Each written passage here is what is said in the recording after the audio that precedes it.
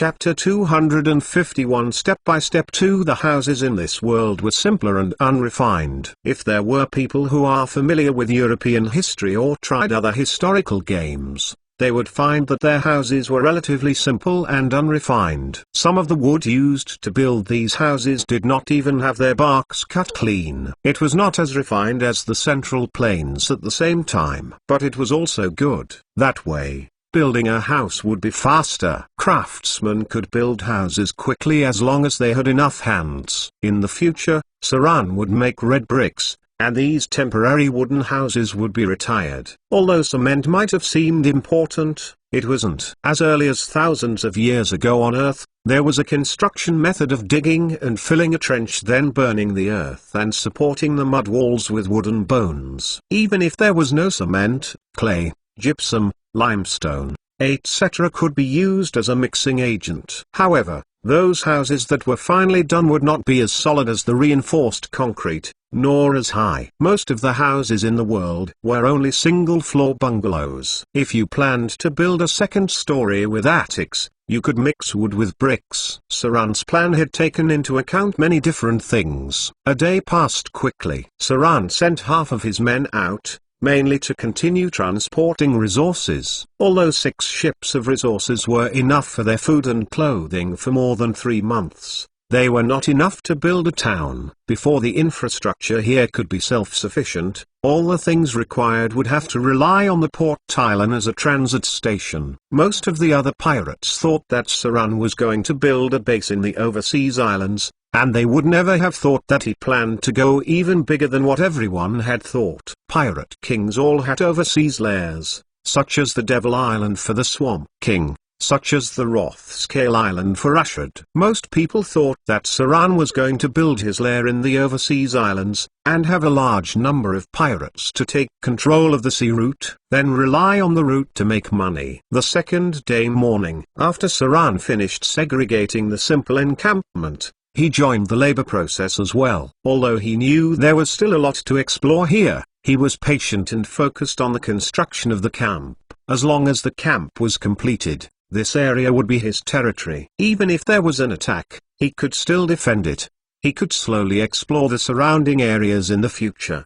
But if the camp was not set up, in case of an attack by the indigenous people, then things would be quite troublesome. Even if the pirates did not have a lot of casualties, but most of the slaves would have died. Resources, population, land. Saran stood up quietly and then looked inside the tent where Vivian tilted her little head while flipping the pages of a book. She used her little white hand to hold the quill pen to paint on the white paper. He could not help showing a smile on the corner of his mouth. Vivian was talented in the sorcerer profession. Sorcerers did not need to learn too much, and casting was dependent on their talent. But Vivian also took a sub-profession as a wizard. Now, she was learning the magic by herself and mastered the way wizards cast their spell. He took a look and left. The little girl was more obedient and seemed to have known that he had some important planning to do. At most times, she quietly did her own things. Saran quickly brought over a bunch of people and headed towards the forest. A lot of trees were cut down yesterday,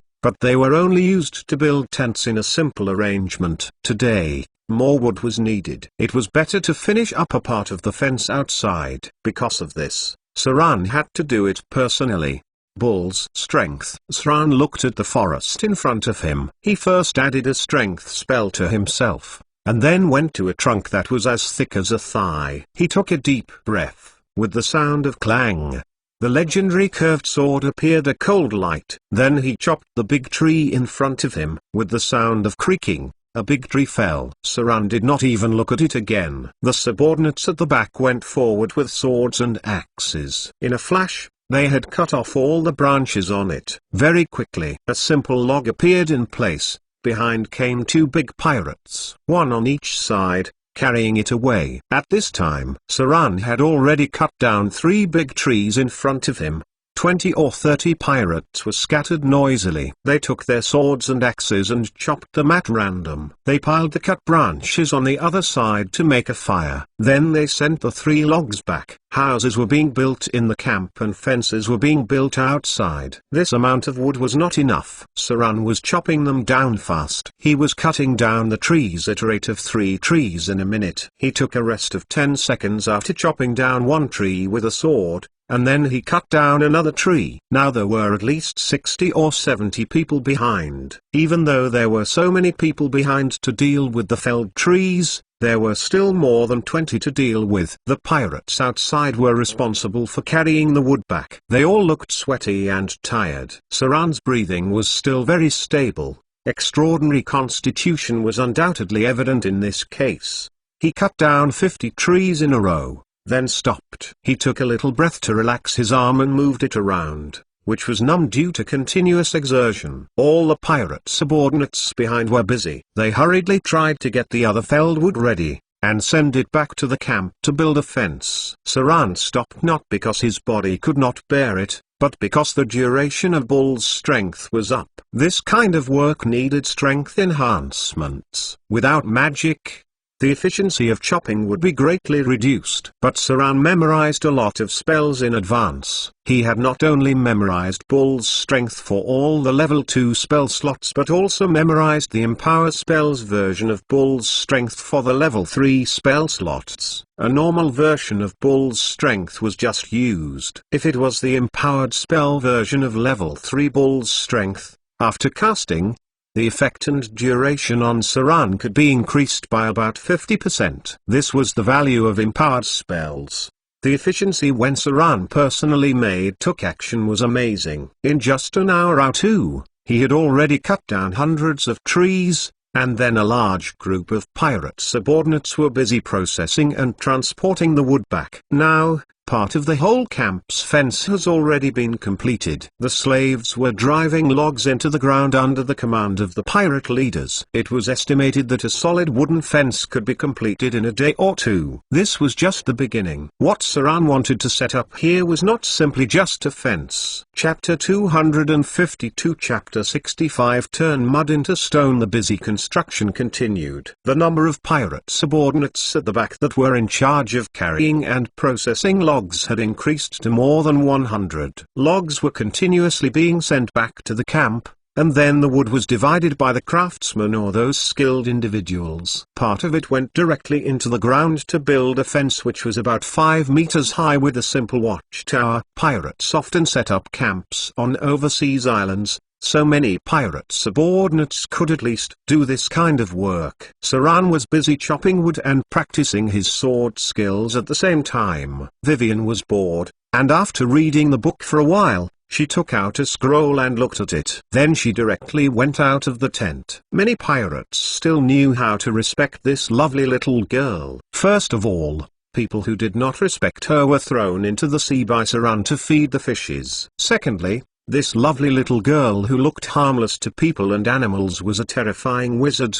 Her status was independent of the pirate community. Even the half-elf first mate would answer the little girl's questions earnestly when he met her. Oh, Vivian tilted her head and looked at the busy slaves and pirate subordinates outside. To be honest, they weren't very efficient. Although there was alchemy equipment similar to excavators in this world, they were only things that high-end spellcasters could afford. At present, the construction of the whole camp was done using manual labor. A drainage ditch along the tent was dug out using a hoe. In this case, it could only be imagined that the efficiency of the construction was not that high, and the human resources consumed were also quite considerable. After looking for a while, the little girl took out a thick book which was as thick as Xinhua, a dictionary from thin air. Written on it was a row of words that was the title, but it was a little strange. One could roughly read and understand the meaning. On the cover wrote Guide to Crafting a Wizard Tower and the Golem Guardian. This book wasn't well preserved from the start. Some of the handwriting on the cover faded. The front parts also had some stains,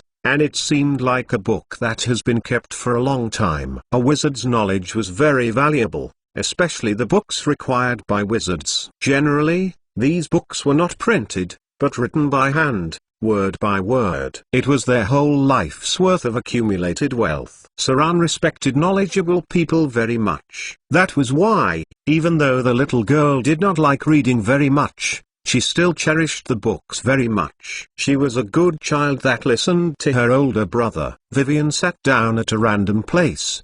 Then she closed her little knees and opened the thick and heavy book which was bigger than her little face. She flipped the book rather quickly. In a moment, she turned about 100 pages, then stopped at one of the pages. She raised a fair little hand to point at one line of words and then turned the back page. There were many words and illustrations there. The little girl frowned for a while, then murmured, "The best material to make a wizard tower was a stone made of mud through stone spells." These kinds of stones were quite hard. After simple enchantments, their hardness could even be above marbles. She continued reading on the second page and murmured, "If you incorporate it with the skills left behind by the arcane empire, turning mud into stone can make the stone made by magic reach the hardness level of steel. This skill requires some special materials. Part of this process is recorded in." It was unknown whether it was deliberately erased or inadvertently damaged due to time. The information regarding how to use spells to turn mud into stone had all become stains that were indecipherable. When Vivian read this, she frowned and said, "Which bastard did this?" She raised her little hand and kept flipping towards the back. However, she had already reached the inner layout of a wizard tower, and it did not mention the overall structural materials of the tower. The little girl was so angry that she threw the thick book directly back into the multi-dimensional belt. Then she held her chin with her little hand and went, "Too bad, my spell slots are not enough. Otherwise, I could have helped Big Brother build a camp by turning mud into stone." "Oh, it seems to be recorded in the book that Sister Gloria showed me before. This spell transforms the earth according to the casting level and spellcasting score. It looks like 2 cubic feet per point. I wonder how much can I transform? I'll try it when I have time." The little girl tilted her head and muttered for a while. She then felt a little sleepy and walked towards her tent. Recently, she had been quite sleepy, but what made her happy was that she was taller. Turn mud into stone level 5 spell. The spellcaster can transform the mud into stone. This transformation process is permanent. Each spellcasting score can transform 2 cubic feet of mud. Many of the building materials, including the structure of the wizard tower, are made out of turning mud into stone. This kind of spell effect will change it forever after it is used, and it is impossible to use dispelling magic to revert the effects. Saran took a breath and kept his curved sword. He had chopped down a large area of trees nearby. Maybe it was because everything had to start from scratch. He felt like he had returned to an era of slash and burn, logging and farming. The fastest way was to rely on the power of a wizard, but he had no casters in his hands now. He could only use the simplest way to develop the camp. There was the wizard's level 5 turn mud into stone spell, which could directly turn mud into rock. It was precisely at that time when there was a guild with a huge foundation of spellcasters, who directly built a wall in a day using magic. However, spell slots were a huge limitation. If the goddess of magic died, spell slots would be changed into mana. At that time, although the casting ability of the wizard was weakened, they had more freedom casting. If all the mana was spent on the level 5 spell turn mud into stone, it would only require a small number of wizards to achieve amazing results. In that year's development tactics, especially the development of the outer planes and the abyss hell, a wizard's ability to construct could not be ignored. Saran kept his swords and took a look at the back. The pirates were still busy transporting their logs. He took a deep breath, and then looked at his data display. He found that there was an extra row of data on it. Training successful. You have acquired information on sword form. Horizontal slash. Training successful. You have acquired information on sword form. Horizontal slash. Training successful. You have mastered sword form. Horizontal / combat ability. Sword form horizontal /. It was a relatively basic sword form fighting skill which was a prerequisite to sword form waist chop. This was the easiest sword form skill to master during logging. The fighting effect was similar to sword form heavy hack. The power has been strengthened to the current standard of Saran,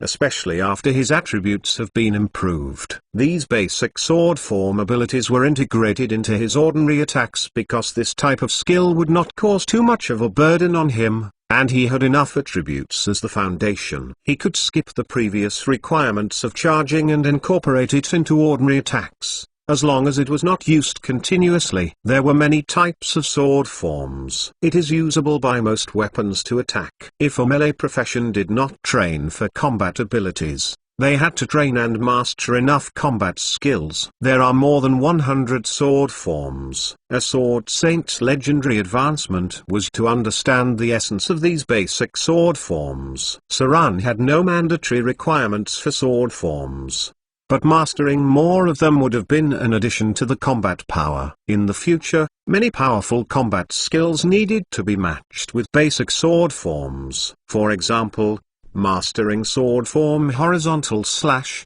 In the future, the effect of understanding and using sword form behead would be very strong, and many sword form skills were related to each other. The sand was blowing all over the place. A slightly bent figure was advancing on the edge of the desert. His face did not seem very old, but it was full of vicissitudes and fatigue. His hair looked as though it had not been washed for a long time. There was stubble on his chin and lots of dust in his hair. He was dressed in mottled armor. The position of the shoulder armor was cut by a sword. He wore a bandage on his arm, and a trace of blood was seeping out of it. The original silver bright armor seemed a little dim at the moment. It was unknown how long it had not been well maintained. It looked very broken. He was wearing a long sword around his waist. From time to time, he looked up, into the distance.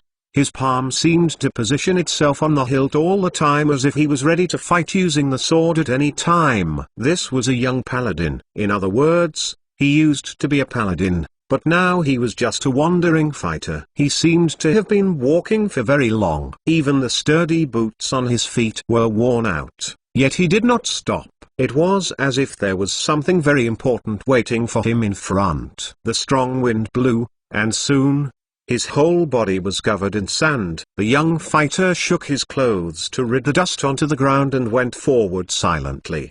His lips were a little dry, and there were bloodstains on the corners of his mouth. However, he did not drink water, because there was not much water on his body. He continued walking like this and kept going forward the entire time. When it was dark, he stopped to camp, ate some hard rations, and did not use a tent. He slept with his clothes in the corner. He constantly held his sword with both hands and even hugged it to sleep. He walked however long unknowingly. It was not until a middle-aged man with an old face appeared in front of him that he stopped his steps. He knelt in front of the other party, pierced his sword into the ground, and pressed his palm on his chest. This was the etiquette of the paladins. The other party seemed to have expected him to come for a long time, but said in a hoarse voice, after walking so much, "What have you understood?" The young paladin lifted his head to look up. There seemed to be a trace of sadness in his eyes, but more of it was perseverance. He slowly said, "There is something called justice. Justice requires power." Chapter 253 Foundation. Chapter 253, Chapter 66 Foundation. Time passed. In a blink of an eye, almost 5 days had passed since Saran came here. At this time, the camp was completely different. Outside the camp was a row of 5-meter-high fences. Every 100 meters, there was a simple archer tower. They were like those sentry towers that could be climbed up using a ladder. The camp had 4 gates in the north, south, east and west directions. The east was where Saran lived, the west was where the other pirates lived, the south was where a large number of resources were stored, and the north was where a large number of slaves were held. The camp was segmented into a square. There were specially dug drainage channels on both sides of the road. and even built toilets on all sides. This was something the other pirates could not understand, because this era itself was dirty and messy. Even in the developed cities in the coastal areas, there were few special toilets, and many people had to go to the Hutong to settle their stools. But this was a very important thing for Saran. Although he used to live in the slums, the first order he gave when he had the conditions to plan directly was to build toilets. From today onwards,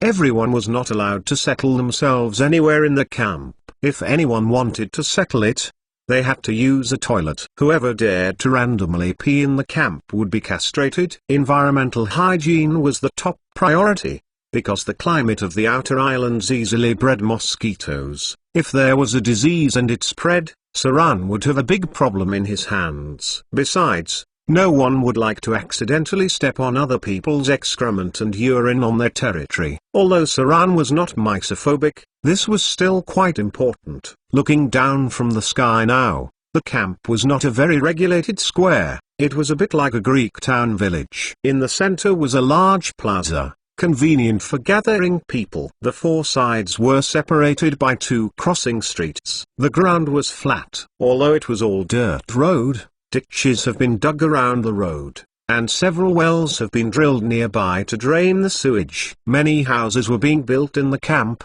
but most of them were not finished yet. The only one done was the warehouse, finished first because of their fear of rain. The warehouse had to be completed as quickly as possible. It was more important than the house where Saran lived because many of the materials could not get wet. Food reserves were enough for more than 3 months of consumption, but it was better to store the food in the warehouse. The bacon was still fine, but the other things would get moldy very quickly if they got wet. The two crosses were still standing where slaves were working. The corpses were almost a pile of white bones. The whole process seemed very cruel. Many slaves were too scared to look towards this side, even until today. The 2 stakes here would be erected for another 2 days. In the last 7 days, it had attracted a lot of vultures and crows. These scavenging birds were brazenly eating the corpses, which was a scalp-numbing sight to behold for many of them. There was no doubt that their cruel torture was effective, at least for this period of time. The slaves would be very honest. This was also because Saran had told the pirate subordinates not to lash at them too much, and to give them enough food. The slaves had to work hard every day, but at least they were able to fill themselves. And yesterday, because of His Excellency Throat Cutter's impromptu fishing, the sharks caught could not be finished because there was too much meat and just took the fins and so on. Then, these slaves all ate a full meal of fish soup to their fill. Although primitive and barren with many dangerous things and annoying mosquitoes, the resources here were rich. Some slaves caught a kind of fat vole when they worked. The indigenous slaves directly ate it raw, and the other slaves could eat it by fire when they brought it back. On the contrary, they ate better here than in the past. From time to time, they would have some meat and fish. The main reason was that the nearby sea area had not been developed much, and large crabs could be found on the beach. In some ways, it was a little bit like beating up a roe deer in the northwest. Slaves had nothing, so they didn't make very unimaginable demands. While they worked hard, they could satisfy their stomachs at the same time, and occasionally have a bit of meat. Many people could still restrain their thoughts. After all, Saran had told them clearly and definitely that the consequence of escaping and being caught was very miserable. Even after death, they could not be easily relieved. Moreover, some of the slaves believed what Vivian had said, that Saran would free some of the hard-working people when the time was right. Inside the big tent in the middle, Saran frowned. He was daubing and correcting on a piece of white paper. He looked up at the sky and murmured, "If I've calculated the time properly, don't you think they should all be back at Port Thailand by now? It is estimated that it will take half a month to go back and forth. Next January, you should be able to bring back what you need, and then we can start on the next step of the plan." The end of December. It seems like the new year is coming, right? Saran went out of the tent and silently calculated for a while. Then he found that it was just a few more days till the new year. The new year in this world did not have festive celebration customs, but there was still a tradition of getting ready for the new year. Saran came in the middle of December, and now it was late December, and the new year was just a few days away. The new year was still fine. The most important thing in this world was the harvest ritual, which was the biggest celebration of the year. And this celebration was commonly used by most gods. In the south, they offered and prayed to the grain goddess. In the north, the goddess of winter. And on the coastal areas, the sea goddess. Even the drows prayed to the spider queen for a year of rich harvest at the annual harvest ritual. After all, it was the most basic and important thing for any race to fill their stomachs. Sran looked outside and subsequently walked towards the sea. He let his pirate leaders sail away 2 ships, but part of the warships remained outside. The cargo ship of the Chamber of Commerce had also returned. Saran ordered a large number of resources, which they would use for 3 months. He had them delivered, part of it every half a month.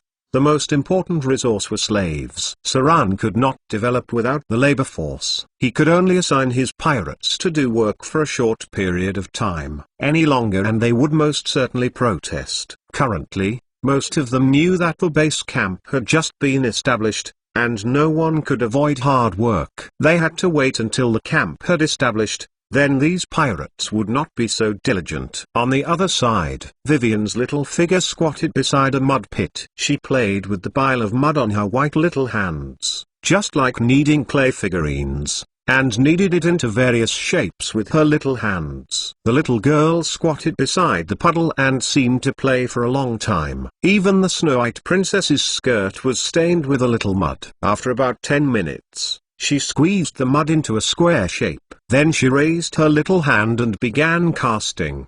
Turn mud into stone. A weak magic glow emerged, and the mud in front of her gradually turned into rock, but it did not seem firm. It looked like it had already eroded. The little girl's expression seemed to be a little annoyed. She kicked the mud away and murmured, "It's so hard. Why are all spells above level 5 so difficult?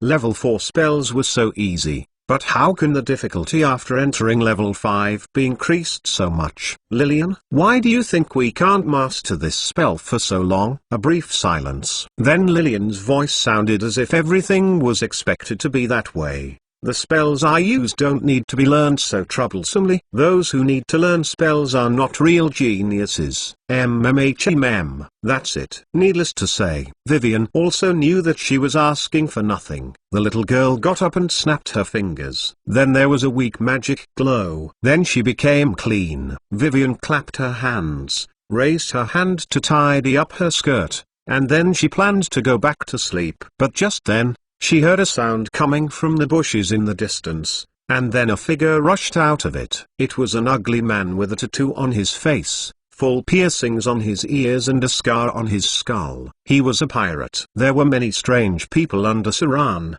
but there were only less than a handful of people who could be considered decent looking. He was a sentinel sent out to keep an eye on the surroundings. Vivian didn't look panicked at all. Although she was just a little girl who was about to be 9 years old, she was quite calm. The little girl approached bit by bit, and at the same time, she also paid attention to the movement nearby. She saw a dart on the back of the pirate sentry in front of her. It was a weapon as thin as a needle. Most of it was smeared with quite powerful poisons. If it did not have the Antares effect, then it would have been those that could paralyze people to death quickly. The little girl very carefully approached. At the same time, she had cast several spells on her body. There was a movement of grass in the distance, but no one came out. When Vivian walked over, the pirate was not completely unconscious but said in a somewhat intermittent voice, My lady, indigenous people." Having said that,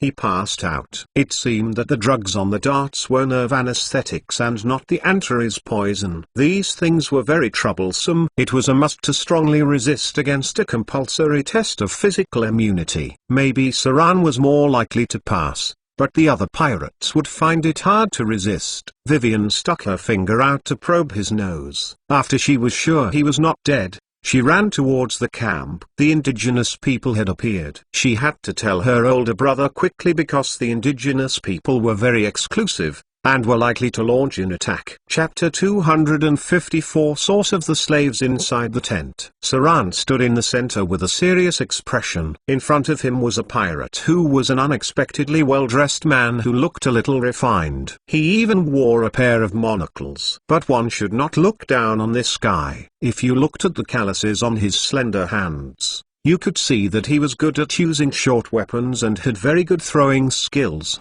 He was one of the few pirates who could read and study. He was also a doctor among the pirates. He was proficient in various surgical operations and had quite good medical skills. The man, who looked like a noble tutor, reached out to probe the breath of the comatose man on the ground, then opened his eyelids and looked at him. He then reached out to open his mouth and looked at his tongue, and said, "Your Excellency, he doesn't seem to be poisoned. It was just a temporary coma. But when he wakes would depend on his constitution. Under normal circumstances, he should be able to wake up tomorrow morning. This man's constitution is still good." Saran nodded when he heard him, then walked around in a circle. He sent out a large number of scouts, but it seemed that only one of the 5 could return. If the other 4 people did not die in the hands of the indigenous people, they should have been caught. The area of this island was quite large, about 500 square kilometers. Due to the tropical rainforest climate, as well as the inlay with other islands, there was a high possibility of having an indigenous tribe here. Saran sent people to explore the nearby area earlier, and 3 to 5 people were injured because of this. Currently, the boundaries of the exploration of the whole island were mainly concentrated about 10 kilometers around the camp. The most dangerous place was still the remains of those strange plants. Saran didn't even go explore their secrets so easily. Then the more dangerous place was near the south coast, where there was a high cliff and there were about 3 groups of 10 large Quetzalcoatlus. Then it was near the northwest, through the jungle and a big river, which was another place full of strange flowers and plants. Unsurprisingly, the indigenous tribes were over there, about 30 kilometers away from Saran. There were several more dangerous areas between them, including some of the more dangerous and fiercer creatures on the outer islands. "Your Excellency," a bald and ugly pirate looked up at Saran and said cautiously, "Shall we show these indigenous monkeys what we've got?" Saran turned around and looked at him, then shook his head and said, "No rush. After all, this is still their territory." These indigenous people were more familiar with the terrain and environment than we are. The most important thing for us is to find out the surrounding environment,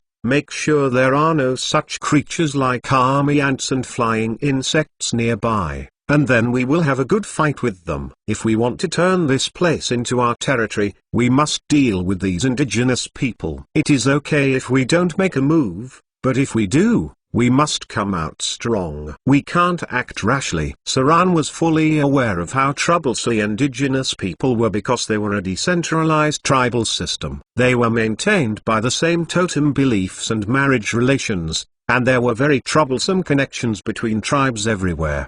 He did not want to have endless wars, so once he started fighting with the indigenous people, he had to crush them like thunder. Otherwise, it would be a nightmare for these guys to hide and harass. Half of the slaves were indigenous people, and the main members of the labor force were ordinary people and slaves. Most of the sources of slaves were from wars between tribes. Indigenous people were mainly considered segregated between soldiers and peasants. Indigenous people who qualify as professions were selected to train and participate in hunting operations. These indigenous people were first-class fighters and hunters. They were very dangerous, even more so than many professions. The challenge rating of the whole outer islands was raised because of them. This group of people could be regarded as though they were trained fighters since childhood, proficient in sneak, archery, track, and other skills. Most of their tasks were just hunting and fighting. The wars among the indigenous tribes were cruel and bloody, which occurred frequently in the entire outer islands. Within the structure of an indigenous tribe, the most important role was that of the shamans and fighting members. Most of the other ordinary people acted as the labor force. The stratum in the tribe was quite strict. It was not only the population that measured the strength of a tribe but also the proportion of soldiers in the population. For the indigenous people, They only needed to conquer and defeat one tribe to capture a large number of slaves.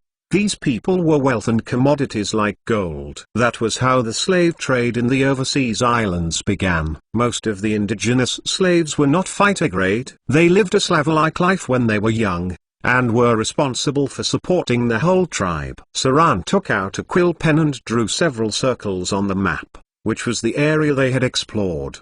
Because he was in charge of the camp, and all the capable guys among the pirates had gone out to explore. The 5 most dangerous places were in the southwest and north of the camp.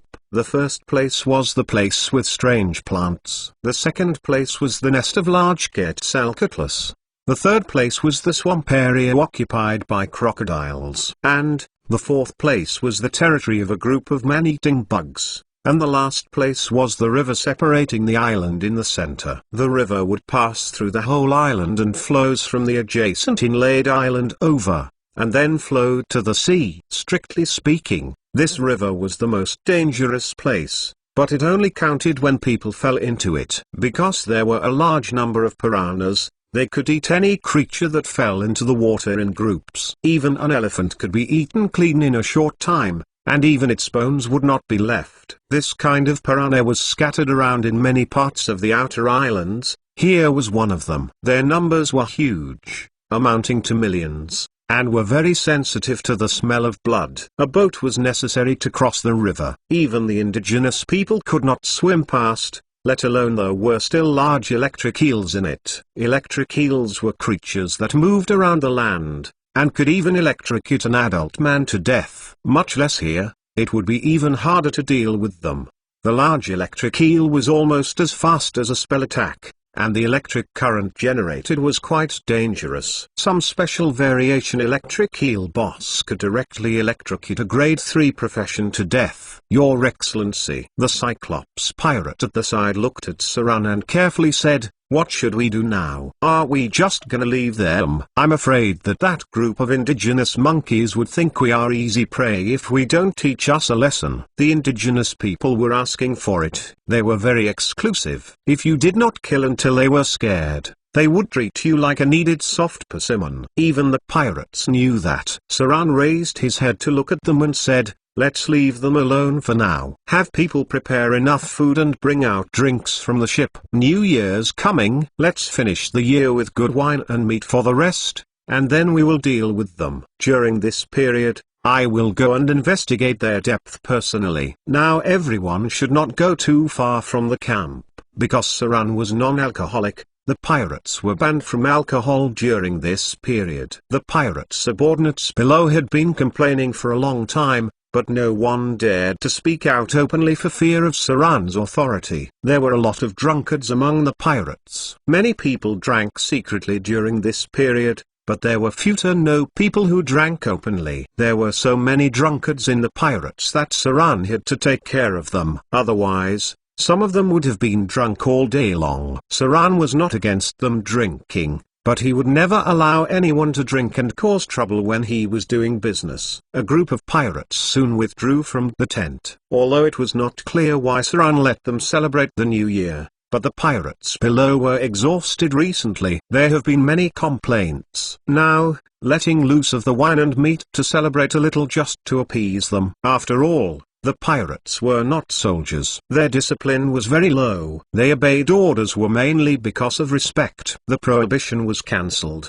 and soon there was a cheer in the camp. Many pirate minions secretly took out a small bottle, put it on their lips and took a big drink. This was a pirate's regular equipment, which contained strong rum. This kind of alcohol had a high alcohol percentage and could be used to disinfect when necessary. It was a habit handed down from the northern pirates. Maybe it was because the new year was coming, and the pirates were much better tempered, and they did not even beat or scold the slaves. A box of resources was moved out, including bacon, vegetables, salted fish and so on. Saran's preparation was very mixed. It almost included everything that the pirates have thought to be useless. A day went by just like that. Saran watched the rare happy atmosphere in the camp. A smile appeared on his lips but seemed a little cruel. Let them enjoy the new year. He raised his head and looked into the distance and murmured, "Next year will be the most difficult year. Whether we can stand here or not depends on whether we can kill the indigenous people next year." Other dangerous areas and all kinds of wild monsters were all topping one another. Because monsters had their active areas, if no one provoked them, the monsters of the outer islands would not easily run to other places,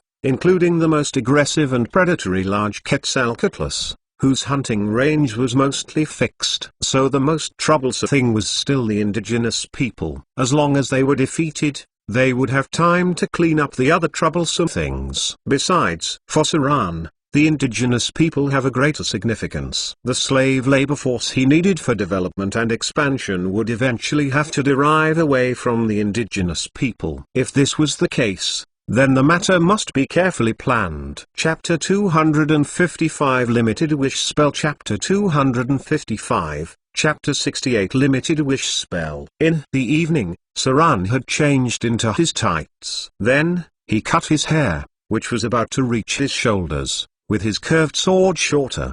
The length roughly reached his earlobes. At the moment, he looked different. There were almost no loose items on his body. His wrists and legs were wrapped with cloth strips, and he did not wear any armor, even the lighter leather armor. The only striking thing was the master battle gloves on his hands, and almost all of his equipment and weapons were in them. Next to Saran was Vivian, who was pouting her little mouth. The little girl looked unhappy and uttered, "I want to go too." "Brother, why don't you let me go with you? If we go together, maybe we can directly kill those indigenous people." "I'm worried about you going alone. There are so many of them. What if you're found?" After hearing her, Saran squatted down, reached out his hand, and stroked Vivian's small head. He said softly, "If I left, and you went with me, then there would be no one overseeing the camp.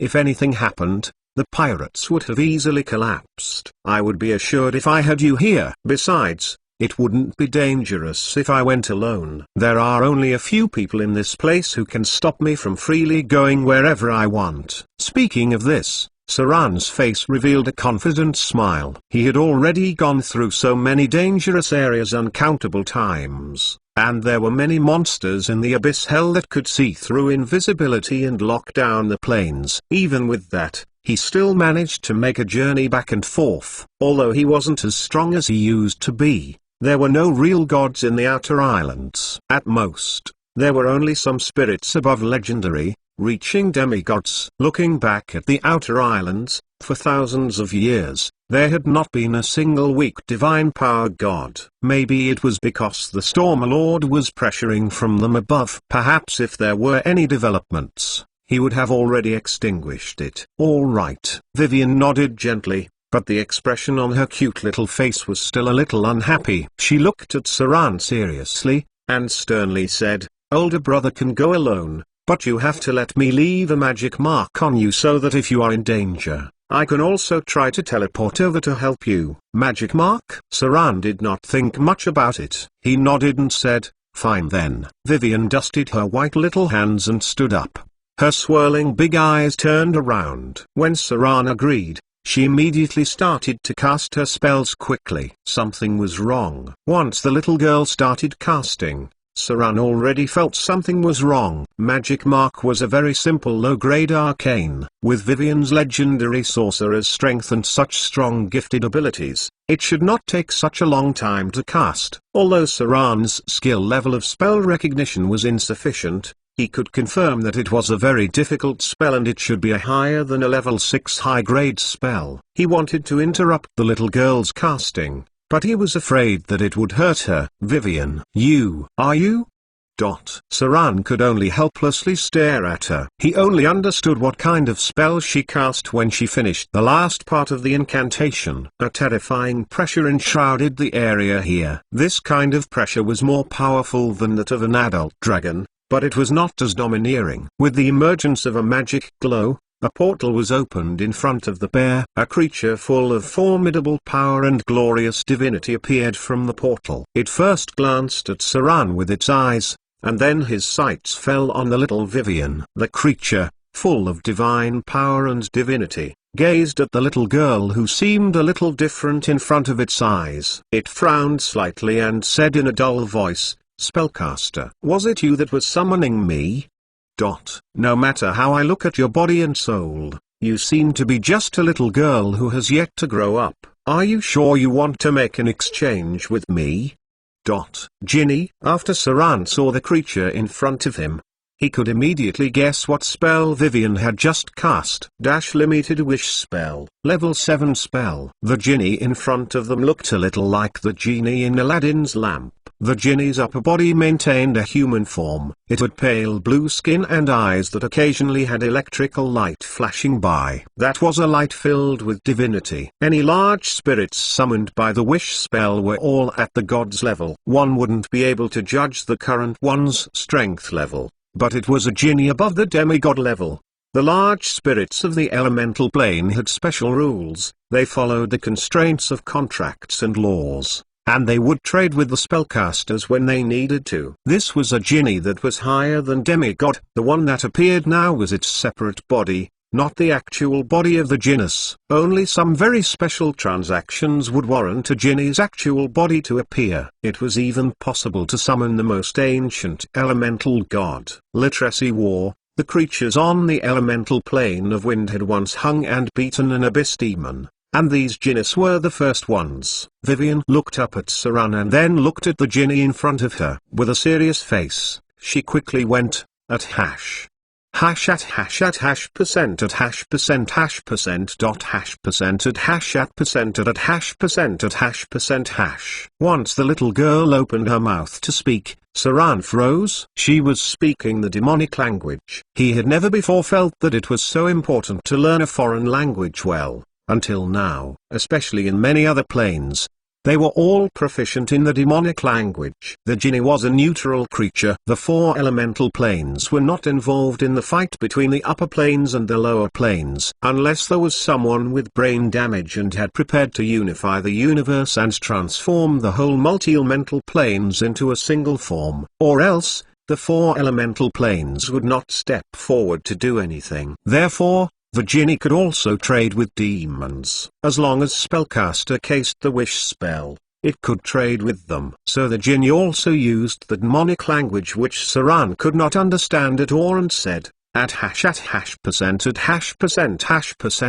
at hash at and percent at hash and at hash and at hash dot. This was damn deadly. Saran had wanted to interrupt Vivian and let her communicate using a common language, but he was afraid that that would offend the Ginny. These Jinnis were not very friendly to talk to. But before Saran could speak, Ginny seemed to have reached a consensus with Vivian. Then he took out a roll of parchment, held a quill pen and began to write quickly. Soon, he filled an entire roll of contract scroll. It squatted down and handed the contract scroll to little Vivian. The little girl looked at it carefully for a while. Then she pointed out some of the points and argued fiercely with the Ginny. It was clear that the difference in strength between both sides was quite significant, but in the face of the little girl's impolite tone of the argument, the Ginny had no expressions of anger at all. Their contracts were full of all kinds of traps. Anyone would bargain with them before dealing with them. It did not take too long. Soon, the face of the Ginny showed a trace of amazement and said seriously, "Very good. According to the contract, I will take some of your divine powers and give you some other abilities in return." Little girl, if there isn't any problem, then sign it. Vivian quickly picked up the quill and signed it. Then a satisfied smile appeared on Ginny's face. It raised its hand and pointed to Vivian. A special contractual force emerging,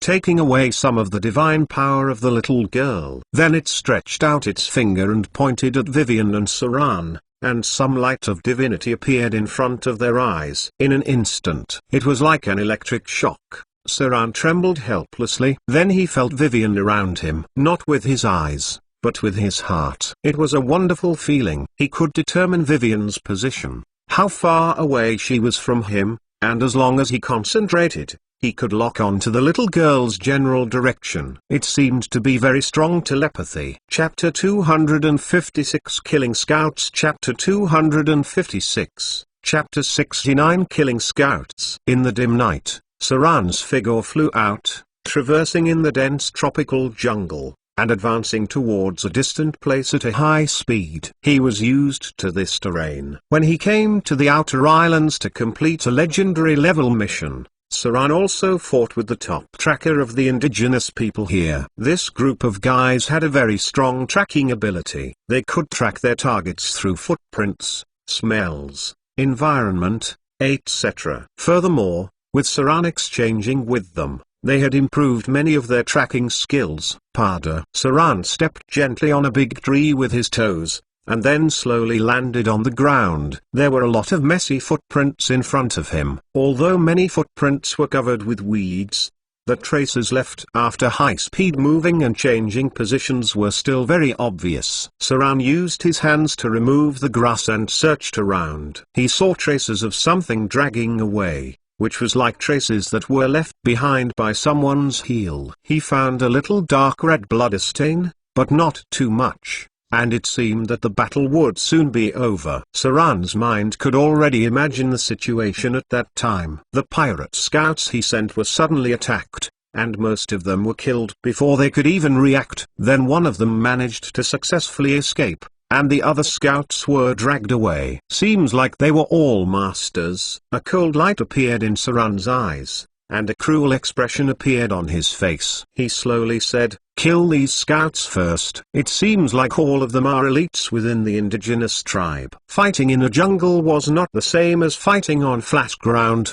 The most common technique used in the jungle were encounter battles and ambush battles. Even a level 4 profession might die in the hands of a lower level profession who was proficient in tracking and hiding, because there were simply too many environments for an ambush and many natural traps that could be used. Many brilliant trackers could kill other professions above level 5 here. The most dangerous ability of these indigenous people was to track, hide, and set traps. Then they would use darts, concealed weapons and more. However, this time, they might not be so lucky because rogues were also proficient in these areas. Saran went along the tracks on the grass rapidly. His tracking abilities were not that refined, but he could still find the tracks left behind for a few days. Brilliant rangers could even track the traces left behind a few days back and even distinguish what kind of enemies left behind such traces. Therefore, Saran had always treated tracking skills with great importance. As he sped along the grass,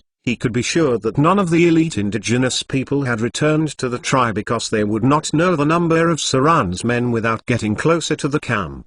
Shadow Vale. After surmounting a stream, Saran gradually disappeared into the night. He heard some movements. It was a scream. It seemed like not all of the pirate scouts sent out during the day were killed by them, and one or two of them were brought here alive. Saran's eyes revealed a shred of killing intent, and his whole body was shrouded in a shadow. He approached the mountain wall in front of him where the cries came from. Many parts of the outer islands were like the trains of the Irish coastline.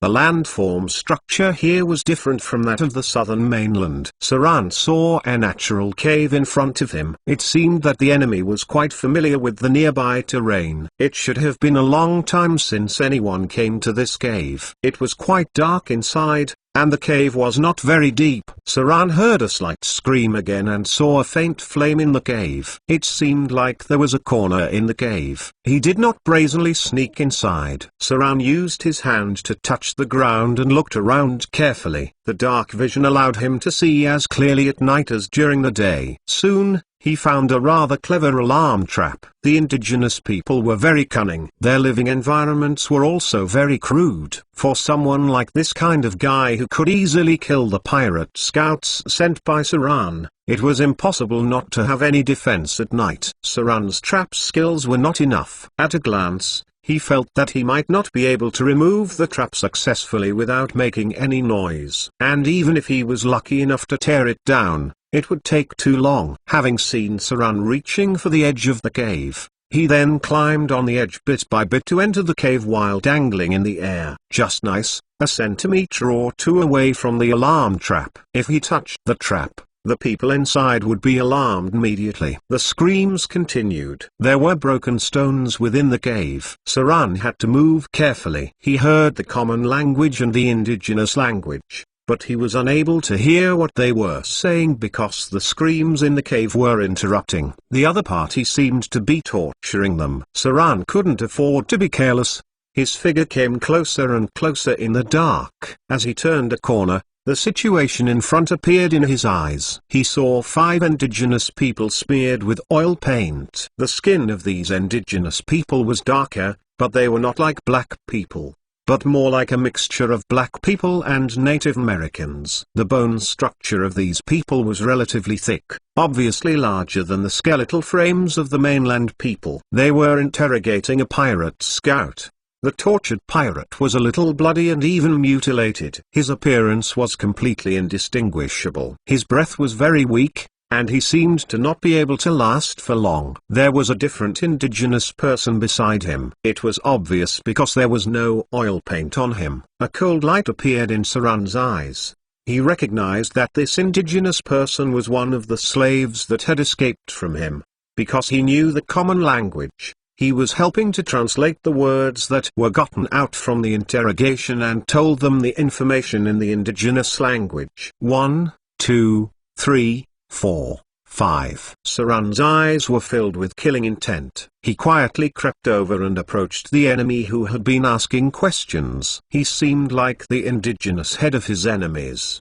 Backstab. Shadow strike. A cold light suddenly appeared. Saran's figure emerged from the shadows.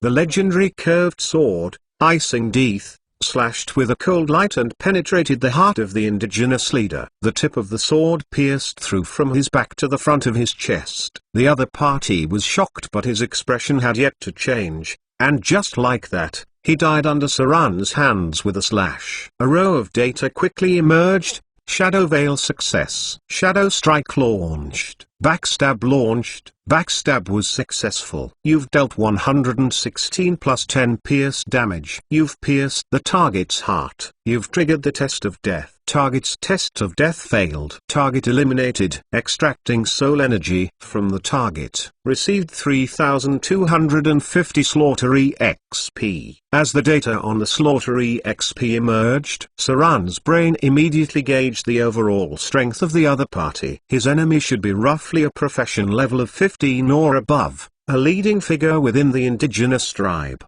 His enemy seemed to have more than 100 hit points, but he failed to pass the test of death because his heart was pierced. That was why he could not struggle for a period of time before he died like some other enemies Saran met in the past. Sword form, spinning strike. After killing the enemy's leader with a single sneak attack backstab, Saran did not retreat. Quite the opposite, he rushed straight up. Both his hands were in the air, as another curved sword appeared. A sharp turn after, the sword light slashed towards the other 2 enemies in front of him. Taken by surprise, this was the most common response towards a sneak attack. Many people entered into an unprepared state which greatly reduced their evasion and parry abilities. This was a situation that tested most of their own abilities. One of the indigenous people seemingly subconsciously sidestepped, while the other one rolled away. But another aborigine was a little slower and was directly stabbed in the chest by Saran's sword. Even his lungs were cut open. The former was an aborigine with reflex evasion ability, while the latter did not have any strong evasion skills. Once he encountered an emergency, he would slow down half a beat. Whoosh! In the face of Saran, who killed their leader, the indigenous people also responded quickly. They began to fight back quickly. However, it was not to unsheath their weapons but to quickly pull out a pipe. With a few faint cold lights, the needle-like steel darts flew out. They accurately hit Saran's body, but it did not play the role it should have.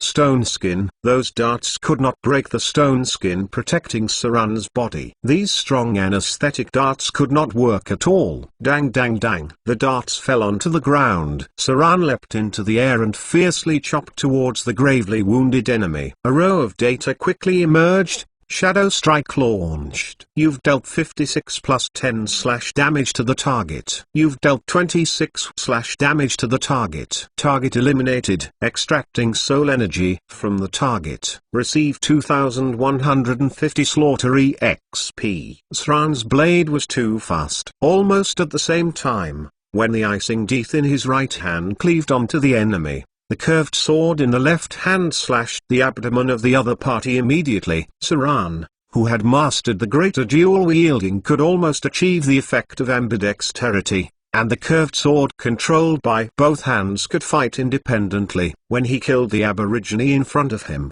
his left hand almost immediately backhanded and slashed horizontally, and directly blocked the attack from the side. Then he lunged forward with his right hand and slashed the enemy's arm. Dang dang dang. Then, fresh blood spurted and 3 fingers that were cut fell onto the ground.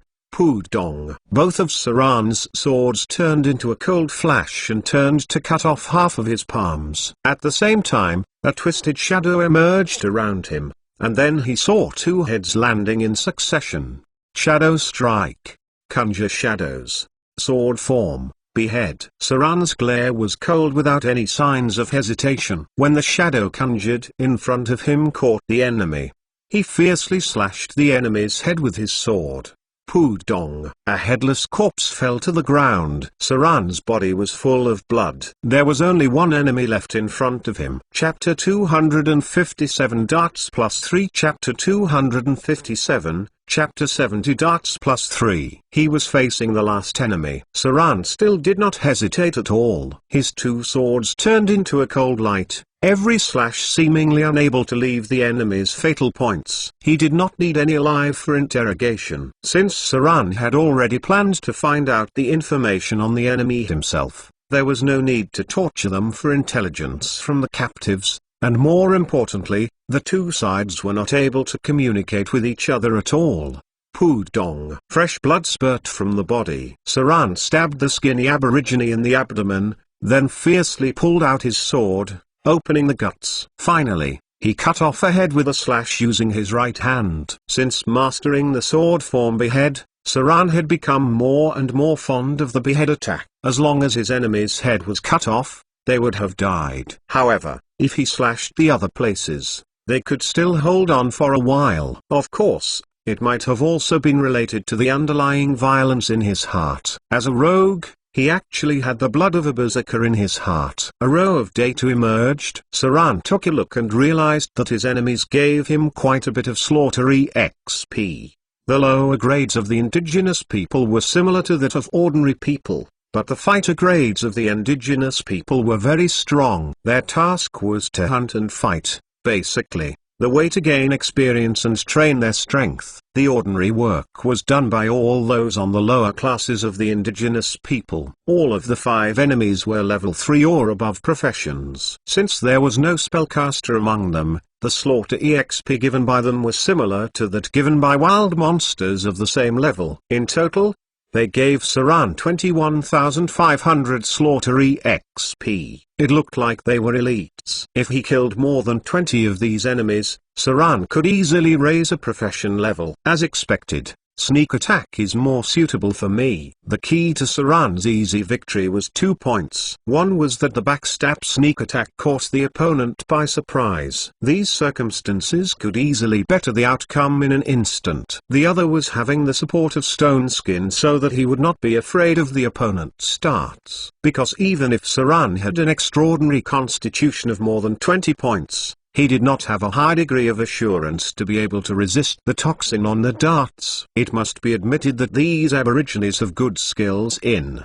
and some of them were even better than the mainland alchemists. There were very few spellcasters among the aborigines, but that did not exclude the special existence of shinniks. There were almost no wizards here, only sorcerers and shamans. Shamans belonged to a different kind of priests, and there was a big difference in their magic. Since there were no real gods in the outer islands, shamans' spells were more inclined to the elemental type, that is, imitations of divine spell attacks. In the area where totem belief was widespread, these kinds of shamans were common, And there was also the ancient shamanism that simply believed in worshipping the soul of their ancestors. A survey showed that the more civilized and educated a place was, the more likely the spellcasters were to appear. Saran began to clean up the spoils. The Aborigines had nothing of value, and Saran was not looking for gold, silver, or jewelry. He rummaged over a pile of indigenous corpses, and soon found 6 blowpipes and a small bottle of unknown medicine, which was soaked with steel needles. Saran tried to appraise the items, and he was scared out of cold sweat when he saw the attributes. Item type: darts +3. Item grade: rare grade 3. Description: a very special dart from the Outer Islands indigenous scouts. Throughout the thousands of years, although history did not bring civilization and wisdom to the indigenous people, they developed other special skills. This dart was coated with a refined neurotoxin, which can take effect in the blink of an eye after hitting the enemy. The dosage of a dart can anesthetize an elephant in a short time, and few people can successfully resist and be immune against it. Requirements: none. Effects: deal 510 points of poison damage to the target, and once it hits the target, it would trigger a 20 points test of neurotoxin resistance. Any target that fails will pass out in a short time. Shit! It was a level 3 extraordinary item. Saran was horrified when he saw the information regarding the item because he found that he was less than half as likely to pass the test. Fortunately, he activated the stone skin technique in advance, otherwise, the boat could capsize in the sewer. Saran took a look at it, then collected the blowpipes, steel needles, and potions. Then he leaned over to see the captured pirate scout. The pirate was exhaling more than he was inhaling. The tendons in his arms and legs were broken. It was almost impossible to save him unless there was a high-grade priest to cast restoration, or else, he would still be paralyzed if he forcefully saved him. The most important thing was that the camp did not have any priests. "I have avenged you." Saran expressionlessly walked over, held his hands and said, "Let me relieve you from your misery." A cold light emerged. He relieved the pain of the dying pirate and slowly closed his eyes. There was no way to deal with this situation. Many times, after the battle, there were wounded people who needed the others to relieve their suffering. After all, there weren't a lot of priests, and it was difficult to extensively spread the priceless divine spells. Otherwise, there would be even more battles and disputes than the current state. Saran slowly stood up and gave a cold look at the indigenous slave who was killed instantly by his sword. If it was not for this guy escaping,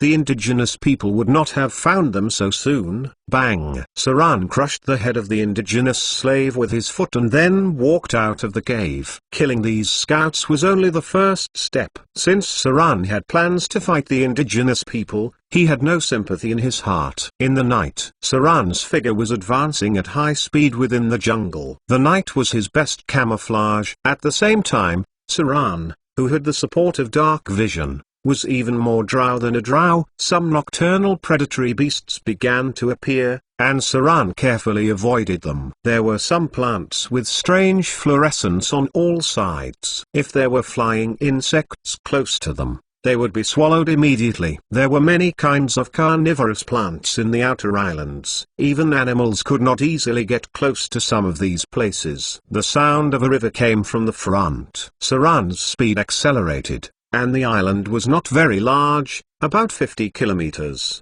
The two ends were narrow and the middle was wide.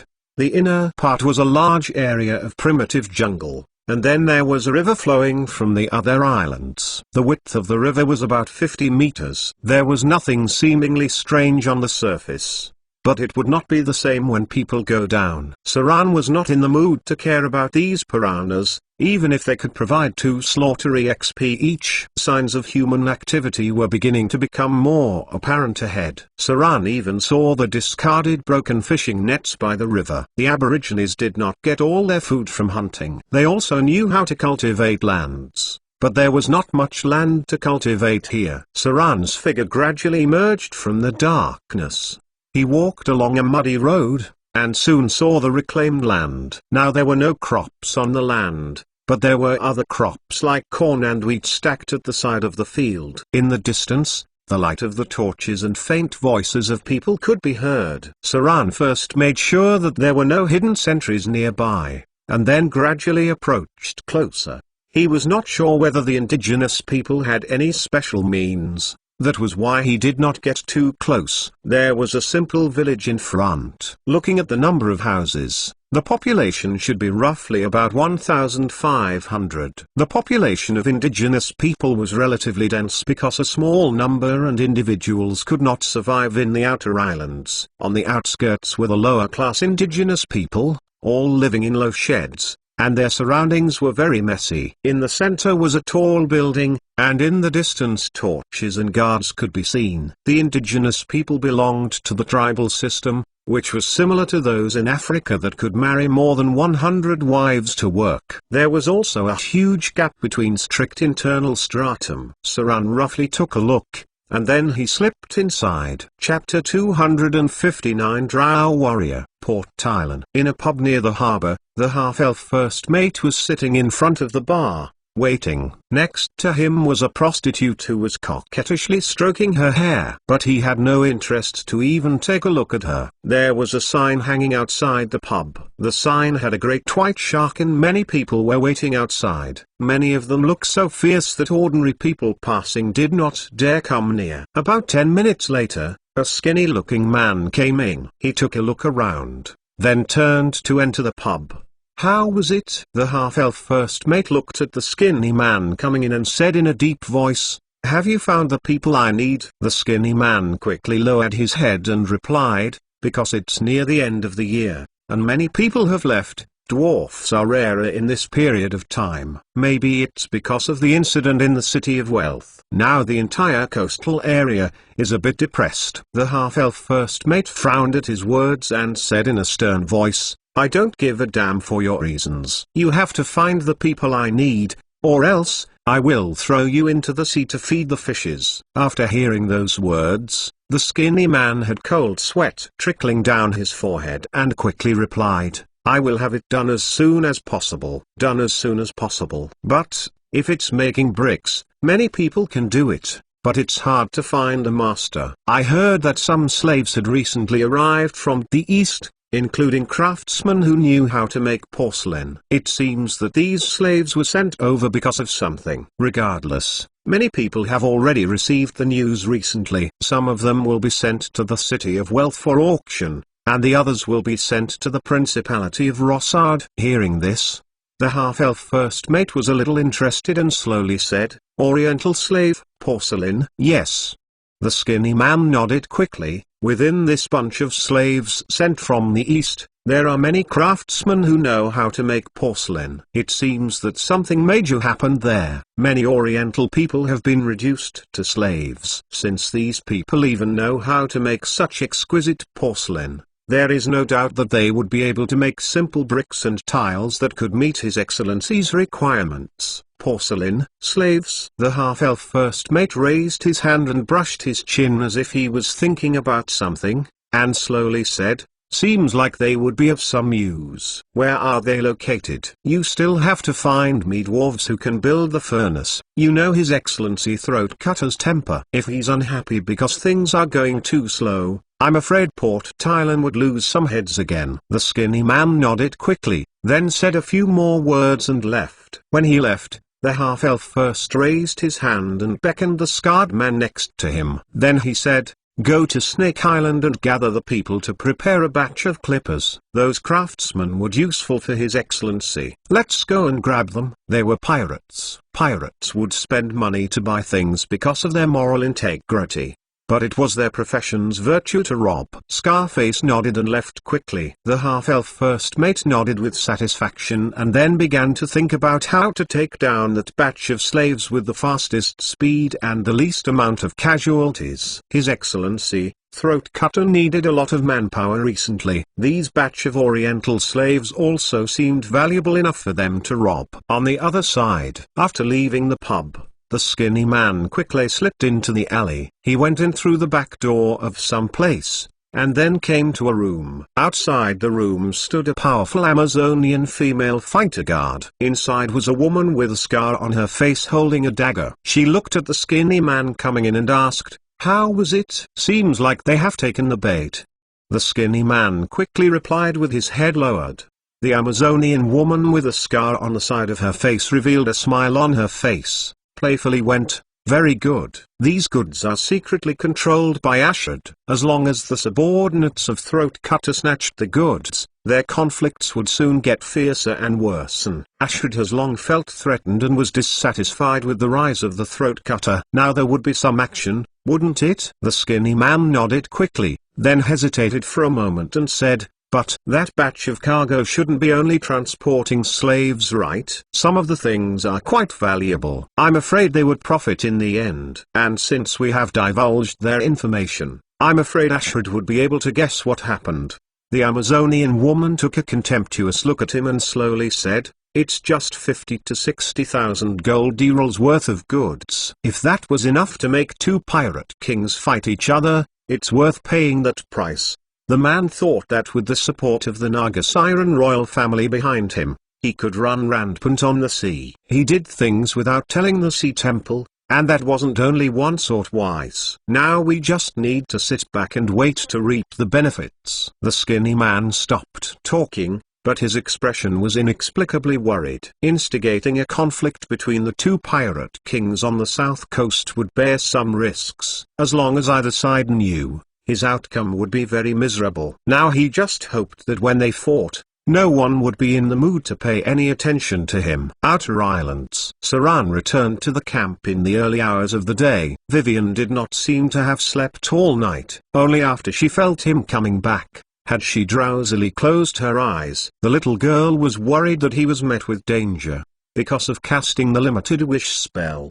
Both of them had a telepathic ability. She was ready to teleport over at any time if Saran was in danger. Now that Saran was back, she was naturally relieved. The little girl who had been very sleepy during this period soon fell asleep. Speaking of which, it was enviable. The little girl was sleeping most of the time every day, but her strength was growing faster than Saran. It was as if even if she was sleeping, she was also able to improve her combat power. Soon after Saran came back, he got busy. On one hand, he strengthened the defense not only for hidden sentries. On the other hand, he also researched on how to eradicate the indigenous tribes. When dealing with the indigenous tribes, there were two most troublesome issues. The first was the spirits they believed in. Most of them had a legendary level of combat power, and there was not just one spirit. If the tribe maintained their progeniting ancestors' belief, the number of spirits might be more. Among them,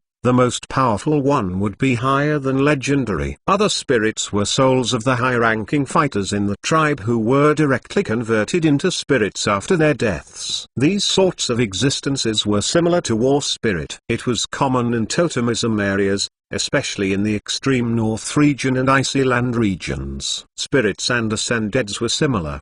Both of them had minor divine power. It was not easy to deal with spirits. It was not easy to deal with anything related to the power possessed by the gods. Even if Saran and Vivian worked together, it would be more troublesome if they wanted to deal with the spirits that were prayed to by an indigenous tribe for many generations. The second was the mastery of the indigenous people in the use of poisons and drugs. Whether it was darts that would make people faint or the Antares poison and liquid that were smeared onto their weapons. These things were quite dangerous and troublesome. Furthermore, these drugs took effect very quickly. Once a person was hit, they would fall to the ground poisoned. Even Saran had a headache dealing with them, let alone other pirates. This was the most troublesome thing in the Outer Islands. There were too many things that were poisonous here. If one didn't know a little about drugs, they could easily find things here that could be made into poison. Saran frowned and contemplated while tapping his fingers on the table. At this time,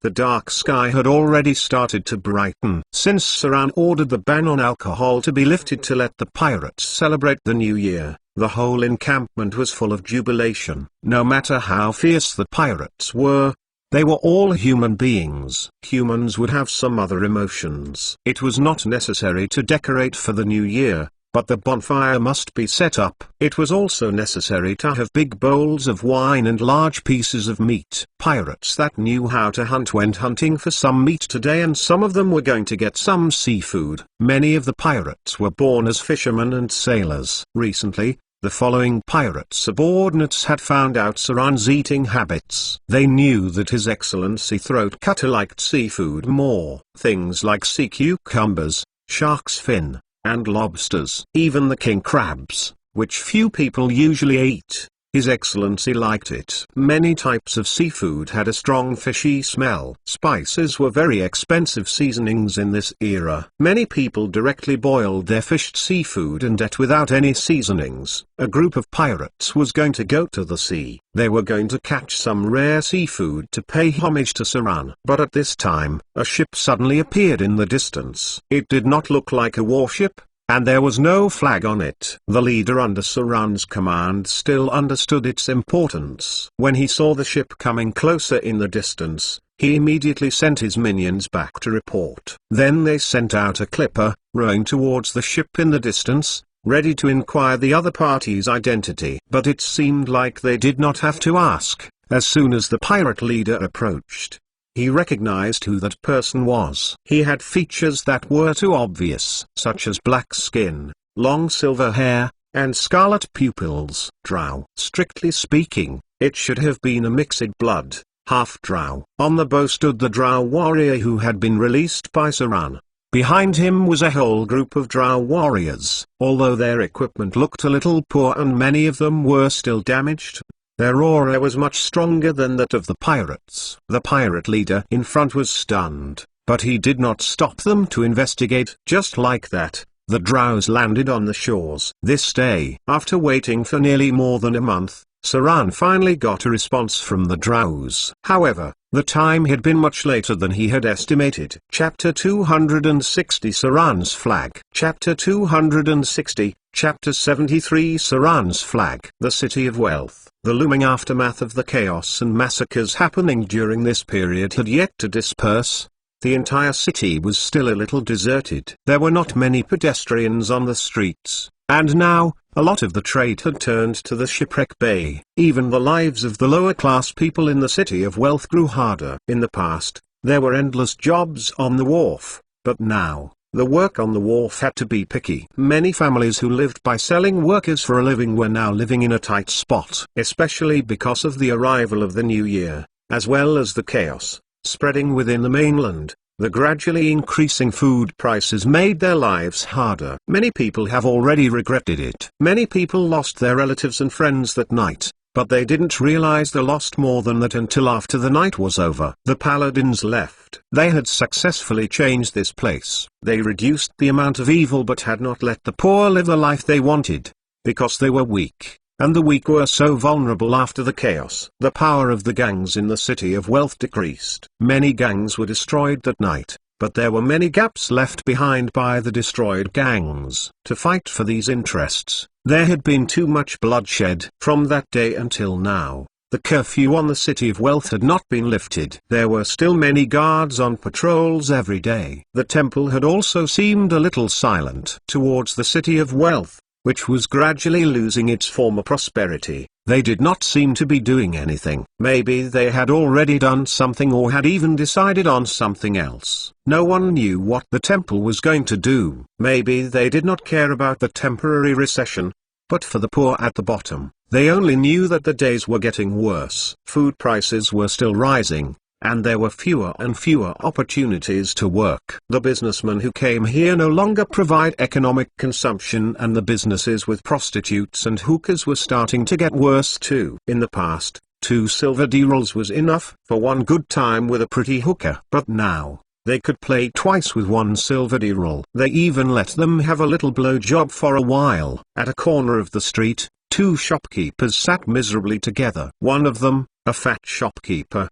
raised his hand to wipe away his sweat and complained, "I heard there is going to be a war in the south." Recently, the purchase price of imports was 30% higher. There are a lot fewer goods shipped from the south. I heard that some business routes have been cut off. It's also said that there was even a red dragon in Whiterun's, making everyone live in fear now. The other Skinner shopkeeper also sighed and slowly said, those are all still okay. At first, they could have still gone by sea. But now with this commotion, many businessmen don't dare come here. I've heard that there is a pirate king named Throat Cutter rising in Port Tylan and the Shipwreck Bay. He is different from the former pirate king. He doesn't like to rob with his subordinates, and he even restricts the rest from doing as they please. Now many businessmen have gone to these two places. The fat shopkeeper was shocked when he heard this, then asked, he doesn't rob? Then, how does he get his money and food? There are quite a lot of pirates on the sea trying for a living. If they don't rob,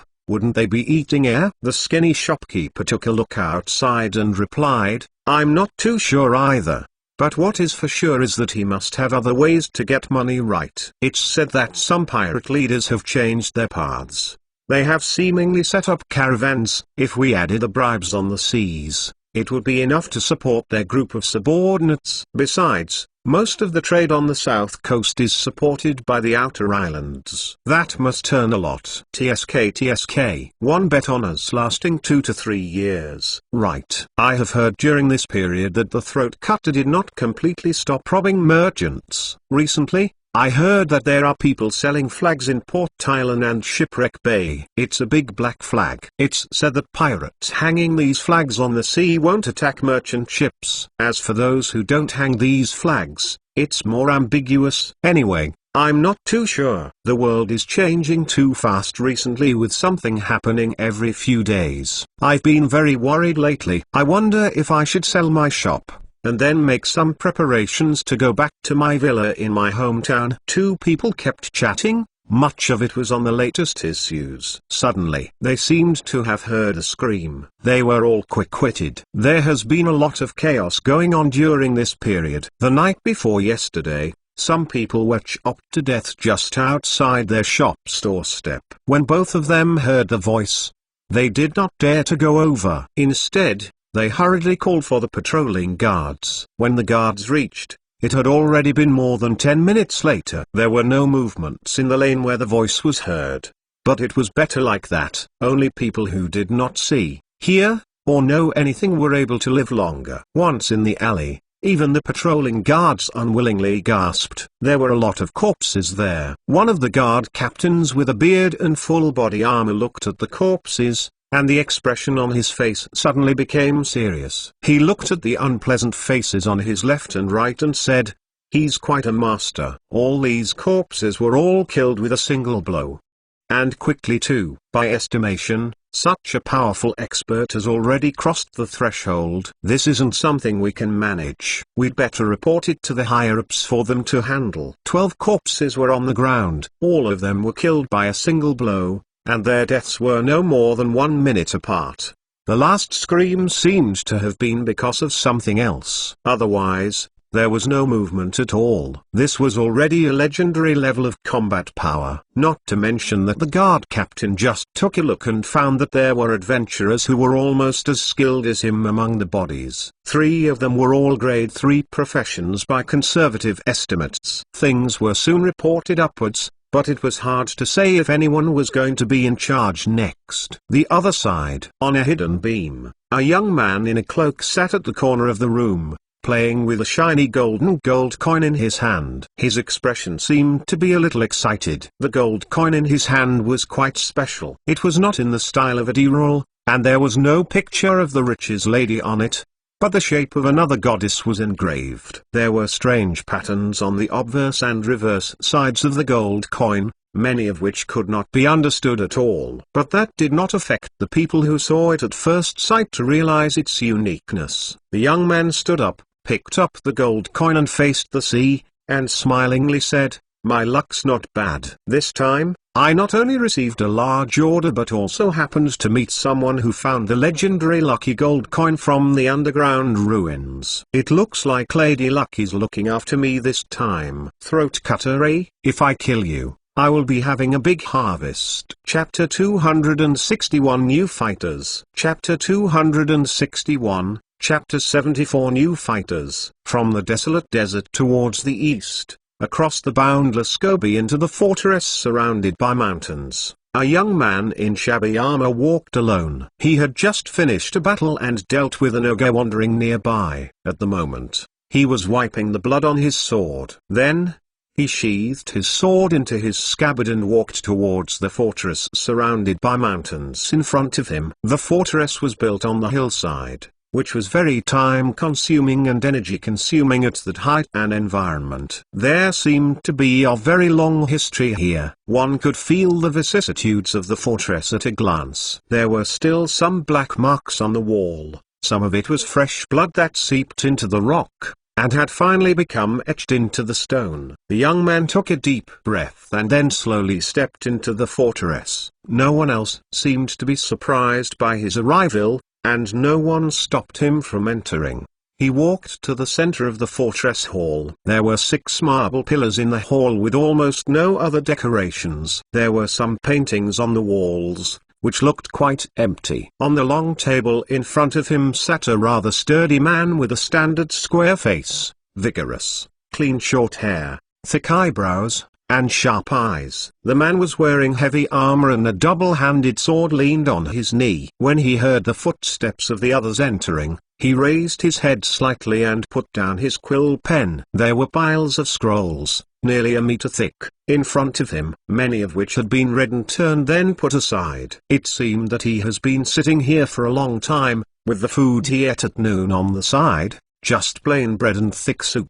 You've arrived. The sturdy man stood up. He was more than 2 meters tall. He was much taller than the young man in front of him. He put down his quill pen and the scroll in his hand, and looked at the young man in front of him with sharp and heroic eyes. The years did not leave too many traces on his face, but the sharp face that was as if it was carved by a knife still made other people feel what he had experienced over the years. He was a profession that was higher than a legendary level. His bloodline had been transformed by his powerful strength. His lifespan was far longer than that of ordinary people. The young man knelt on one knee, lowered his head humbly. He held the top of the hilt, and said in a deep voice, "Your Excellency Adjudicator." The sturdy man did not answer. He just stared at the young man in front of him. After a while, he came down slowly, towards the former paladin. He pulled out his sword with a clang, then placed the sword on his shoulder, and said in a deep voice, "Since you are qualified to come to me, you must have passed all the tests before you. I don't know what you have experienced, met, seen or understood along the way. It's not important to me. What's important is that you learn to look at the world from a different perspective from today onwards. Now, let me teach you your first lesson." The sturdy man picked up a heavy statute and handed it to the young man in front of him. He forcefully said, "Justice, either by force or by law. From today onwards, you will learn the entire statute of the mainland from me. When you have learned all the laws, I will tell you how an adjudicator should use force to find justice." Young man, you must remember that using force is always the last resort. Before using force, you should learn to use your wisdom. And the law is also our most effective weapon, even if the law requires us to use force to maintain it in the end. The adjudicator was a former paladin who was almost forgotten by history. Many people had completely forgotten the legendary paladin, but if Saran was present, he would be able to recognize that the sturdy man was a more powerful and special existence compared to the Silver Hand. Not many people remembered his past, but Saran knew that he was one of the world's few legendary professions who could confront powerful gods, and was the only paladin who dared to draw his sword against the Lord of Glory. The City of Wealth. In a dark basement, a woman with a ghost face mask frowned and coldly shouted at the people down below. "What? The lucky gold coin was stolen? You bunch of incompetent trash. Find it and get it back for me." The angry voice was like a cold wind bashing through, which made the others below tremble for a while. One of the men mustered his courage and said in a soft voice, "Your Excellency, please calm down. According to the prophecy, 12 lucky gold coins must be collected to unlock the secret of that place. We still have time. We will find the lucky gold coin in time." The woman with the mask looked at him coldly and said, I'll give you half a year. If you can't find the lucky gold coin after half a year, you can talk to His Excellency Avatar yourself. The lucky gold coin, a legendary special item that was said to bring good luck to people. There were 12 lucky gold coins in total. One was the oldest, luck goddess, not the present goddess of good fortune. On the reverse were 12 kinds of star signs, representing different meanings. There were few records about these lucky gold coins, only that they could bring good luck, but there was a special legend. That was, after collecting 12 lucky gold coins, one could find the 13th gold coin that represented bad luck and misfortune. This was a very ancient artifact. It could even be used to curse the gods. It was an artifact made by the goddess of luck to protect herself. On the outer islands, Saran wasn't too keen towards the arrival of the Drow warriors because the other party arrived much later than he expected. According to his original plan, the Drows should have arrived before he left for the outer islands, rather than waiting until he had established a camp on the outer islands. A group of Drow warriors appeared in the distance. Although they were wearing some worn-out equipment, their aura was very strong. There were only 13 Drows, but their neat steps and cold eyes were even more intimidating than those hundreds of pirates. These Drow warriors were easily associated with the Elven army in the Demon Ring. Among the fighters of many races, the discipline of the elves was the best. And among all the elves, the regimentation of the Drow army was the cruelest. The training time of an elven fighter was quite long, much longer than that of other races. Therefore, in terms of all the different aspects of quality, the Elven army was second to none. As for Drow warriors, they were even stricter. They were trained far more than the other races. All of them were above grade 3 professions. Saran only took a glance at the Drow warriors in front of him and had gauged their abilities. Almost all of them had the combat power of the pirate leaders. With this kind of combat power, they could be patrolling captains in prominent cities, but in the Underdark, they could only be used as a more sophisticated patrol guard. They did not even have the qualifications to apply for a Basilisk Knight. It seemed that their group has been weakened a lot, and Saran could not see that many grade 4 Drow warriors. One should know that the strict standard of Drow warriors in the Underdark was at least profession level 15. Your Excellency. The leading Drow warrior seemed to be intentionally showing his power. After stopping, he turned around. The Drow warriors behind him also turned around in an orderly manner at the same time. There were no movements during this period. All of them were like a whole. This seemed very shocking and oppressive to the pirates, but it was a common practice for Saran. Because the discipline of the military parade was like child's play in his previous life. Their combat power might not be as strong as these Drow warriors, but he has seen a more stunning arrangement of troops. Saran nodded slightly and said, "The rest of you, stay outside. You, come in with me. I just so happen to have things I needed to talk to you about." These Drow warriors came at the right time. Saran had just needed a group of fighters. Chapter 258. Antares. Once he went into the tribe, Saran smelled something strange. He could not tell what it was, but it was quite pungent. The environment of the whole tribe was in a mess. There were feces left by children on the ground. Even the road had not been deliberately leveled. The mud would even blacken when you stepped on it. The tribe was comprised of low-lying sheds. The simple fences were useless to Saran. He could see the lower-class indigenous people gathering disorderly. There were more than 5 or 6 members within a family. This place gave him the vibes of African tribes. They had thousands of years of history, but there was no civilization. War, chaos, massacres. The environment had destroyed their hope of civilizing. Only the oldest traditions and social orders were still maintained, apathetically governing these inferior indigenous people. The low sheds laid in a circle. Only the most central position of the tribe could light up a relatively rare resin torch. Everything here was so primitive and desolate. Saran could even see simple stone tools. Steel was also a very rare resource here. It was mainly used for weapons and knives, but there was also a bunch of bronzeware. The small-scale indigenous tribes were quite primitive, and only those who had established towns had many skills. Life was not as easy as you would think. The basic necessities were food, clothing, housing, and transportation. Clothes were still placed in front of food. Maybe in a more civilized mainland, clothes could be easily bought with money, but no transactions were happening here. Saran saw a lot of poorly dressed indigenous people. Many of their children were sleeping naked. The clothes of the outer islands were mainly made out of animal skin, linen, and other plant fibers. Animal skins were of higher value. Linen also needed special planting exchanges. If the location of the tribe was remote and further from the towns of the indigenous people, many of the most basic necessities could not even be met.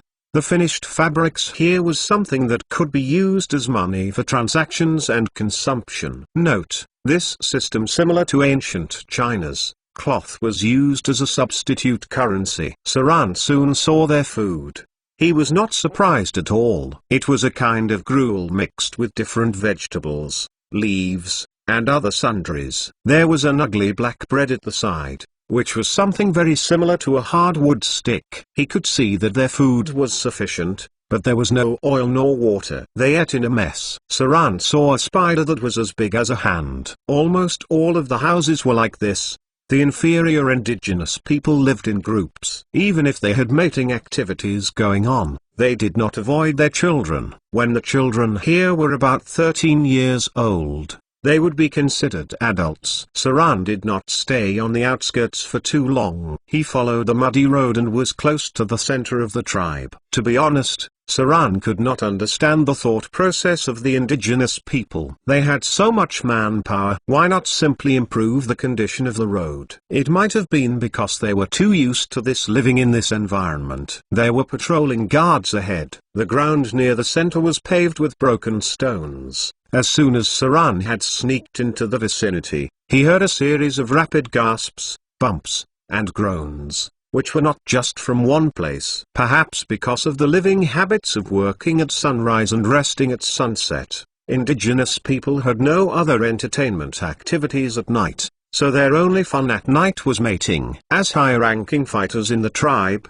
they would enjoy more food, more resources, and more spouses. Everything in this area was much better than the outside. There were even decorative sculptures, and under the beams hung bacon, fish and deer legs, etc. The fighters who lived here were professions, who had stronger combat power, were supported by the inferior indigenous people and held the authority to speak in the tribe. The number of fighters was indeterminable. However, based on Sran's estimation, at least 5 people were needed to support one fighter. If this tribe did not swallow other tribes, the maximum was about 300 aboriginal fighters. The numbers were not much of a threat to Saran, because he brought many pirates here and they could all take part in the battle. But there were many old, weak, women and children in this indigenous tribe. As he got closer and closer to the center, Saran felt a sense of danger in his heart. He approached carefully and could see several tall and majestic architecture. One of the buildings was so luxurious that even the ground was covered with fur. In front of the door were 2 big and tall aboriginal guards. It should be the residence of the tribal chieftain of the indigenous people. It looked no worse than many of those dynastic aristocrats. In it,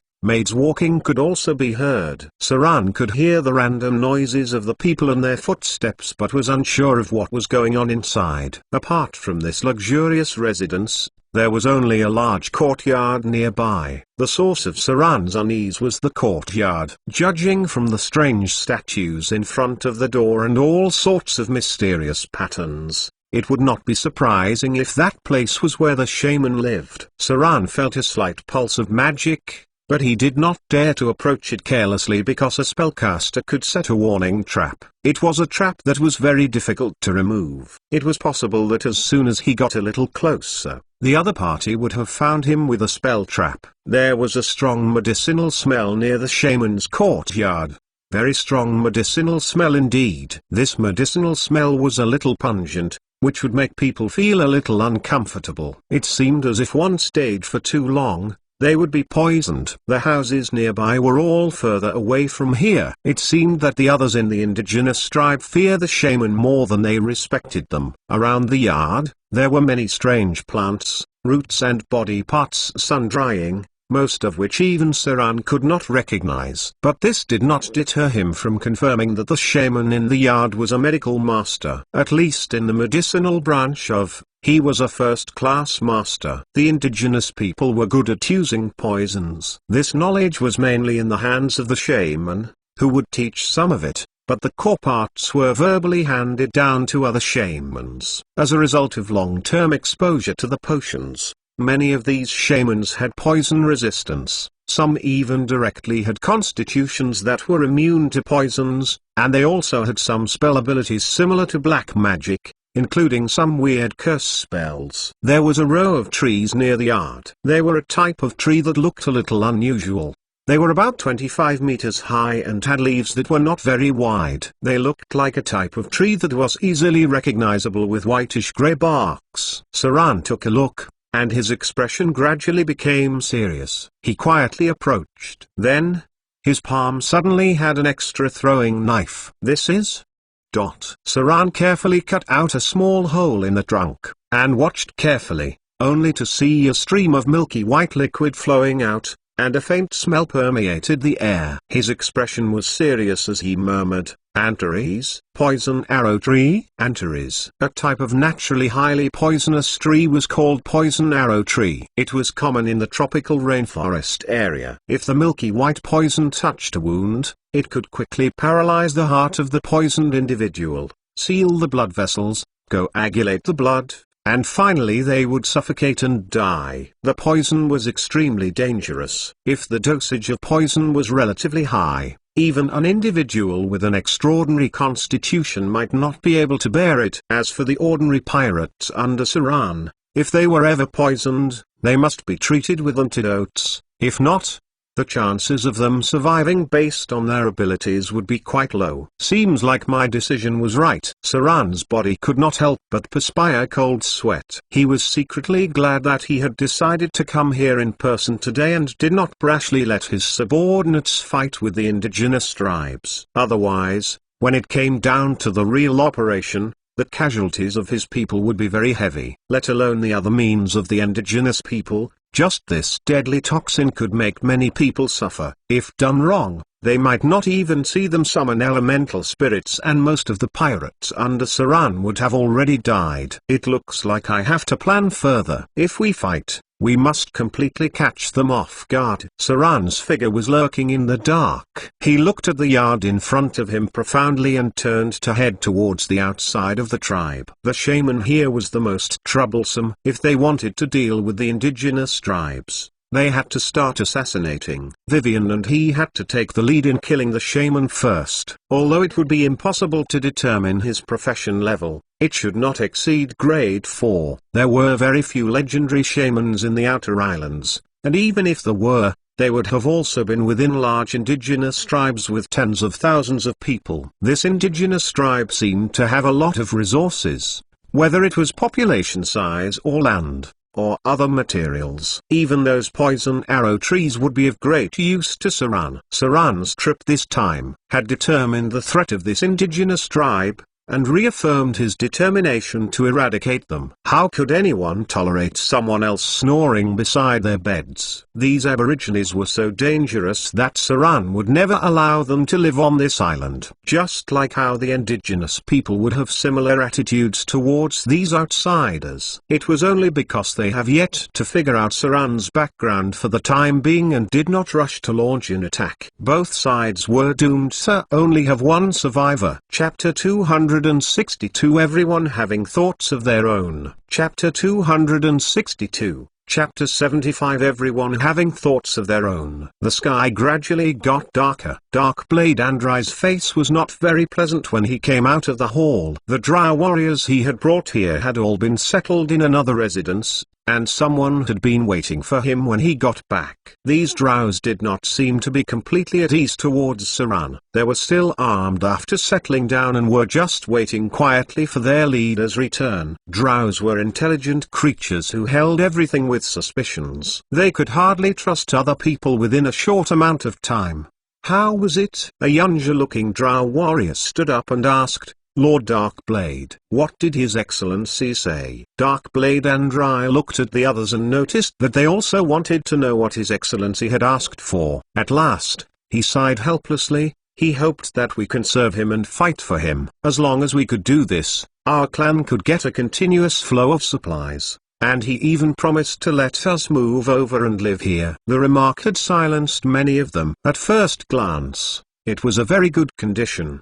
But when they thought about it carefully, it was riddled with an annexing suspicion. It was highly likely that the Drows did not want to be controlled by a human being, and the limit that they could accept at present was just cooperation. Unless Saran's power was so strong that they could not resist or refuse, and was an existence that could easily wipe them out. Before they came here, the female priests had made a decision. The women were a little disgusted and did not trust human beings. Otherwise, the one leading them would not have been a male drow. Male drows were born inferior to the females. Lord Darkblade. A young drow warrior hesitated for a moment and said, "Didn't we just think of this before we came? After all, there is no free food in the world. He will need us to fork out something. If it's just fighting for him, it doesn't matter to us. After all, it isn't the first time that we have dealt with the indigenous people." What did the Outer Islands have the most? Indigenous people. It was not the first time this group of drows had fought with the indigenous people. The living environment in the Outer Islands was a little better. There would be large and small indigenous tribes in the surrounding areas where there was abundant food and resources. They have already mastered many ways to deal with the indigenous people while living in a cruel environment here. After all, they were drows. They were equally dangerous and evil creatures. Even if they had given up their belief in the Spider Queen, it was in a drow's nature that they were still a little cunning and cruel. I know, Darkblade. Andrai looked at the others and said, "But His Excellency wants to directly attack and completely eradicate the indigenous tribes." This sentence caused a stir. The other drow warriors could not help but widen their eyes and murmured, "Lord Darkblade, didn't you tell His Excellency what the indigenous tribes had? Those spirits are very difficult to deal with, and they do not have a body of flesh and blood. We had already suffered greatly when we encountered them previously. With these pirates in the camp, it is impossible to defeat the spirits, unless there is a very powerful spellcaster." The drows had also fought against the indigenous spirits. But they had undoubtedly failed, not only because their strength was not enough, but also because the number of enemies was too much. When they had lost the power of the wizards and priests, just relying on a group of powerful melee fighters was too difficult to kill the living spirits in an energy form. Right. The spirits were immune to any attack from non-extraordinary weapons. If it was a spirit with half-divine power, it was immune to any extraordinary weapons below grade 3. The immunity ability was similar to that of a demigod lich, but it was not as powerful as the physical damage reduction ability of the demigod lich. After all, the body of the lich was a skeleton. In the whole camp, if anyone encountered a demigod spirit, there were no weapons that could hurt it except for Saran's legendary curved sword, Icing Death. It could be imagined how passive the drow warriors were, with such simple equipment at that time. When they were facing the spirit, it was almost undecided. Many times, there were no ways under these circumstances. It was like when you did not have dragon-slaying equipment. Sometimes when you fought with a giant dragon, you would not even be able to break the defense of it. I told him. Darkblade Andrai looked at the others and said in a deep voice, "But His Excellency's attitude is quite firm, and I dare not refuse him blatantly. After all, you know the current situation of our clan. It's not a wise choice to offend a pirate king. But fortunately, the indigenous tribes here are much smaller and weaker than the ones we met. The population is estimated to be only over 1,000. According to the customs of the indigenous people who become warriors when they participated in the hunt, their fighting force should be about 300. Indigenous warriors would not participate in farming or manual labor. Other than hunting and fighting, the rest of their things were all supported by the lower indigenous people. The leader of Drow Warrior looked at the others and said, "His Excellency said that he was able to deal with the spirit, so our task is to help the pirates deal with the indigenous people." A brief silence. An older-looking Drow warrior stood up and said in a deep voice, If His Excellency can deal with the spirits, we are not afraid of the indigenous people. According to my calculations, it's almost time for the migration of antelopes and zebras. This period of time is the hunting season of all the indigenous tribes. Next year's supply of meat during spring would depend on this time's hunt. So they should not launch an attack for the time being. Maybe we can choose a good time to launch a surprise attack on them. If we are lucky, the casualties will be reduced a lot. The outer islands were similar to Africa. Many of the islands here were scattered, but there were also connected islands, because it used to be a continental shelf. The animals in the jungle also had the habit of migrating from north to south. When migration occurs, the number of herds would be quite large, and sometimes they would even encounter the migrating elephants. This was the hunting season of the indigenous tribes, and most of their meat in the coming year would come from this. The indigenous people would air dry their salted meat for a period of time until the next autumn's fishing season. The fishing period would be the migration of fish schools. Sturgeon, swordfish, striped fish, etc. would all go to the warmer areas to breed in autumn every year, and then return to the areas nearer to the north after spring next year. During this period, the number of fish schools was quite striking. You could see a large number of fish on the migration route with your naked eyes. Simply put, we could catch dozens of fat fish just by throwing a big net down, and because fishermen did not hunt much, these fishes were very clumsy and could be forked with fish spears. In a way, the outer islands were rich in resources. Literacy geography, as a whole. The outer islands looked like a long and narrow island connecting zone, with its length reaching the same scale as the continental shelf, but it's less than a tenth in width. The edge of the Gulf Islands would extend to the far north, and eventually reach the vast glaciers that stretch for thousands of miles. On the other side, Saran walked back and forth in the hall, then looked up at his men in front of him, and said, "Pay attention to the drows. Notify me if there are any movements." "Yes."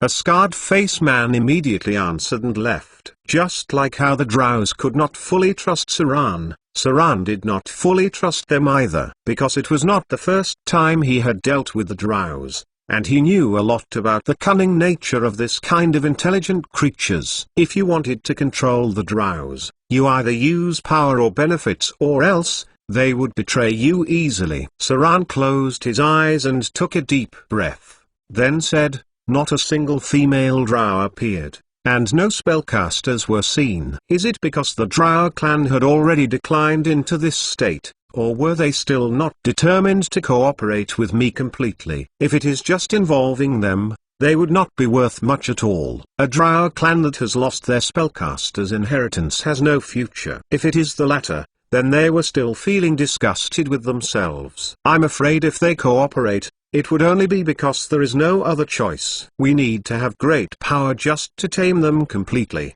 right? This group of drows was of high value. If Saran's plan included them, he could achieve twice the result with half the effort. Besides, drows were naturally suitable for doing things that should not be seen. Many of Saran's means were not necessarily doable by the pirates, but these drows could do it. He had to get these drows into his hands. Chapter 263 A Drow's Advice. Chapter 263, Chapter 76 A Drow's Advice. The sky had only begun to brighten. Saran had already got up. He washed up quickly, then went to the training field outside the room to practice. Saran's progress of sword mastery had entered an experience accumulation period again. Saran was now training the White Raven sword style. This was a much more difficult to master than the different sword forms. He had been practicing for several months but still hadn't made much progress. Under normal circumstances, it would take up to 3 or 5 years to master some of the middle and high-end combat skills. Sword forms were one-strike attacks,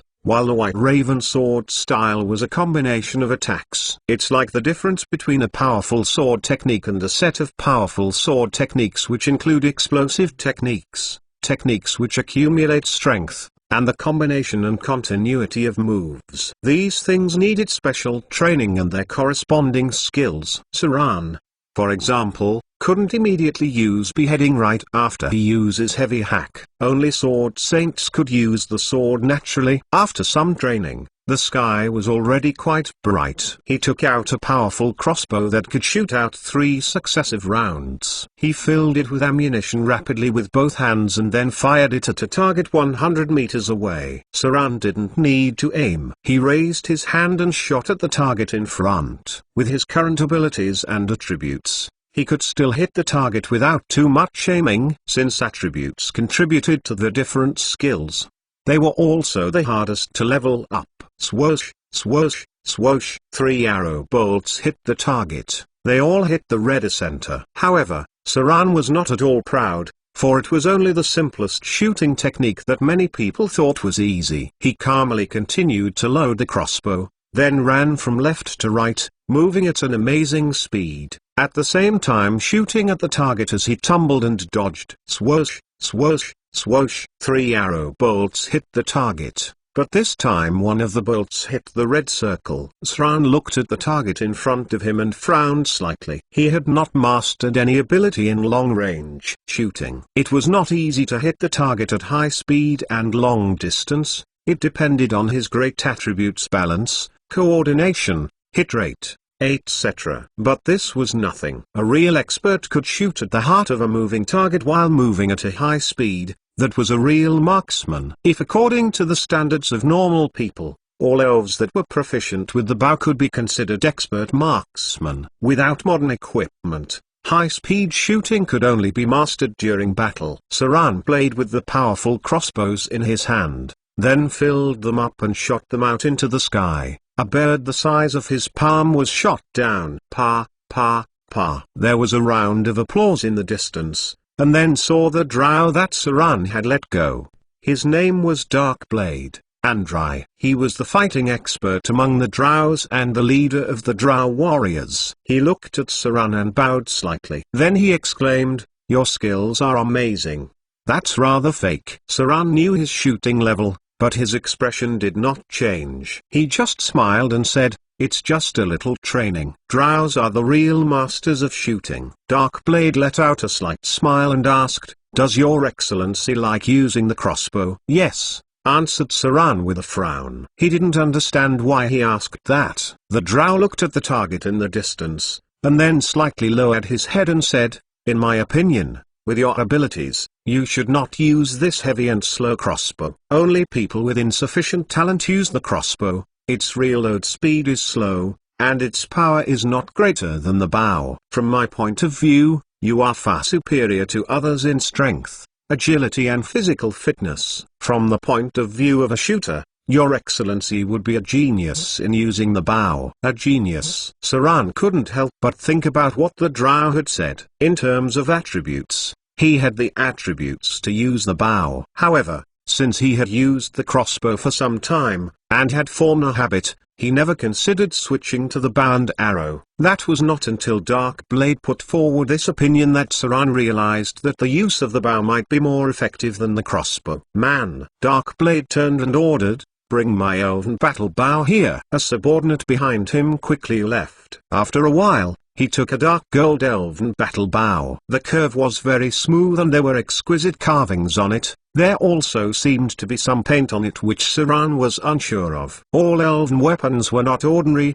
They were at least +1 rare grade weapons. Bows and arrows made by elves were more sophisticated than those made by humans, and the techniques and materials used were also superior. Elven battle bow +2 rare grade 2 item. Darkblade handed the bow to Saran, and slowly said, "Why don't you give this bow a try? Perhaps you will find the bow more effective than crossbows." Saran reached out to grab the bow. In the past, he would fill the crossbow with ammunition in advance and then put it away after firing. Saran seldom filled ammunition continuously in the battle, and only used the crossbow as an off thing. However, the words of the drow had attracted his attention. He was now interested in testing his killing power with the elven battle bow. The aide beside quickly brought a quiver filled with arrows. Saran stood about 120 meters away from the target, then reached for an arrow, and smoothly knocked the arrow.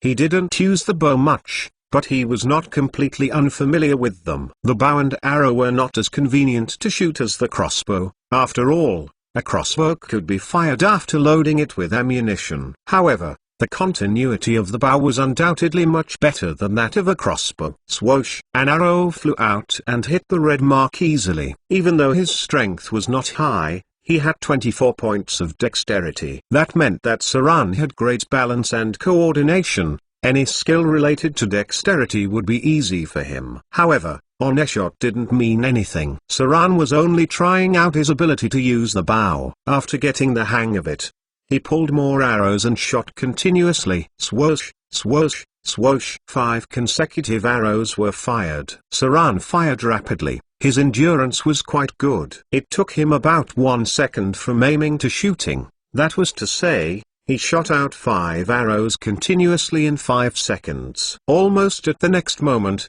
5 arrows shot through the air and hit the red mark in the distance. It seemed that Saran was used to the bow. It may be because of omnipotent hands, thus his accuracy was very high. Swoosh, swoosh, swoosh. Saran didn't stop at all. There were 30 arrows in the quiver and he shot them all.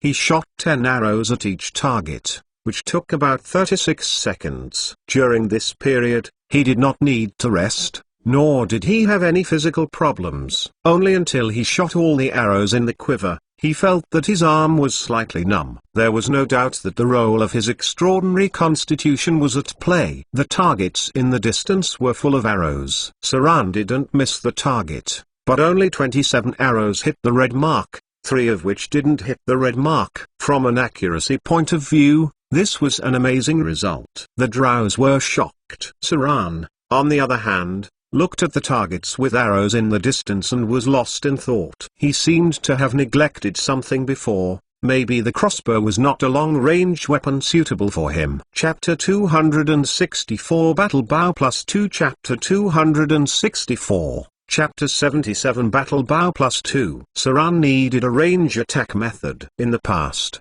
he often worked in a team, but now he mainly fought solo. Since he had too few spell slots, it was unrealistic for him to use spells as a range attack method. Saran used to use a crossbow, but now it seemed more suitable for him to use the bow. However, there was also a limitation to this equipment. That was, to use the bow, one must carry the quiver on their back. In case of close quarters combat, the person would have to carry the bow and quiver on their backs. Under those circumstances, the movement would be hindered. Imagine jumping and flipping around with a bow and quiver on your back. In a certain aspect, the crossbow was more convenient. However, Saran didn't have these concerns, because he had a piece of equipment that he had never had before, and that was the Master Battle Gloves. As long as he had this equipment, he would be able to switch weapons at any time. Thus it would make using them as easy as the crossbow. Saran would be able to take out and put back the bow at any time, and then take out his curved sword for close combat. That was to say that this equipment would solve the problem that Saran would have with the bow, and also perfectly solve the problem that the bow would have when in close quarter combat. Saran had discovered a new method of combat, but he was not in a hurry to change his combat style. The reason was simple. Using the bow would require great skill and supported by a variety of abilities. Only having high attributes and not any special ability, maybe he would be able to deal with ordinary people, but it would be difficult to hit a high-grade profession. If Saran wanted to use the bow in battle, then he would at least need to master the abilities Precise Shot, Mobile Shooting, and Eagle Eye. Interesting. Saran returned the bow to the drow in front of him and nodded slightly. Your opinion was very helpful. It would be really useful to me. Darkblade bowed slightly, but instead of reaching for the elven bow, he bowed his head and said, "It's my pleasure. Your Excellency, I think this bow would be more suitable for you to use. In the future, you will surely unleash its full potential. Your Excellency must keep it." Saran smiled slightly and kept it without much thought. A rare grade 2 battle bow. It was even an elven battle bow. Although it was worth less than legendary equipment, it was rarer. At present, short bows, long bows and so on, because there was not enough special wood to make them, Most of them were +1 rare grade items. A rare grade 2 long-ranged weapon was relatively rare, and a grade 3 long-range weapon was even rarer than other ones. The best bow Saran had ever seen was a +3 bow of piercing. He had heard of a legendary crossbow before but had never seen it in person. Item type: Elven Battle Bow +2. Item grade: Rare grade 2. Description: this is an elven battle bow with a certain history. It is made of wood from ancient war trees. It has far more toughness and durability than other battle bows. The surface of the battle bow is carved with strange patterns, which is a sign of enchantment. Unfortunately, the maker didn't complete the enchantment process. Its history has long been lost and it has a repair on it. Requirements: strength above 12, strength requirement +2. Effects: tough bow, continues shooting, +2 penetration, +1 armor piercing. Seems like this elven battle bow has some history. Saran examined the bow for a bit and was slightly shocked. If this bow had been completed, then it would have its name. Unfortunately, something stopped the enchantment process. Saran touched the markings on the bow. Because the enchantment process had not been completed, it was only a grade 2 elven battle bow. This is a pretty good weapon. It even has armor-piercing abilities. Saran looked at the bow and thought to himself, the power of the bow mainly depended on the arrows. Although there are no burst arrows and ice arrows here, there are a lot of poisonous tools. As long as the aboriginal tribe is destroyed, there would be free access to the poison. There should be no problem with the mass production of poison arrows. The darts used by the aboriginals here were +3 rare grade items. If they could use their poison quenching skills to make arrows, they might also get +3 poison arrows. If that was the case, then combining it with the elven battle bow would make it a formidable combination. This was even more useful than having many spells. By this time, the sky was already bright, and many people had woken up. As soon as Saran wanted to say something, he saw an eye-eyed pirate coming outside. The pirate cautiously went to Saran's side and said respectfully, "Your Excellency, it's ready." "Good."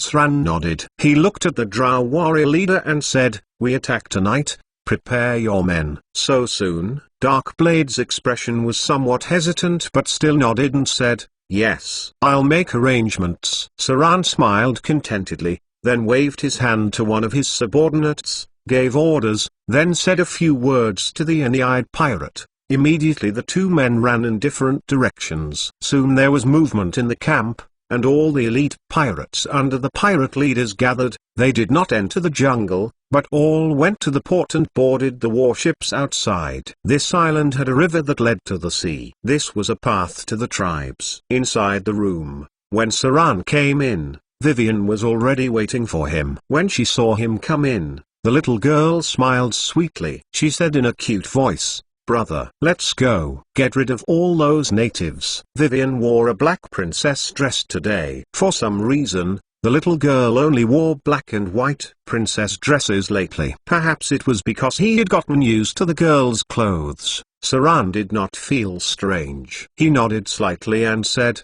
"Have you remembered everything I told you? The top priority of a spellcaster is self-preservation. Remember not to be impulsive. Our goal is those spirits. As long as we kill them, we can deal with other aborigines later." The spirits were the key. For both Saran and Vivian, killing spirits could improve their divine power. As long as the spirit was killed, the threat of the indigenous people would be reduced by half. Dealing with them in the future would be much easier. Moreover, Saran had accumulated 9 divinity. As long as he killed any spirit with divinity, he would be able to accumulate 10 divinity and gain the blessing of minor divinity. At that time, all of Saran's attributes would +1, which was equivalent to an additional 6 points of total attribute gain. This would be a huge increase in battle capabilities. After listening to Saran's orders, Vivian nodded her head, and then said happily, "Big brother, when are we going to leave? I can't wait to show my powers." For some reason, Saran felt that the little girl was much more belligerent than before, but he liked the change. Soon the avatar crisis would occur. The pressure on Saran would also increase, especially when their future enemies were likely to be gods. By then he may not be able to protect Vivian at all times, so it was certainly right to let the little girl be more confident. Fighting required courage. Without the courage to kill, she could never be in battle. Saran nodded gently and said, "We leave soon, we'll go from the sea." Chapter 265 Eliminating Hidden Guards. Chapter 265, Chapter 78 Eliminating Hidden Guards. Under the dark skies, a warship with black sails entered the river of the island from the sea. Saran was very patient and waited until dark to quietly approach the territory of the aboriginal tribes. This time,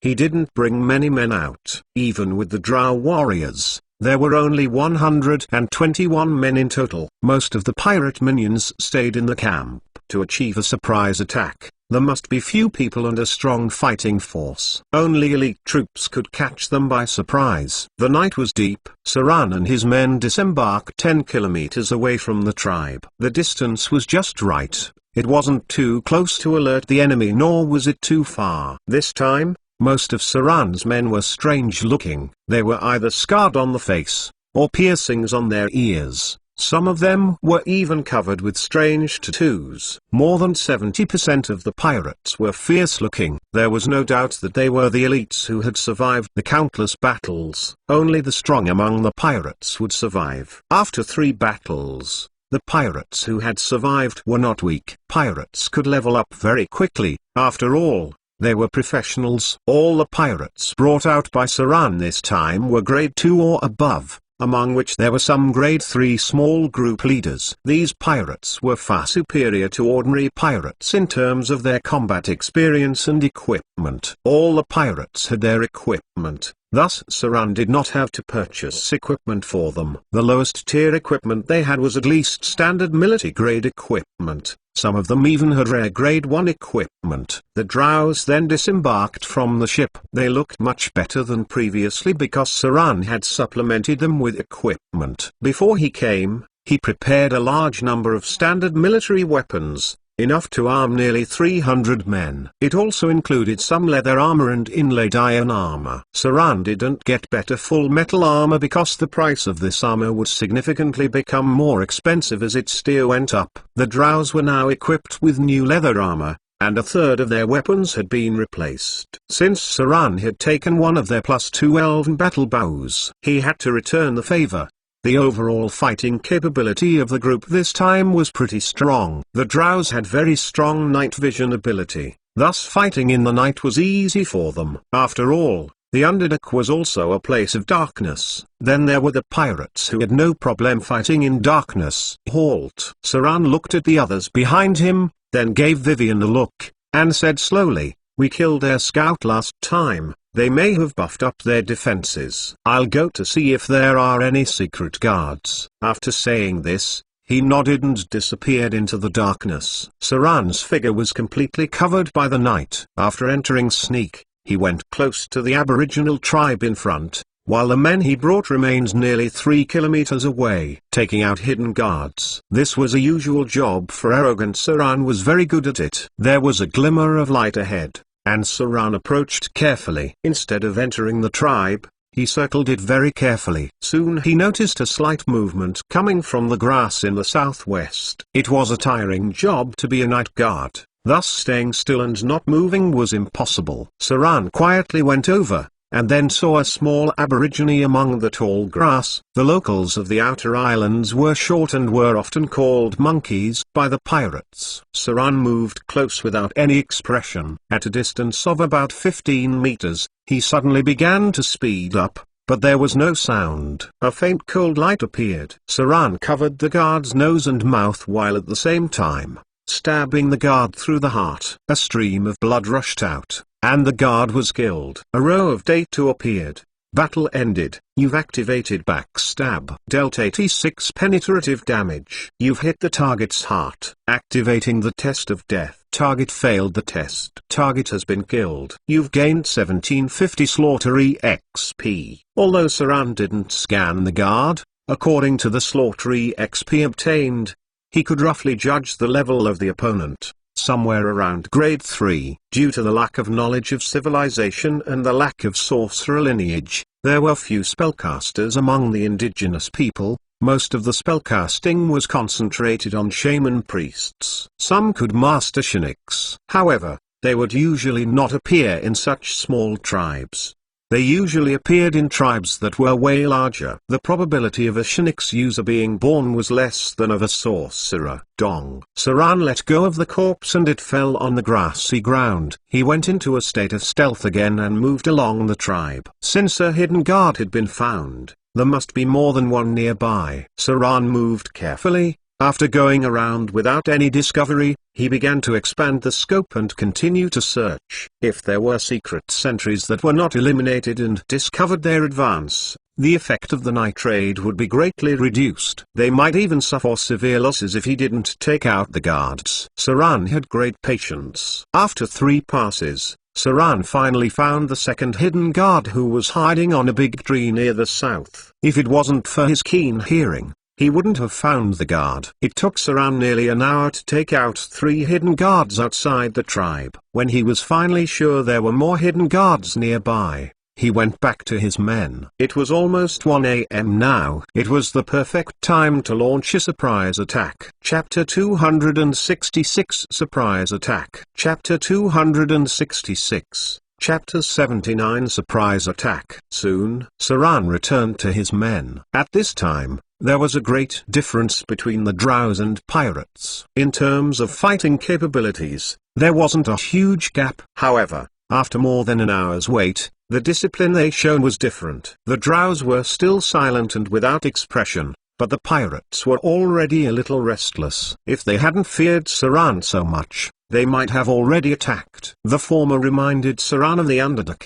At that time, he realized the cruelty of the drow and the strict discipline of the drow army. But these pirates were already impatient after waiting for more than an hour. They were too undisciplined in the past. Seeing the current situation, Saran immediately had the thought to train them well in the future. Let's move. As soon as Saran appeared, the rowdy pirates quickly calmed down. When he gave the order to move forward, the men immediately began to approach the aboriginal tribe. Vivian cast fly and invisibility on herself and flew to the front of the group. Saran didn't know her capabilities were so great. Saran was envious. Even though the little girl had been sleeping all the time, she still could control her spells so well. On the other hand, Saran could only master the spell fly. The drows were still silent. They moved with the group without any noise. The pirates, on the other hand, made little noises from time to time, and murmured about the bad road,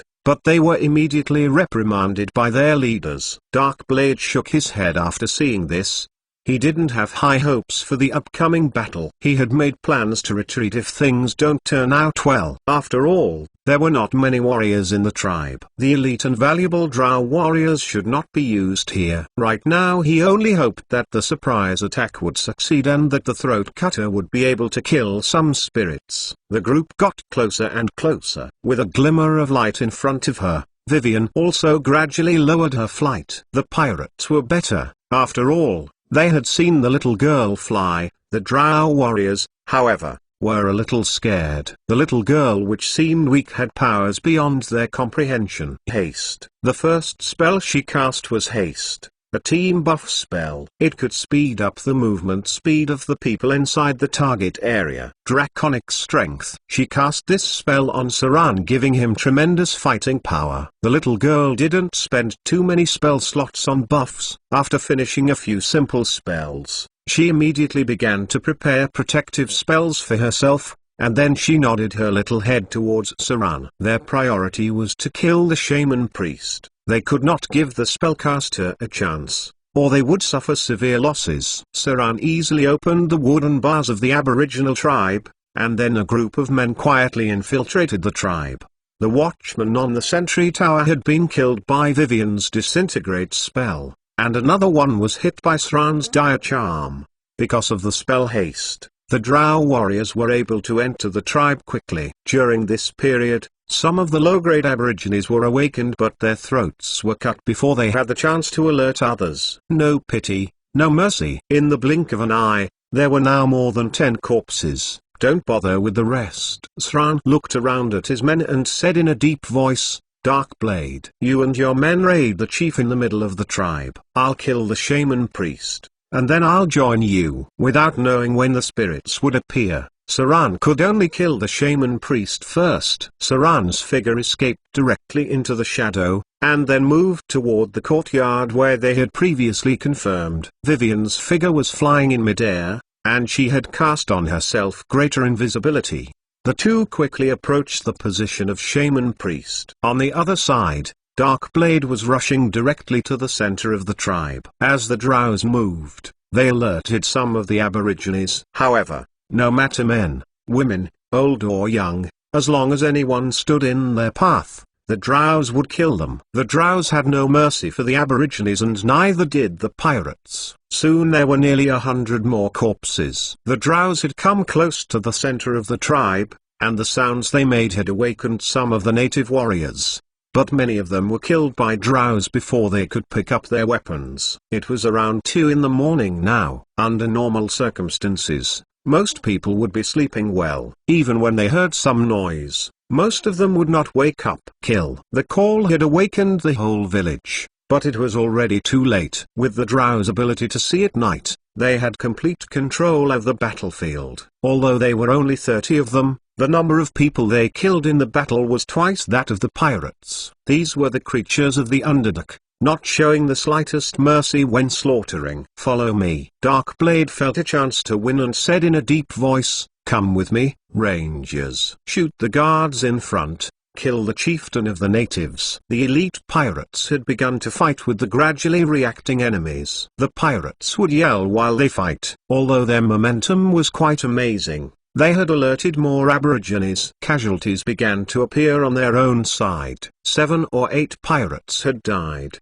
and more than 10 were injured in varying degrees. However, the drows only had 3 injured and no deaths. This was mainly because of their night vision capabilities, making them more adapted to the current battle situation. The aboriginal fighters were not together. Although they lived in the center of the tribe, they were in separate houses with their wives and children. Some of the older children had even killed 1 or 2 pirates. On another side, Saran and Vivian approached the yard of the shaman priest. Just when they reached the yard, the little girl frowned and whispered, "Brother, there's a weird aura here. I don't like it." Just as Saran was about to say something, all of a sudden, the house in front of them vibrated, and then a huge thing appeared in front of them. It was a huge brown bear about 5 meters long. Although it had the appearance of a brown bear, it didn't have the aura of a living creature. After it appeared, it growled quietly. Then it leapt towards Saran and attacked him with its paws. Tang,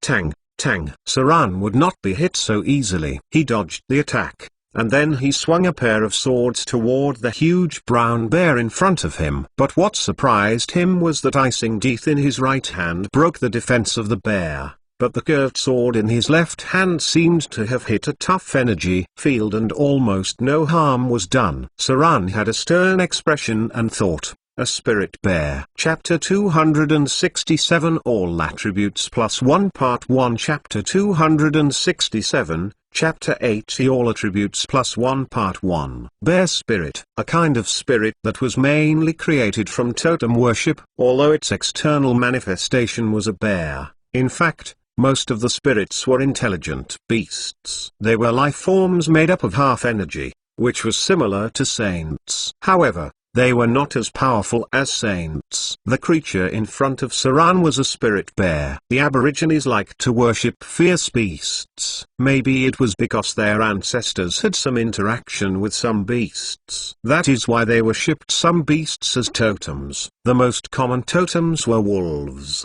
bears, tigers, eagles, snakes, and etc. Saran didn't know much about totem belief, but he knew that there was a totem belief of indigenous tribes that shouldn't be easily provoked. That was the tribe that takes insects as totem belief. This kind of aboriginal tribe was quite difficult to deal with. They may not have a large number of people, and their strength may not seem very strong. However, they were more dangerous than larger tribes. Many legendary professions even fell into their hands. Tang, tang, Tang. The body size of the spirit bear was huge, which naturally gave Saran enough opportunities to attack. However, the rare grade 1 curved sword in his hand did not seem to cause any damage to the spirit bear. Only his curved blade icing teeth could break the strange energy field of the enemy. Since the opponent was a semi-energy life form, it had no lethal points. It was also immune to any backstab ability. The only thing that could work on them was critical hit damage. However,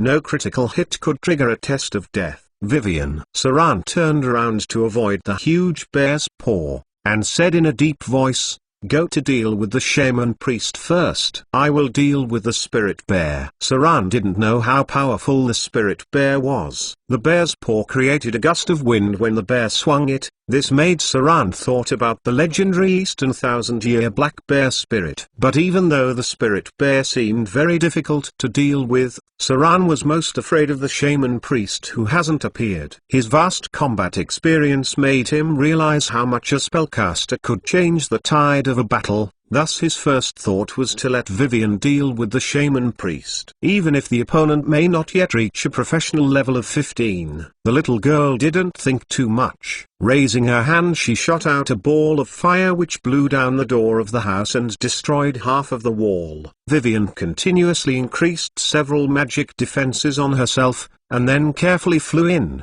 The enemy seemed very cunning and had not shown himself at all. However, there was no fear in the little girl's heart, because any scheme would be useless in the face of absolute power. It was almost difficult for a legendary spellcaster to lose to an unlegendary spellcaster. Boom! Saran dodged 5 attacks of the spirit bear and was finally forced to a corner. Without any choice, he could only block the bear's attack with his sword. Saran's figure was shot out. Before he landed, he spat out a mouthful of blood. His body slammed into a wall. Even with his extraordinary constitution of 21, he felt that his viscera were moved. The power of the spirit bear exceeds Saran's estimate. Just then, the bear's attack had caused serious injury to Saran. Cough. Saran coughed after landing, and a trace of blood seeped from the corner of his mouth. The spirit bear did not hesitate at all. After striking Saran with its paws, it rushed over and opened its mouth to attack Saran. The damage of the bear paw caused nearly 50 bruise damage on Saran's body,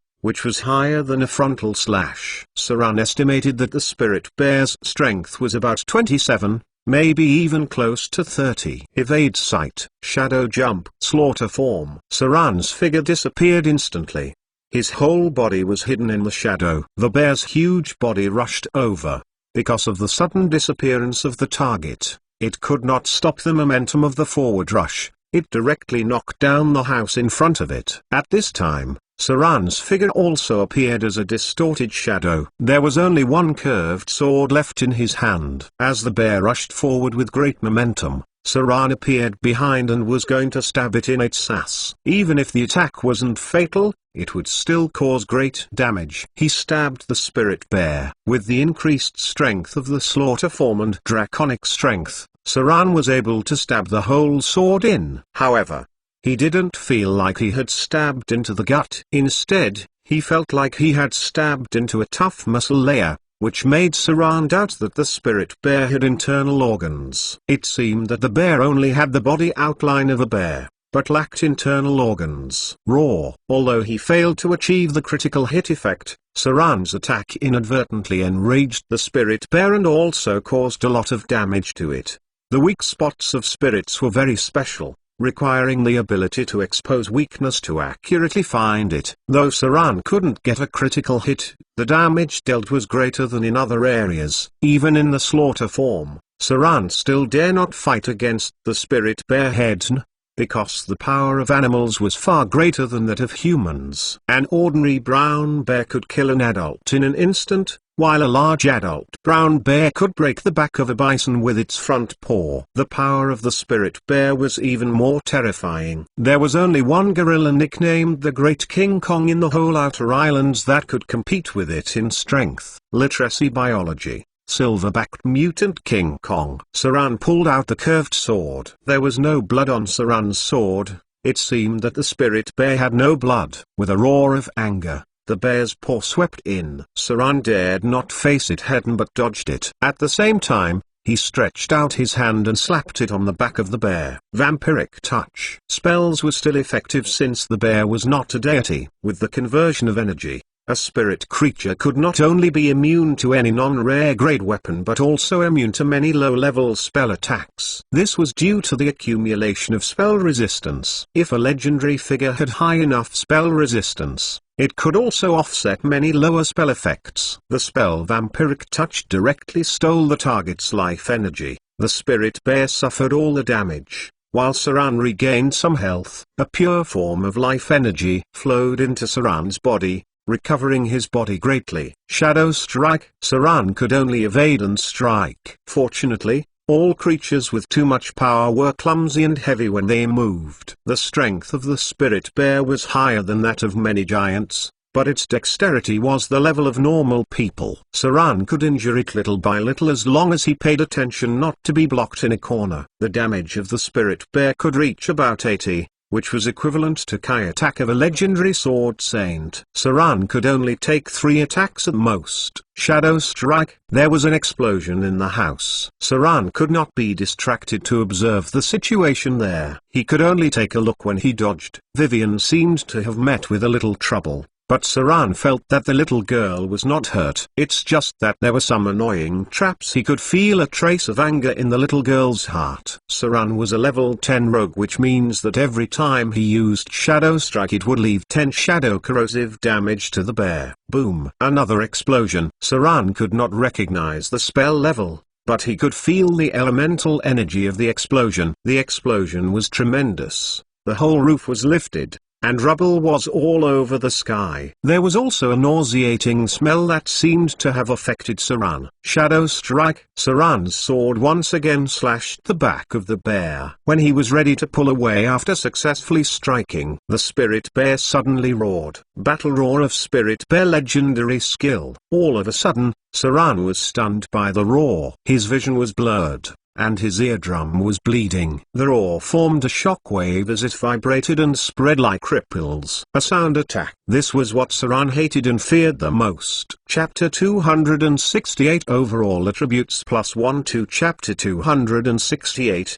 Overall Attributes +1 2. Sonic Attack. It was one of the hardest forms of attack to defend against and also the most troublesome style of attack for rogues. Regardless if it was the melee profession's Rage Roar, Warcry, and Fear Roar or the spellcasting profession's Roar, Infrasound Wave, Wail of the Banshee, etc. These attacks were all difficult to defend through conventional means. Unless you were supported with spells that had the ability to defend against sonic attacks, there was only one key factor to decide whether you would be able to defend against these attacks. That was if you had enough fortitude to pass the tests of immunity. As far as sonic attacks were concerned, many of them were like variations of Lion Roar, and had little defensive means. Even powerful wizards suffer in this aspect as well. As soon as he went closer, suddenly there was a warcry. Without casting spells in advance, it was almost impossible for spellcasters to only rely on their weak constitution to pass the test of immunity. In actual fact, now, even Saran failed to fully pass the test of immunity. The roaring sounds had already made him dizzy and distended. It was like a bombshell had exploded directly beside him, and as if his eardrums were hit by the shockwave, making it bleed. Although he did not pass out, Saran was in a very bad state. He could not even dodge the attacks from the bear spirit at all. He got smacked by its paw and flew 7 to 8 meters away. Poo-dong. Saran's figure fell to the ground and his chest was slightly sunken. On a conservative account, roughly 7 to 8 of his ribs were broken. If it was not for the protective energy of stone skin on his body, this would have caused nearly 100 damage to his HP. Saran had just recovered a part of his HP by using Vampiric Touch, and it has been reduced again. His whole body had entered into a state of serious injury or worse. However, this attack also sobered him up. Almost without thinking, he activated a legendary item, and at the same time, his whole body dodged the second attack in a languid posture. Summon Earth Elementals. Conjure shadows. A gate connecting to the elemental plane soon appeared, followed by a heavy earth elemental. Bang! The earth elemental smashed its fist on the body of the bear spirit, which temporarily attracted its attention. At the same time, within the twisted shadows, a human shadow that seems to have appeared directly attacked the bear spirit. Saran's two summoning spells were cast very quickly. One was an ability to summon a legendary item, and the other was the supernatural ability possessed by a shadow dancer. The attack of the two summoned creatures obviously slowed down the bear spirit, and gained precious time for Saran. He finally got rid of the negative state caused by the sonic attack. Although he was in a state of serious injury, Saran was still full of fighting spirit because the bear spirit in front of him has also been cut by him for more than 10 times. The shadow erosion effect of Shadow Strike has also caused 1 to 200 damage to the enemy. In other words, the injury of the bear spirit was nowhere better than that of Saran. The intelligence of the spirit creatures was not too high. If it launched its own big moves, it would have also meant that it felt danger. Saran dare not fight it head-on, but it did not mean he had no other ways. Only having seen the curved sword in Saran's hand disappearing, and then a beautiful elven war bow appeared in the palm of his hand, he took out the quiver and put it on his back. Once he engaged the bow with an arrow, he shot directly at the head of the bear spirit. With Saran's dexterity, it was impossible for the opponent to keep up with him if he tried to keep his distance unless it used its raw attack again. Turn stone into mud. When Saran shot at the bear spirit, Vivian's small figure appeared in the air. She raised her little white hand and pointed at the direction of the bear spirit. Then, the hard and solid ground turned into mud. The huge body of the bear spirit sank. It took a long time to climb out of it. This level 5 spell had a lot of uses. The usage depends entirely on how the user wants it to be. Saran used to ask wizards to help him arrange huge traps with this sort of magic. Swoosh! Saran shot 5 to 6 arrows in succession, and then pulled out the curved sword. There was no special arrow in his hand, only an ordinary steel arrow that could not do much damage to the bear spirit. If one wanted to fly a kite, one would need to be able to break through its defense. One would at least need to have more than 20 blast arrows, ice arrows, poison arrows, etc. with them so that they could kill some powerful enemies by flying a kite. Ordinary arrows could only rely on the +2 armor-piercing attribute of the Spirit Warbow to cause 2 to 3 damage. It would be very difficult to kill the bear spirit, and could only be used to exhaust a little HP of the other party.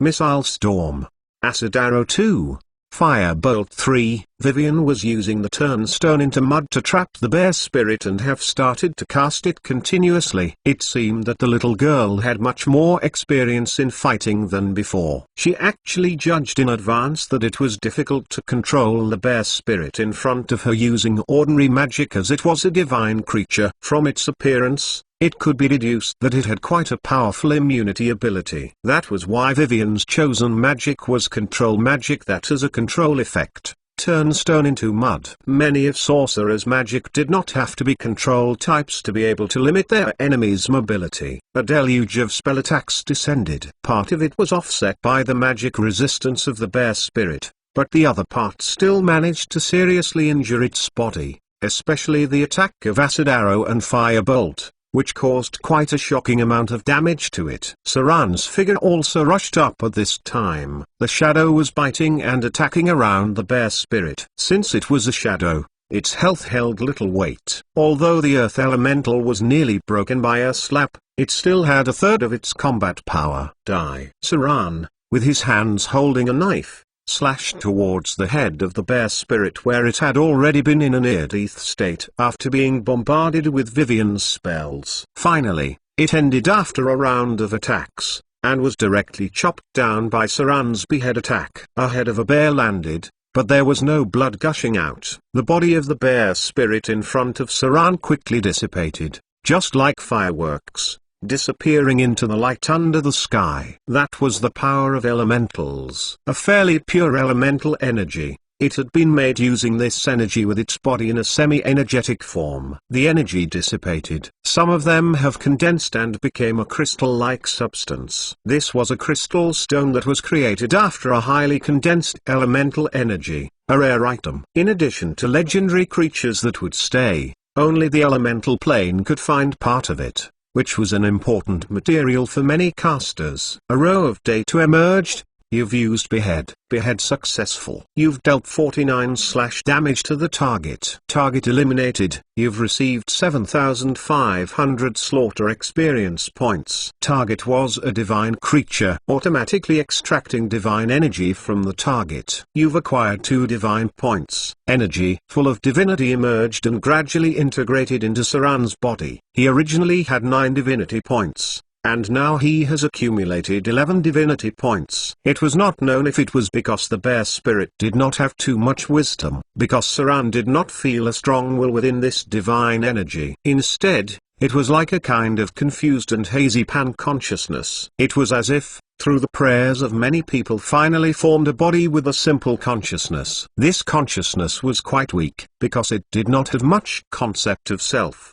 Compared to the will of the Dreadlord, it could totally be ignored. Saran swallowed it without hesitation. Then, he saw a radiance of divinity in his eyes, followed by a series of data emerging, fusing divine points. Divine fusion successful. You've acquired 2 divine points. Currently, you have a total of 11 divine points. You've automatically acquired minor divinity talents. Minor divinity gifted ability. Your body has acquired the power of minor divinity. Although this divine power would be nothing to many powerful beings, it would gradually lead you into the realm of transcendence. Due to your own ability, the transformation of your divinity would be inclined to the lower levels. So the effect of your minor divinity would be similar to that of other higher grade demons born with divine power. This divine power would gradually strengthen as your divine points increase. Overall attributes +1. Chapter 269 10 feet telepathy. Chapter 269.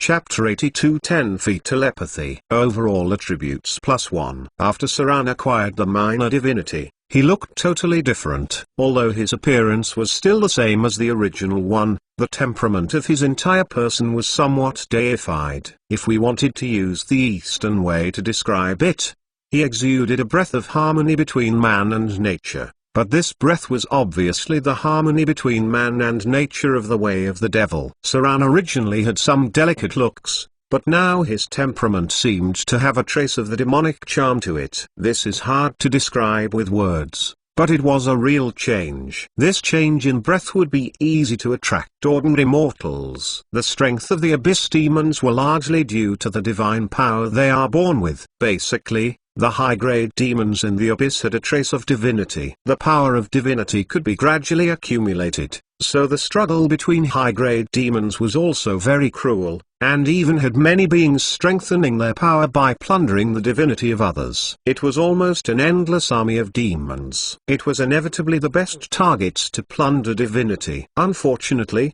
only a few people managed to succeed in the end. It would be necessary to mention ancient history here. It would be the Lord of the Hells, Asmodeus, one of the oldest beings in the world. It was said that when he was born, it was because of the emergence of the source of chaos. Actually, there were barely a few clear records regarding that period of history. It was only known that there were demons within the source of chaos, that were the first army of demons. It was the oldest demonic legion, many of which were burning in flames. It was the progenitor legion of the current 3rd generation of Danarok demons, a terrible creature born from the source of chaos. The demons came across space without any invitation, which severely threatened the most ancient group of gods at that time, the Order of the Ancient Gods, that had only a few records. The battle lasted for quite a long time. The Order of the Ancient Gods grew tired of this endless war, so they began to create a creature to help them fight against the demonic army. Those creatures were angels. Of course, Saran preferred to call them Planeta. Among these fighters with such beautiful wings, Asmodeus was the bravest and the most beautiful one. He killed more demons than any other angel or even any god. But as the ages went on, Asmodeus and other battle angels began to get stained with some of the characteristics of their enemies. Gradually, their original beautiful appearance became ugly, and the order of the ancient gods and other angels began to fear them. They were devouring and fusing with the divinity of the primitive demons. Even though this process was passive, they were still changing day by day.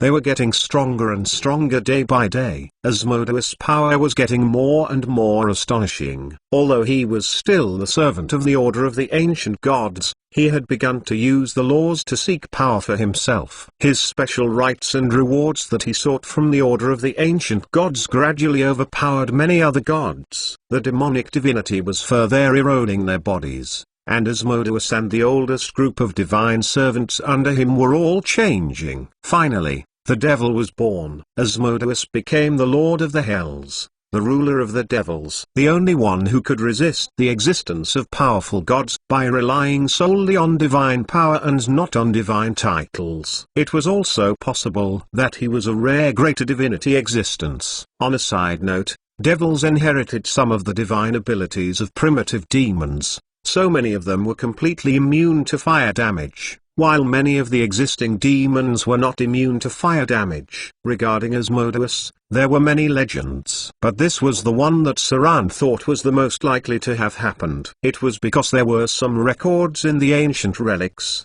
which recorded the image of Asmodeus battling with the source of chaos. It was an age that was not known. A long time that was way before the bloody war within the abyss. Almost none of the existing gods were ones that had survived from that time. Even many so-called ancient gods may not have been born during that time, including the material plane where Saran was on now. It had not appeared in that period, and the gods born from this material plane were even more unlikely to have existed. Saran entered the realm of demons. Although he did not realize it now, he did get closer to the devil's path after he possessed the minor divinity. The only difference was that he currently also possessed a devil's breath. The demons were a crazy existence, and the devil was much calmer. If Saran's power was closer to the demons now, then his inner was closer to the devils. As the main force of the Abyss Blood War, the demons and devils were almost irreconcilable enemies. But there was no denying that. No matter the third generation of Danari demons or the devils who had survived to this day,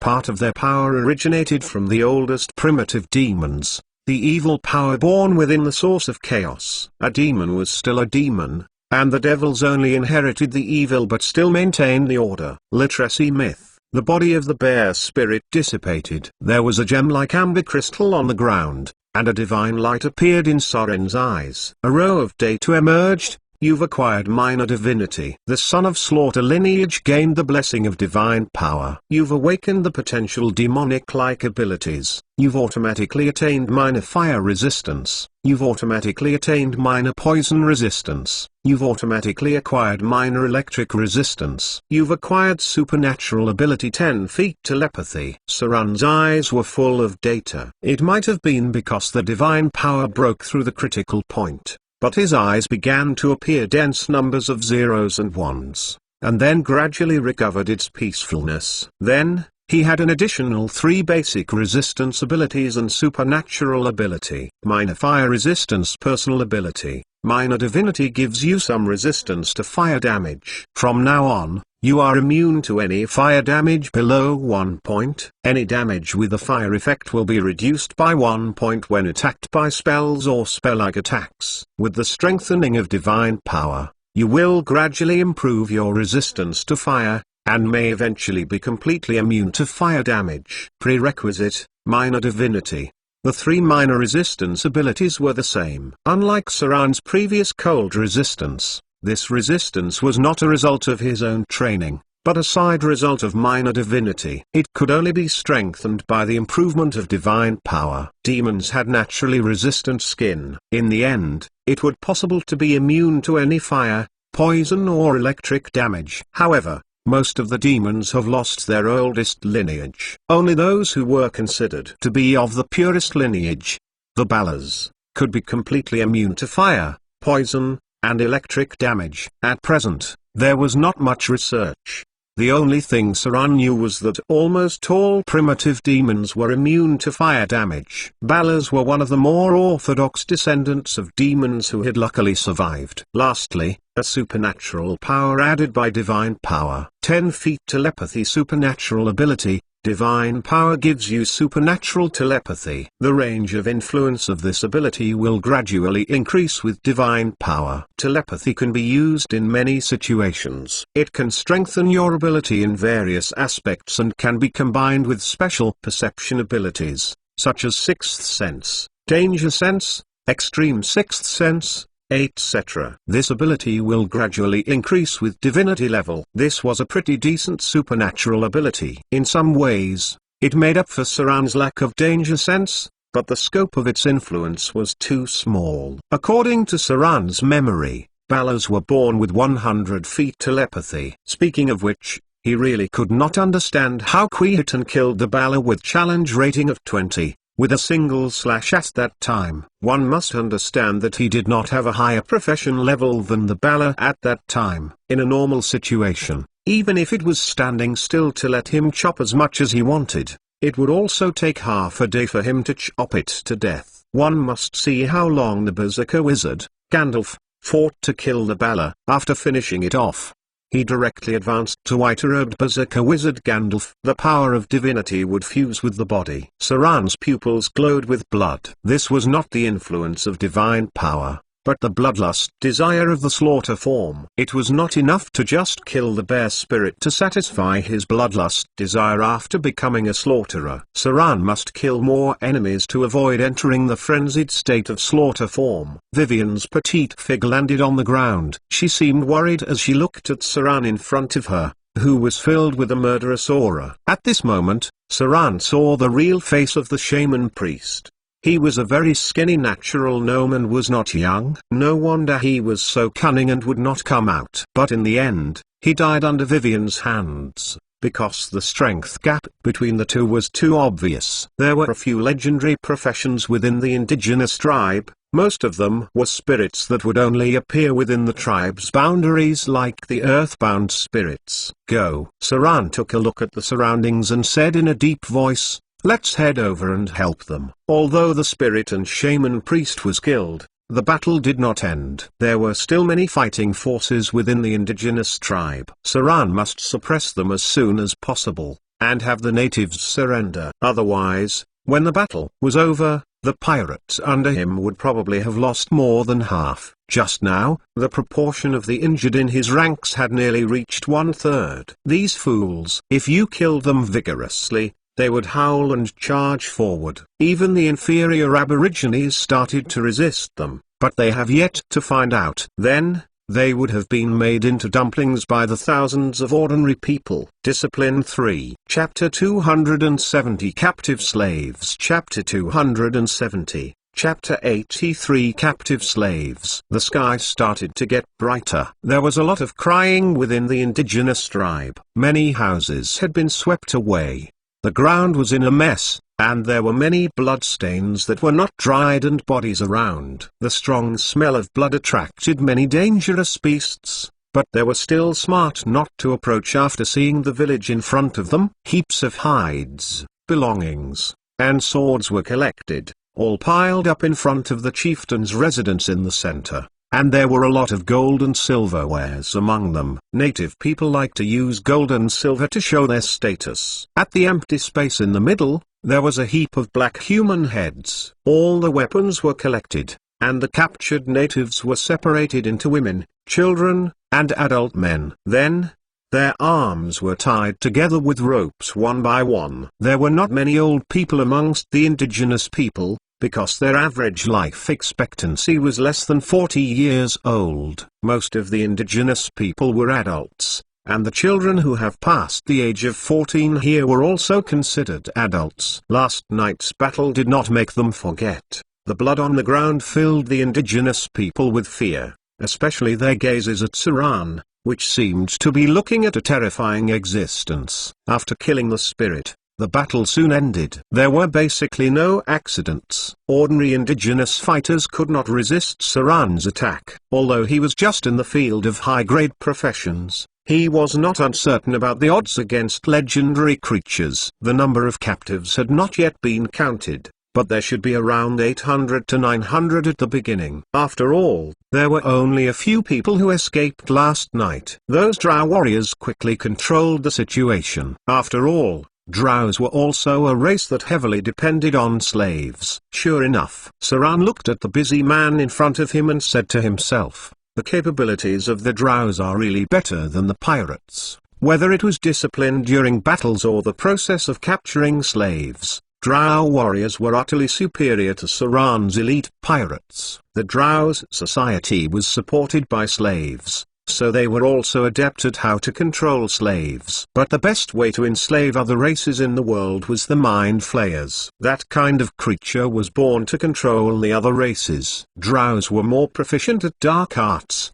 but for Saran, their capabilities were much better than pirates. Your Excellency. And the eyed pirate came to Saran's face, leaned over slightly and said respectfully, we have finished tabulating. Saran looked at him and asked, how are the casualties? The Cyclops turned his head and looked at the back. He felt guilty and said in a low voice, 26 people died and 42 were injured. The rest were basically minor injuries. For those who could not be saved, I have already sent them on their way. So many casualties? Saran's expression was not very pleasant. He turned around and looked at the drows. Darkblade Andrai was collecting his companion's body. 3 drow warriors were killed in battle. Most of the others were injured. The gap between the two was too far. This was the difference between disciplined and undisciplined fighting. Nearly 30 elite pirates have died. If they were replaced with other pirates, their morale might have been lost. Looking back at the drows, there were only 3 dead, and only 10 wounded. It seemed that in a large-scale battle, the strength of the pirates was not so good. Fire the signal and have them come over. Saran looked at the Cyclops in front of him and said in a deep voice, ship these slaves back. First the children and women, then the adults. Let the people in the camp come to take care of it. If there are any strange motives, just kill them. Indigenous tribes did not have much wealth. All the spoils roughly add up to the value of 10,000 to 20,000 gold dirhams. This also included the value of their accumulated fur goods, which could only be exchanged for money when they were transported to the south coast, where they were considered common household goods. Most of the Aborigines captured were ordinary people, but there were also a small number of professions. These people were strictly guarded, and the name was only about 50 to 60 of them. As for the original chiefs and nobles, they had already been slaughtered by Saran a long time ago. These indigenous people of high status must not be left alive. They must all be killed to have better control. The pirates started to get busy. One by one, the ferocious pirates kicked and shoved the indigenous slaves. Last night, they had just killed a lot of their pirate brothers, and naturally, their temper was not very good now. Saran had no sympathy either. He just warned them not to break the slaves, because these were the important assets that he needed. A long rope tied up the wrists of the indigenous slaves, and one by one, they were dragged along like animals. The warships had stopped in the river ahead, and the slaves would soon be transported back to the camp. Light them up. Saran looked at the ruined village and said in a deep voice, have them all burned to dust. A raging fire broke out. Many indigenous people howled at the sight of it. Their former home turned into a sea of fire. Now they did not even have a place they belonged to anymore. Seeing their tribe completely burned to ashes by the fire,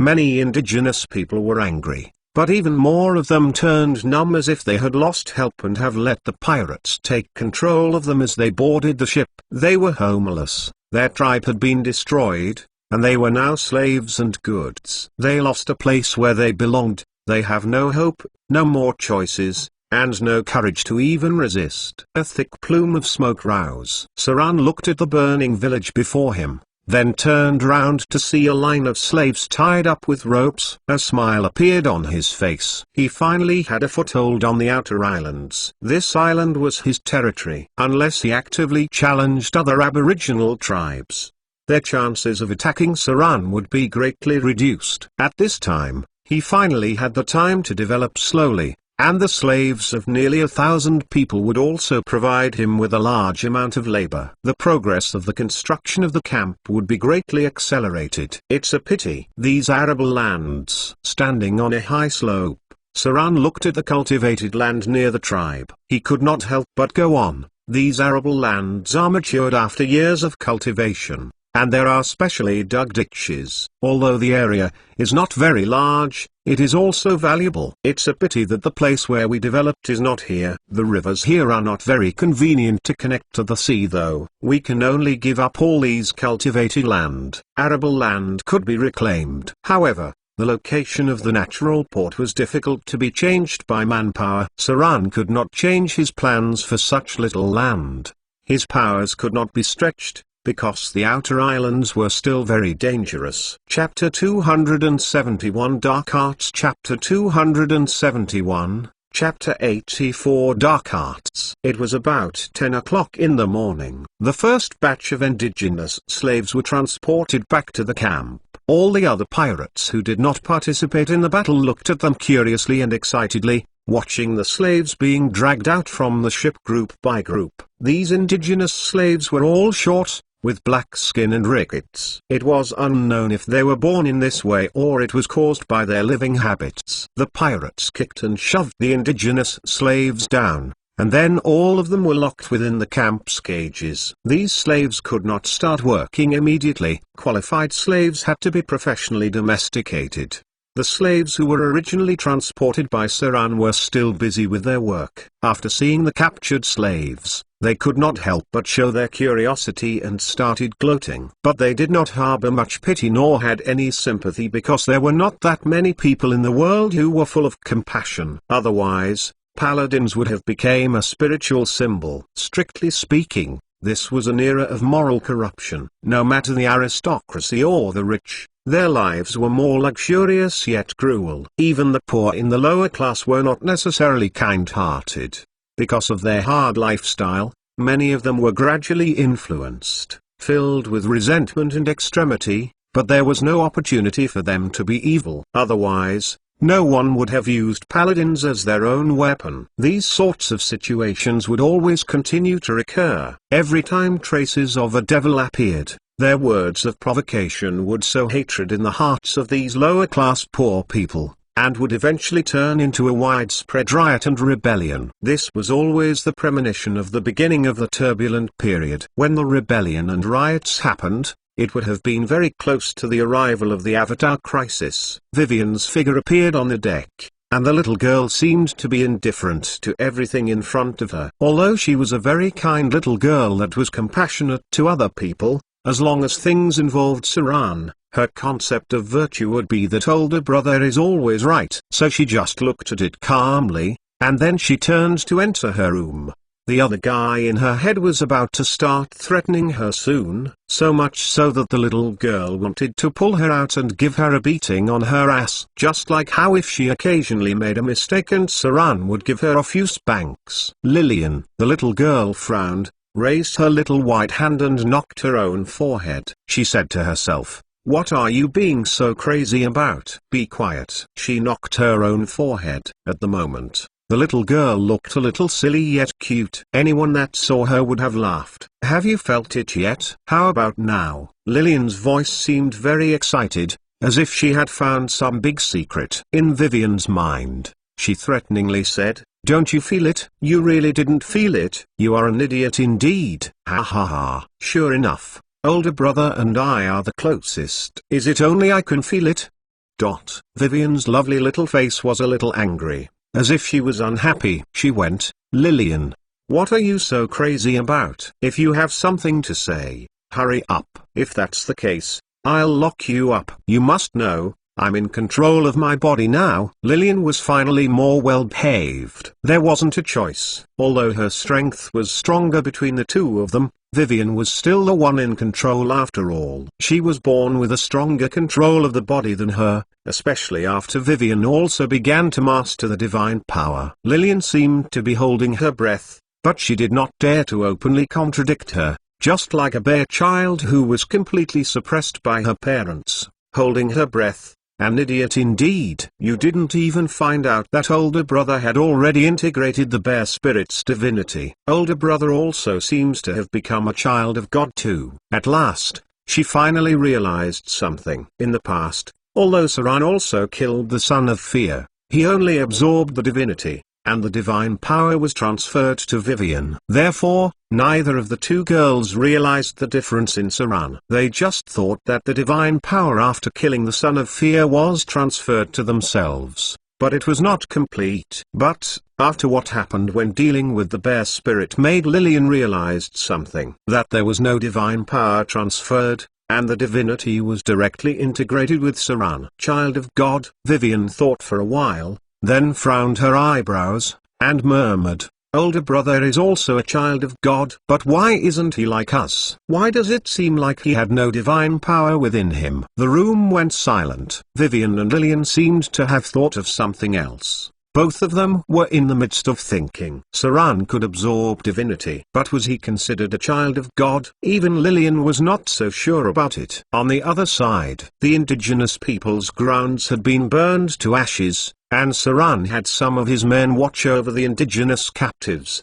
and ordered the leader of the Drow warriors. Darkblade Andrai's expression was a little hesitant, as if he was not willing to execute Saran's request, but he could not refuse it either. At last, he could only reply, Your Excellency, we have sworn to give up our faith in the Queen of Spiders, Lolth, so we have abandoned many skills that were too cruel. I'm afraid your request would put us in a very difficult spot. Is it?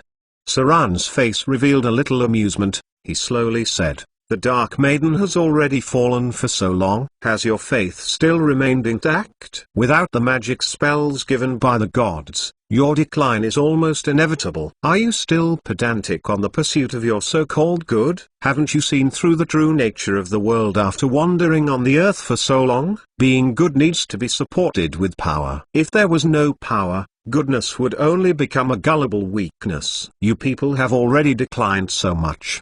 Do you want to abandon these important skills handed down by the Drows? They may be evil and cruel, but at least they can sustain your group, right? Look at these indigenous people. If we don't find a way to make ourselves stronger, it would be hard for us to survive here for a long time. Saran's words were like a devil's temptation. Darkblade Andrai's face revealed a struggling expression. The present Lord was tempting them to fall again and find some evil traditions that have been abandoned. Those bloody, cruel and merciless means were the key to the Drow's fame in the Underdark. They gave up many cruel means when they were searching for goodness and the surface world. These included extremely cruel criminal law and various means of controlling slavery. Look! Saran raised his hand and pointed to the indigenous slaves in front of him. He passionately went, There are nearly 1,000 people here. They can work for us, provide us with food, build cities for us, and cultivate some craftsmanship in the future. What we need can be brought to us by these people. Do you still expect the warriors in the community to work? I've been to the Underdark. I know very clearly how evil and cruel the practices were within the Drows, and I hate merciless killing. But those are wills that were forcefully twisted in order to please the Queen of Spiders. We can get rid of the practice of pleasing the Queen of Spiders and find the oldest dark art of the Drows, so that we can establish our foothold here. Maybe you should ask the female priests in your tribe to come and talk to me. I think they will agree with me. The Drows were really strong. If one understood anything about this race,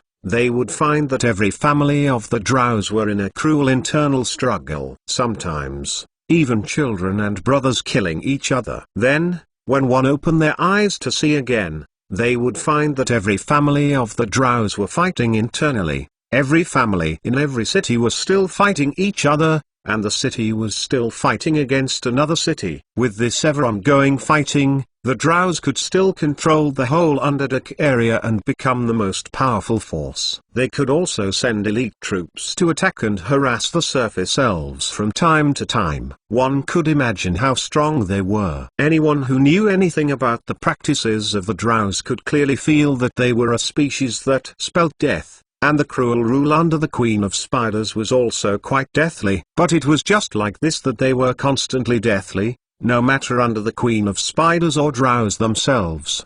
They were getting stronger step by step. When Saran traversed in the Underdark with other people, there was only one intuitive view in his mind. That was, if the Drow families and the Drow cities were united, a powerful and frightening army could be formed in an instant. In the Underdark, the attack on the surface elves was carried out by a Drow city. In other words, Drows fought city by city. Little to none of the Drow cities had alliances that went together. It was unknown what the Queen of Spiders was thinking. In any way, she always encouraged the cruel struggles within the Drows. Maybe she thought that it would have entertained her and made her happy. Punishment, slavery, and assassination. The dark arts of Drows. These were useful skills that Saran valued. They were much crueler than pirates, more professional than slavers, especially the female priests within the Drows, who were experts in their own right. Saran needed those evil means. Otherwise,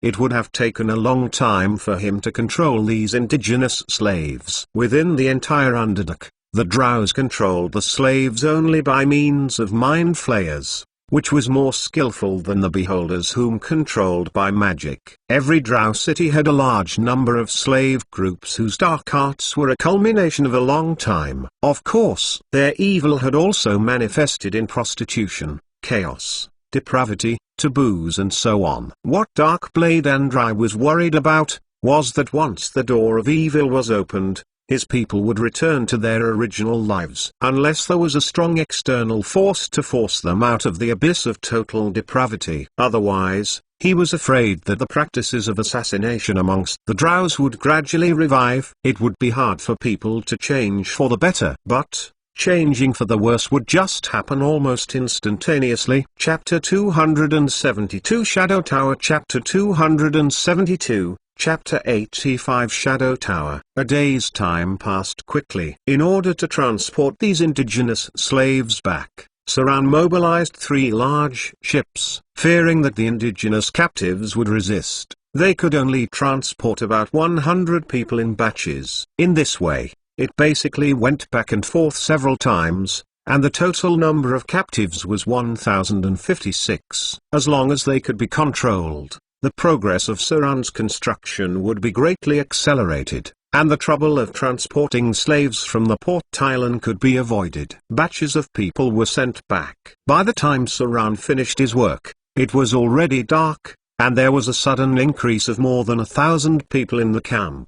Both the need for space and food became tense. Fortunately, there were still a lot of rations within the Aboriginal tribe. It should be no problem for Saran to support them for about 2 or 3 months. Because of the large number of indigenous captives, Saran had to have them kept under strict supervision. All the captives were divided into 3 different areas and kept under supervision at night by 50 to 60 people in each place. Even the Drows were assigned to guard the indigenous captives. These people were troublesome to their bones. If they could be subdued, it would be the best. If they could not be subdued, Saran was ready to kill all of them. At least he could get tens of thousands of slaughter EXP. Manpower was really important in the relatively barren era. Logically speaking, there should not be any problems with Saran's strict arrangement. Because throughout the night, he almost did not even sleep much, but just closed his eyes for about 3 hours. There were only 300 pirates and 30 Drows in the camp, but the number of slave captives had reached more than 1,300. In this case, it was difficult for Saran to rest at ease. He was even ready to use cruel means to suppress the resistance of the captives. But the real problem was not the captive indigenous people, nor the slaves they brought, but Saran's own men. His men were missing. It was not just one that was missing. In the middle of the night, 3 people suddenly disappeared. The pirate, who was responsible for keeping watch on the fenced tower, smacked his chest and ensured that no one came in or out at night, and no one was near the fence. But just like that, 3 of Saran's men still went missing. They disappeared completely for no reason, leaving no traces. The pirate subordinate who was in charge of handing over the shift to them said that the 3 men only had half-assed fighting skills and had completely disappeared from the camp. How could it be? Saran sat in the hall in the middle of the night, frowned and listened to the Cyclops report. He murmured, How could three fine living grown adults suddenly disappear? They were pirates who had experienced many battles. At least they had second-grade strength. Gone so strangely. I'm afraid it's not possible by conventional means at all. Keep looking. Saran looked at his men in front of him and said in a deep voice, "Search the whole camp. I don't believe that the three living people will disappear for no reason." The Cyclops below nodded, and then the pirates set up their torches. Groups of people began to circle in the camp. The sudden movement also made the captives a little restless, but no one was reckless. The notion of slavery etched within the lower-class indigenous people was still relatively high. One by one, pirate subordinates were scattered all over the camp. Some people searched outside the fence, but there were still no traces. Half an hour later, many people had returned to their original places, but they could not find any traces, and there were also no traces heading outside. As for the footprints within the camp, it was too messy to trace. Time went on. Bit by bit, since no one was found, Saran would naturally have to let his subordinates take a rest. But he seemed to have some pressure on his heart. He kept feeling that something was wrong. Saran could not sleep in this situation, so he sat in the hall until there was a little light in the sky. But at this time, Saran suddenly heard a little commotion and noise coming from the outside, and then some people were exclaiming and screaming. Originally, he had been sitting in the chair, but almost in the blink of an eye, the afterimage of Saran's figure could be seen. He rushed to the place where the commotion happened at an amazing speed. In front of his eyes, he saw a group of patrolling pirates. These pirates clung to a man with all hands. In front of them, there were subordinates shouting and waving swords, as if they were blocking something from approaching. The scent of blood. Saran frowned and made a leap, with his toes tapping on the wall of the house. His entire body flew like an eagle and landed in front of the group of pirate subordinates. Saran was shocked by what he saw in front of him, and then a cold sword light appeared in the palm of his hand. Without hesitation, he chopped towards the vague shadow. Shadow. The space in front of Saran was like a distorted picture. Under the shadow of the house, there was a grey crack.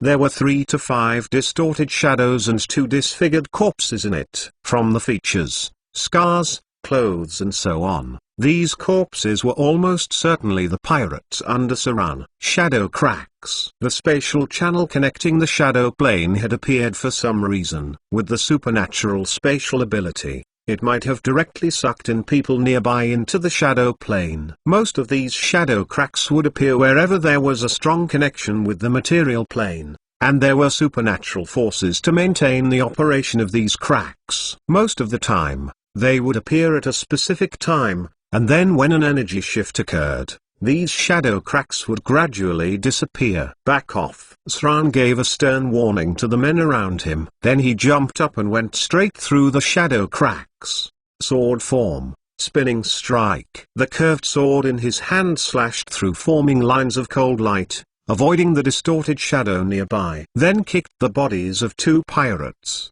kicking them into the air from the shadow plane to the material plane. Bang! 2 corpses landed. The space of shadow crack seemed to be closing gradually because the sky had begun to lighten. Saran's eyes appeared a row of data, but he had no energy to check at this time. At the moment, what appeared in front of him had already shocked his mind. His entire body could not help being stupefied for a moment. Then he regained his composure, and suddenly he fiercely stamped his foot to return to the material plane from the shadow plane through the crack that was gradually closing. At the moment of returning to the material plane, Saran looked deeply ahead of him. It was a tower that went straight up into the sky. A nearly intact wizard tower, with a grey stone wall, was no more than 3 kilometers away. Its location and direction were similar to those of the mutant plants found in Saran's memory. The only difference was in the material plane. It was a ruin, while in the shadow plane it was a complete wizard tower. Chapter 273 Chapter 86 Vivian's Advice Chapter 273 Chapter 86 Vivian's Advice. When Saran's figure came out of the shadow, and the sun had also risen. Then there was some unpredictable energy change and the shadow opening soon disappeared. Saran had some blood stains on his back which was left by a creature called Shadow. This kind of half-energy and half-material creature was very difficult to deal with. Although it was a grade 3 creature, it may threaten the life of a higher grade profession. These creatures had a natural ability to hide and use energy attacks. The injury on Saran's back was nothing.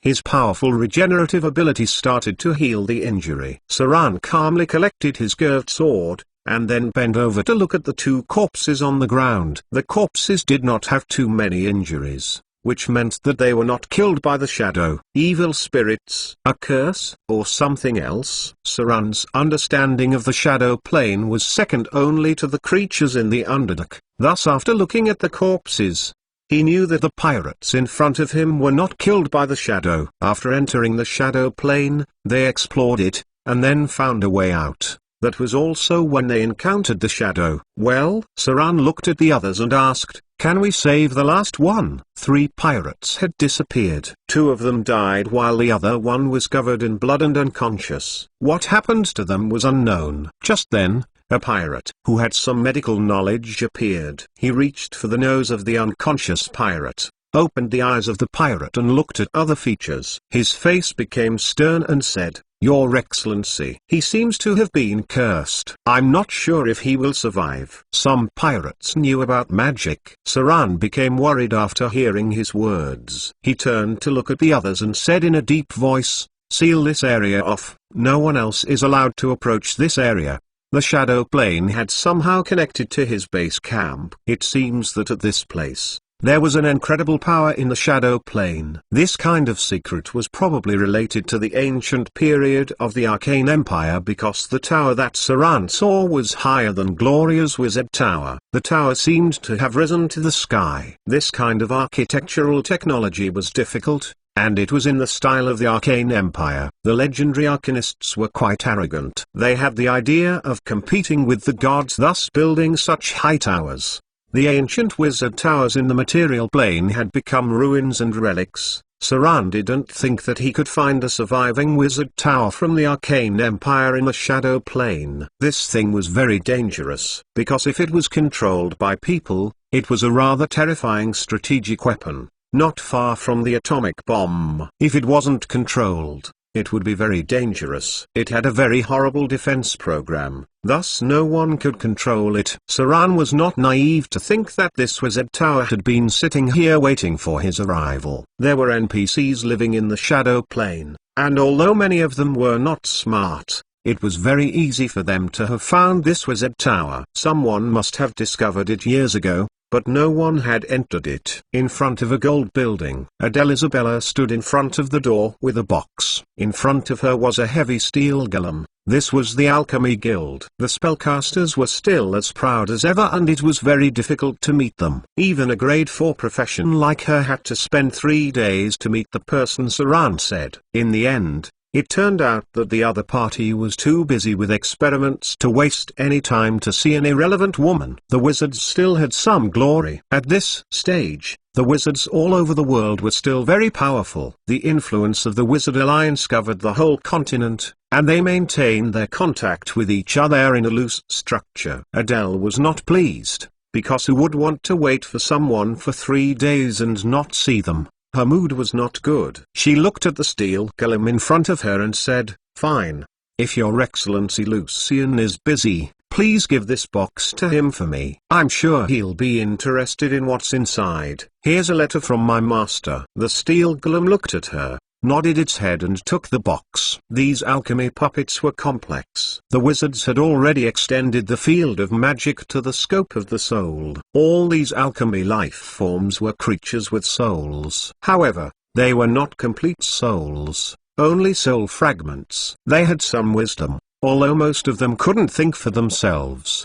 They were equivalent to intelligent computers with high capability. As for the more advanced puppets, they were complete life forms. They had souls that could think and even learn to create, but they were quite mechanized emotionally. These creatures were most often seen in the clockwork nirvana of Mechanus. The red-haired pirate let out a sigh. She looked frustrated. Before she came, She was ready to complete the task perfectly for Saran. But she didn't expect these results. This was a huge small blow to her confidence. It even made her a little suspicious of her ability. Her hope now was only for the wizard to have some time to look at the thing she handed over, or else she would have a hard time going back to Saran. She had never dealt with high-grade spellcasters before. However, Adele now knew that the high-grade spellcasters were very hard to deal with inside the camp.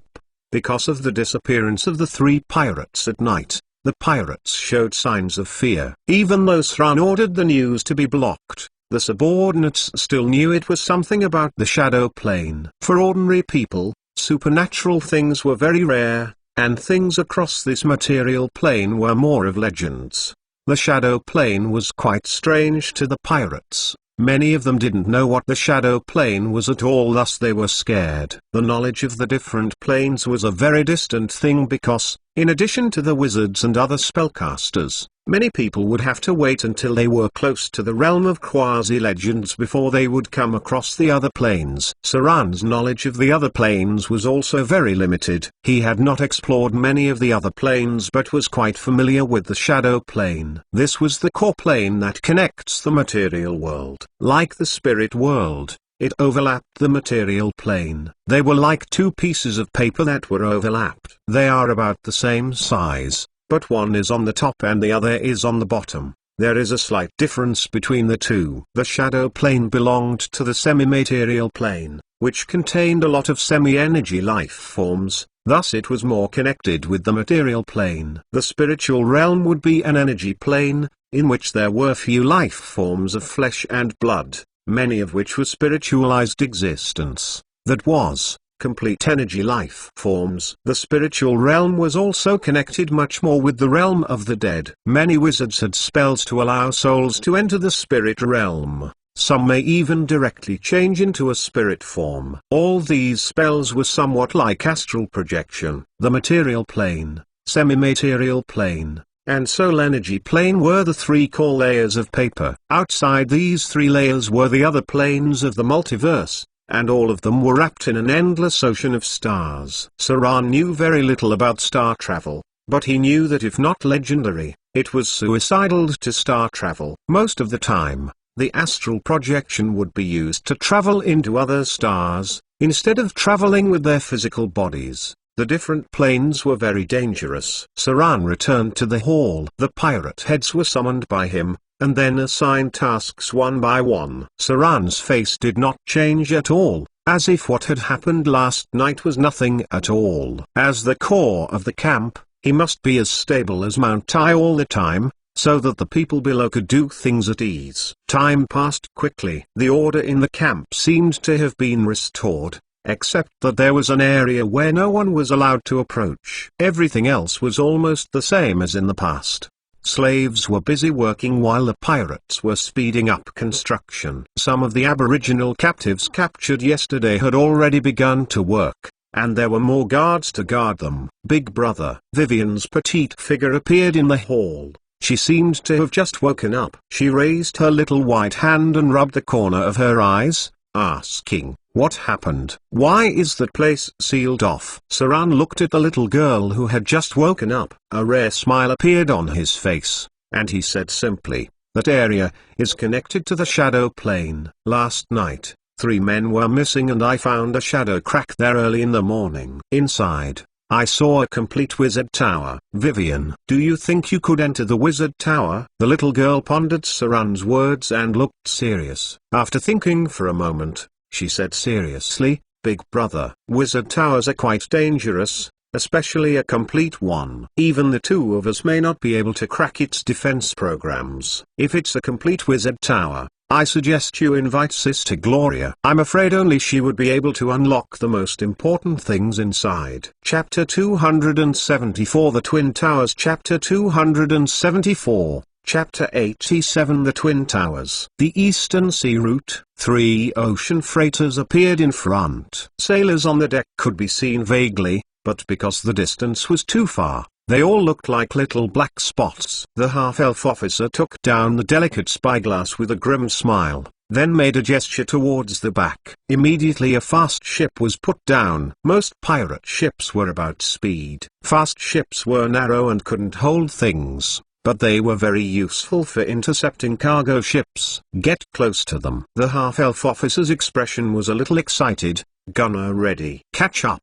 Others get ready to board the ships. Since getting the information about the Eastern voyage and having the exact information, the half-elf chief had been preparing to rob them. Other than the goods on the ship, the craftsmen from the East were also very important. There were craftsmen that Saran needed. After half a day's recruitment in the port island, the city of wealth and shipwreck bay, he still could not find the craftsman needed. He heard that Elisabella had gone to deal with another task assigned to her by Saran. As the first mate, who had always wanted to be the #1 fighter under Saran's command, he naturally hoped that his ability to complete tasks could be better than that of the red-haired female pirate. To win, he mobilized the elite of Port Island, Shipwreck Bay and Snake Island at the same time. Saran took part of the elite but still left some behind.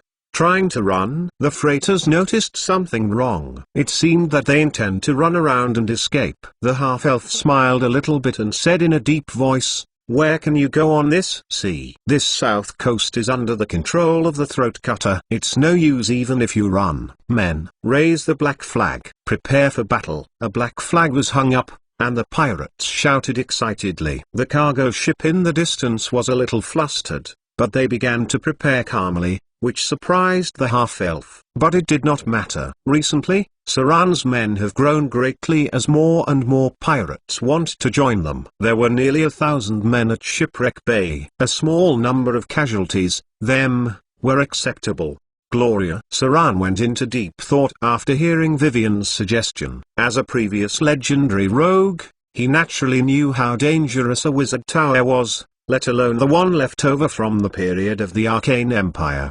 From the location of the wizard tower, Saran suspected that it was a double-tower masterpiece of an arcanist. The so-called twin-tower masterpiece was to build two wizard towers at the same time. One was based on the material plane while the other was based on the shadow plane. These two wizard towers echo each other, and as a channel to connect and develop the two planes, their ultimate form. It would be the legendary flying castles, as the two towers would float to the skies and connect. Saran had explored a lot of relics. This kind of double-tower masterpiece was common in the ruins of the Arcane Empire. Because the great arcane masters were very afraid of death and very cautious.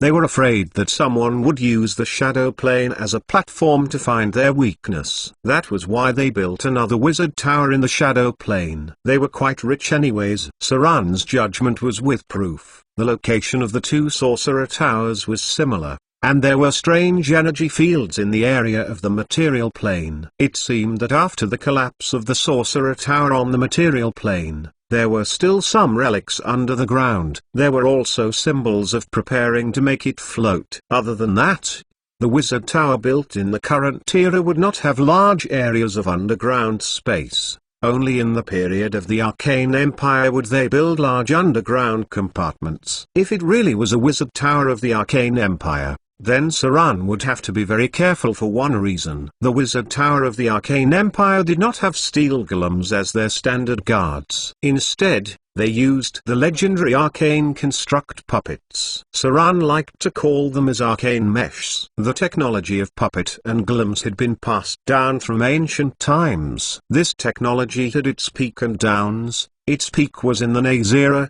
the Saiyan era, the Arcane Empire era, and so on. There were also quite a lot of low periods, such as the current technology of the golems. Saran had fought with some of the most formidable golems in the underwater remains, so he was quite afraid of them. In simpler terms, it would be like asking someone to fight a tank with a sword. Gloria, huh? Saran looked at Vivian and nodded softly. It would be a lot easier if she could be invited here. I just don't know if she would like to come to such a remote place. Vivian rolled her eyes after hearing Saran and replied with a joyful manner, Sister Gloria certainly would like to come over. We're here. Besides, if this really is a wizard tower left over from the period of the Arcane Empire, there must be a lot of very precious materials in it, as well as the Arcane Empire magic. Sister Gloria would be very eager to acquire this knowledge. It would be best if she could come. The Avatar crisis had been brewing and fermenting. It would not be long before Queen of Spiders' plan would start. She would be the first group of deities to come to the material plane. Soon, the Drows would gradually appear in the eyes of the world. In Saran's memory,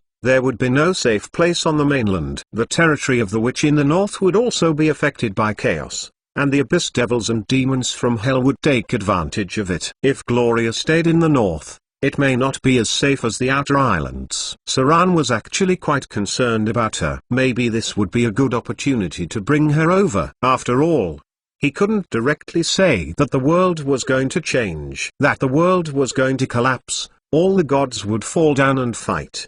The mountains and rivers would collapse. The demons would slaughter everything in their path while the devils would stir up all kinds of discord, and finally almost smashing the whole world to pieces. If he said that, Gloria would think that he had gone mad. Saran didn't care about too many people. Although he had become more ruthless and crueler, he still hoped to be able to keep the people he cares about around him, so as to protect them when necessary. Chapter 275 Traces of a Devil. Chapter 275, Chapter 88 Traces of a Devil. 3,000 miles from the north, this was a barren hilly land which once a lush forest. However, as humans began to develop towards this side, a large number of trees had been cut down, which had resulted in quite serious soil erosion. This kind of soil erosion directly caused the appearance of a yellow river, but in this world, it was not called the Yellow River, it was known as the Nile Donner River. It was the language of the Cinders, which were the descendants of the Arcane Empire who lived to be over 120 years old. From the south of the Nile Donner River, there were scattered villages and towns, which were the gathering places of humans. 300 years ago, they had been cutting down trees there. From the Lost Forest to the Dark Forest area, the number of trees had decreased by a third at least. Just like the Han people at the beginning, they cut down the forests in the upper reaches of the Yellow River for various reasons, and then completely led to uncontrollable soil erosion. The Druids were of course greatly displeased about this matter. There had also been fierce conflicts between the two sides. But because there was no strong Druid organization in this region, the cutting of trees did not end. However, after the obvious soil erosion, people began to pay attention to some problems and slightly reduced their logging activity. An industrial area almost started here, but it was finally crushed by various forces at its early stages. At that moment, near the edge of the Lost Forest, a graceful and fit figure was moving forward at a high speed. She wore delicate leather armor and had a special emblem on her chest armor. A knight in silver. She seemed to have been on the road for a long time. When she saw a cloud of thick smoke in front of her,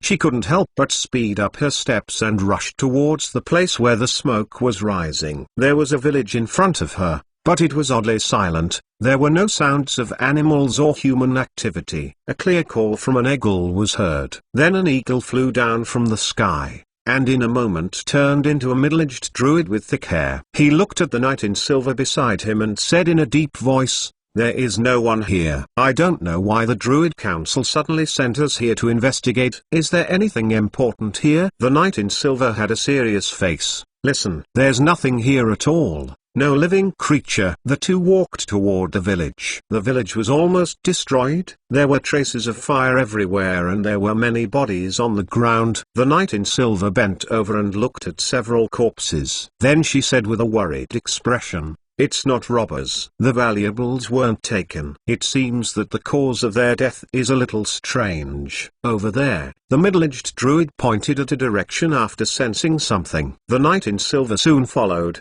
and as they passed through a burned house, their faces became pale. They saw a lot of corpses, including men, women, and children. There were traces of a great fire. There was also a corpse that was burnt to a crisp in the center and many messy footprints on the ground. It seemed that many things had happened. The fallen? The middle-aged druid looked around, then looked at the knight in silver and asked, Or is it some other evil existence? The knight in silver's expression was serious. She picked up a small piece of dark red skin fragment from the ground and looked at it. Then she said in a voice, "It's a devil. Come, we must report our findings." Damn it. How did the devils from the hells of Bata come here?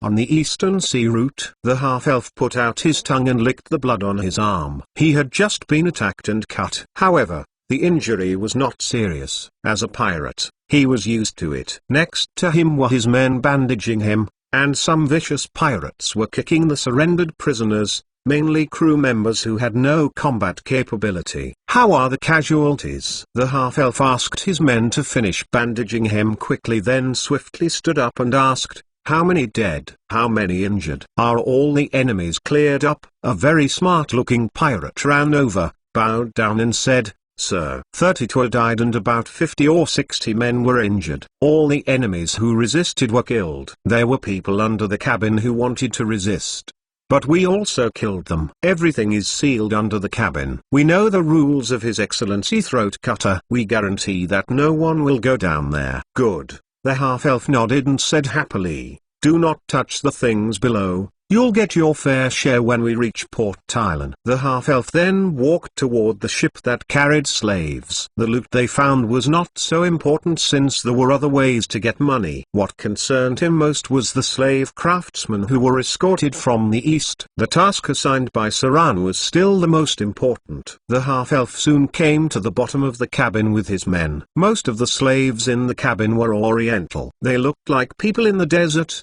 but their skin was a little yellow. Their facial features were not as pronounced as the people here. "Where are the craftsmen?" The half-elf looked at the 50 or 60 slaves in front of him. The eastern tradesmen would not transport cheap goods, thus the quality of these slaves was relatively high. A smart pirate came to answer quickly, "More than 30 here are skilled craftsmen, and more than 10 of them are Oriental gladiators. They will send them to the City of Wealth and sell them to the underground arena on the south coast. All these slaves are valuable." "Gladiators?" There was an expression of interest on the face of the half-elf. He went to an Oriental gladiator and looked at the strong man in front of him. The man's muscles didn't look as exaggerated as many soldiers here, but they had a sense of strength and fluency. It was said that Oriental gladiators were very skillful, and some had received the training of Oriental monks. Note: many Oriental fighters multi-profession in monk, and their training methods have incorporated the tradition of monks. "Bring them all back." The half-elf glanced at the shackles and said, "These people seem to be useful. His Excellency Throat Cutter would need many men now. Maybe they would be useful." He glanced at the innermost part of the cabin, then walked over carefully, asking, "What's in the cage over there? Why is there no sound? Is it empty?" A pirate brought a torch over. As the light came on, the creature in the dark cage also appeared in front of them. Many people couldn't help but marvel, and then someone suddenly realized, "Is this a beast folk of the East?" A little girl appeared in front of them, a very small girl, at most 6 or 7 years old. She was wearing clothes with broken laces. She had big eyes and white skin. What's more surprising was her ears, which were hairy like cat's ears, and a little cattail sticking out of her butt. "A beast folk?" The half-elf looked at it in surprise, and then murmured, "It seems that it's the legendary cat girl. I thought this kind of beast folk had become extinct. I can't believe there would be one in the East." Chai. In the face of a group of ferocious pirates, the little girl seemed to be a little scared. But courage filled her heart and made her bared her teeth to these people, revealing a pair of obvious little tiger teeth. Since the period of the Arcane Empire, the number of beast folk had been greatly reduced and was very rare now. Their appearance was unknown but seemed to have been related to some sort of arcane experiment. After all, the arcanists at that time were trying to be gods, trying to create life. The half-elf looked at it curiously, and then said to his men, "Don't hurt her. This cat girl looks very rare. Take it back to the young madam as a gift." The young madam was none other than Vivian, but they were mainly referring to Lillian because only Lillian would occasionally give them a lot of orders. All the men close to Saran knew that Vivian was his favorite. The half-elf walked out quickly. There were already several people waiting outside. One of them, with glasses, looked more like a middle-aged businessman than a pirate. He came over, slightly nodded his head and said, "Sir, the cargo on the 3 ships has been counted. There are 26 cases of porcelain, 21 cases of tea, about 12 cases of pepper and spices, and some rare silk fabrics. The items should worth more than 50,000 gold dirhams. If it can be sold to those local nobles, it's estimated that its value will increase by 50%. After hearing what he said, the half-elf was stunned and muttered, "That much gold?" However, he felt that something was off, because the things that the 3 ships carried were too valuable. It seemed they were the most valuable items on the Eastern Sea route. Chapter 276 Shadow Plane. Chapter 276 Chapter 89 Shadow Plane. Inside the hall, Saran was lost in thought. After a while, he seemed to have made a decision. He waved his hand and asked for one of his men. Then the man went to the place where the slaves were kept. The drows had very good enslavement skills. Not only do they use all kinds of punishment, but they also knew how to give psychological hints. Once an ordinary creature accepts the identity of becoming a slave, they would gradually become obedient. Further training would even make them good slaves. The prisoners captured last time were all working, and their identities were similar to that of slaves in the tribe. That was because the basic structure of an aboriginal tribe in the outer island was chiefs, priests, nobles, soldiers, peasants, and slaves. However, these aborigines would become lazy from time to time. Saran walked around the area once and then went to where the shadow cracks appeared. At the same time, he also pulled up the information regarding this. Entered Shadow Plane. You've successfully traveled through a plane. You've gained information about plane travel. Your dexterity had reached 25. You've successfully traveled to the Shadow Plane. You've gained part of the information about the legendary skill Shadow Realm. This was the data he got when he entered the Shadow Plane. Saran was familiar with the legendary skill Shadow Realm, so it was not surprising for him to get the information prompt of the legendary skill.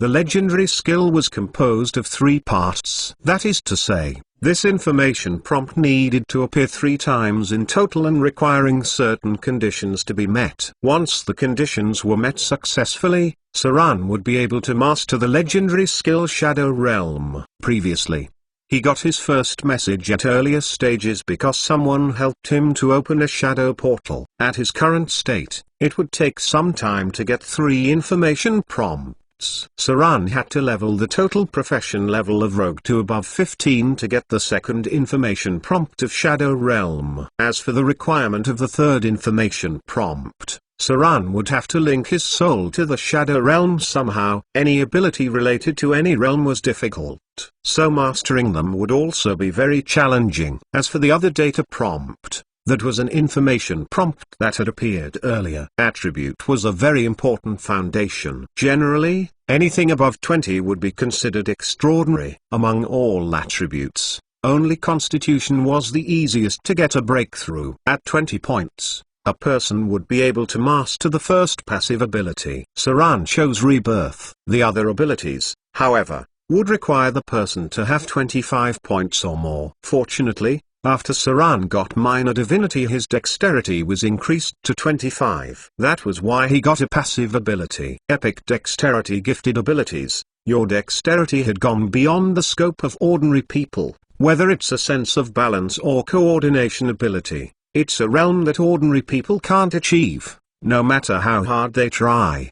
Only legends and saints could compete with your dexterity. From now on, you will surpass the dexterity of any mortal. You will gain 1 bonus point in any test related to dexterity, and your basic evasion ability would permanently +2. Note: This is a prerequisite for the ability Legendary Evasion. This was one of the most important passive abilities of a rogue because it added 1 bonus point and the permanent +2 in evasion. Many powerful legendary abilities in the future require epic attributes as preconditions. For example, epic constitution is the basic condition of many powerful abilities of a fighter. As a qualified legendary profession, at least one attribute should be increased to more than 25 points. Half a day went past. At night, both Saran and Vivian came to the place where the shadow cracks appeared at the beginning. Although they had plans to invite Gloria, Saran was still ready to go first to check. After all, as long as he was not close to the wizard tower,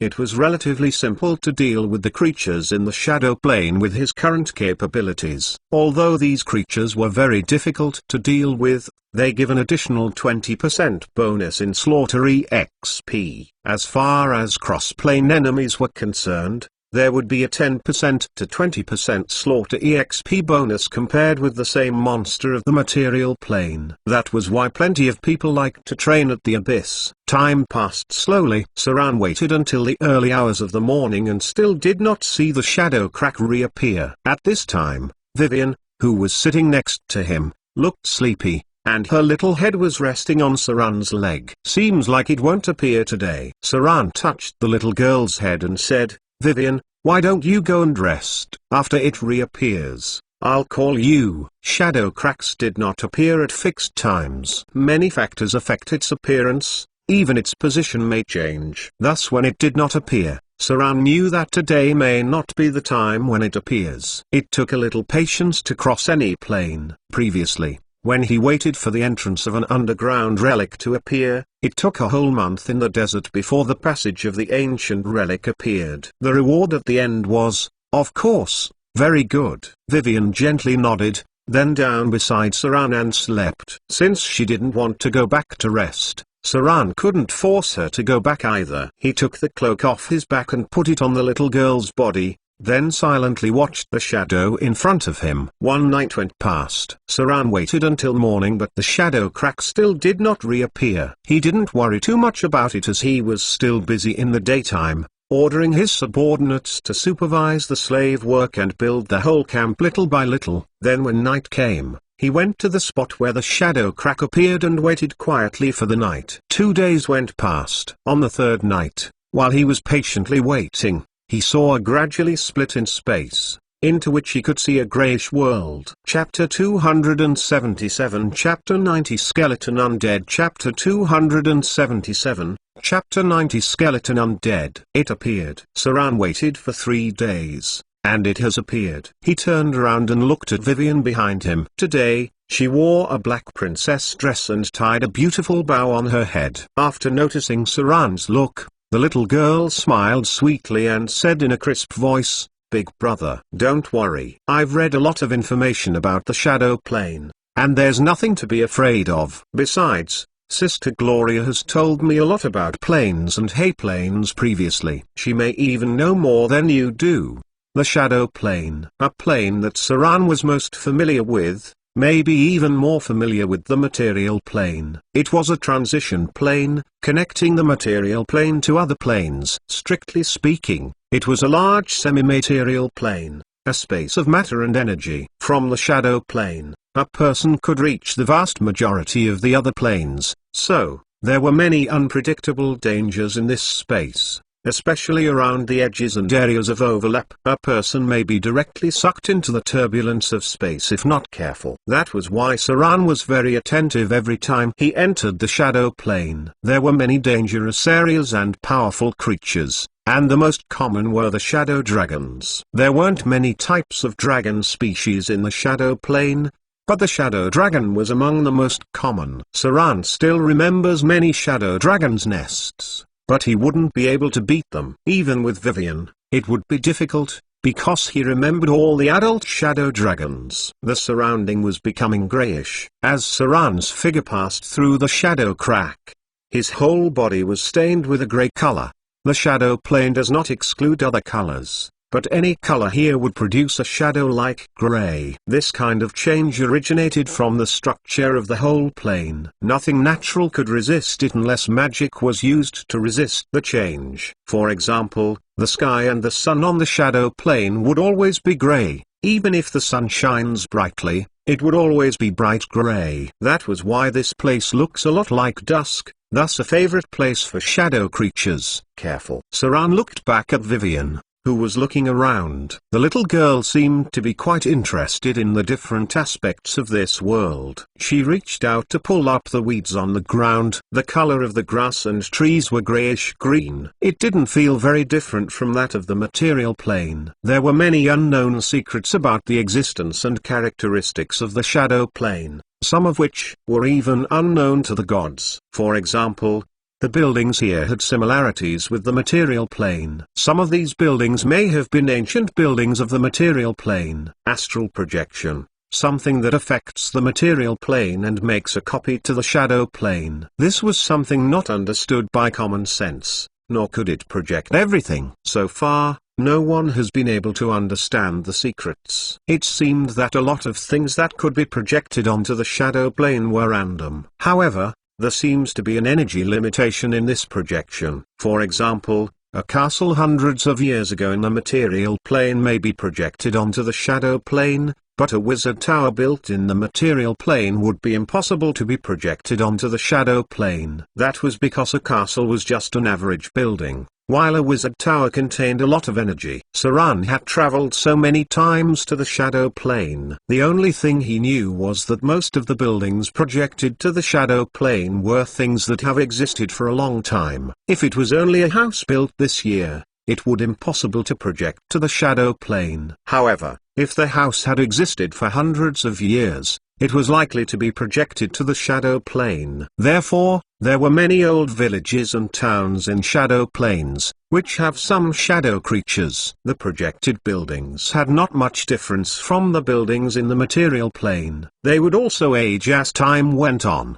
That was why the shadow plane also did not have many ancient things. A wizard tower appeared in front. Its majesty was different from the current wizard towers. In the period of the Arcane Empire, the wizard tower pursued the height of the towers. The great arcanists often liked to build their wizard towers so high that they could overlook the earth.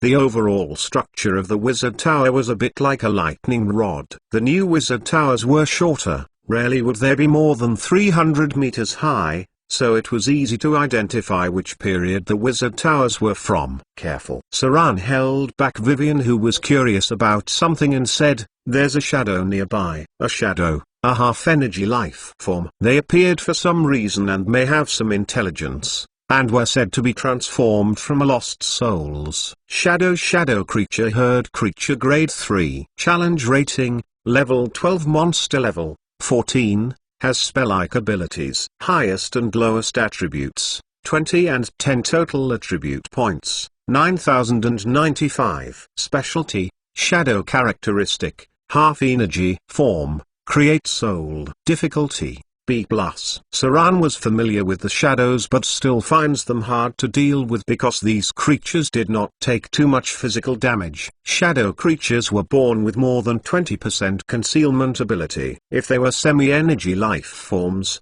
they could even reduce physical damage by 50%. They were very troublesome to deal with ordinary weapons. Although Saran had a legendary curved sword, he didn't have any ability that could kill them in a single blow. Furthermore, these creatures like to stay together as a herd. That was why their difficulty was B+, a rather difficult enemy to deal with. Shii. A weak sound was heard from somewhere. Saran hurried forward to protect Vivian's small body behind him, and carefully watched the surroundings. There was not much life on the shadow plane. Strictly speaking, there was not much life with flesh and blood. Sometimes it's so barren that even the shadow dragon would travel to the material plane to eat a big meal. That was why the creatures here were full of destructiveness and aggression. They were chaotic, filled with hatred and killing. In essence, they were not much better than the creatures at the bottom of the abyss. Many lost souls would appear in the shadow plane,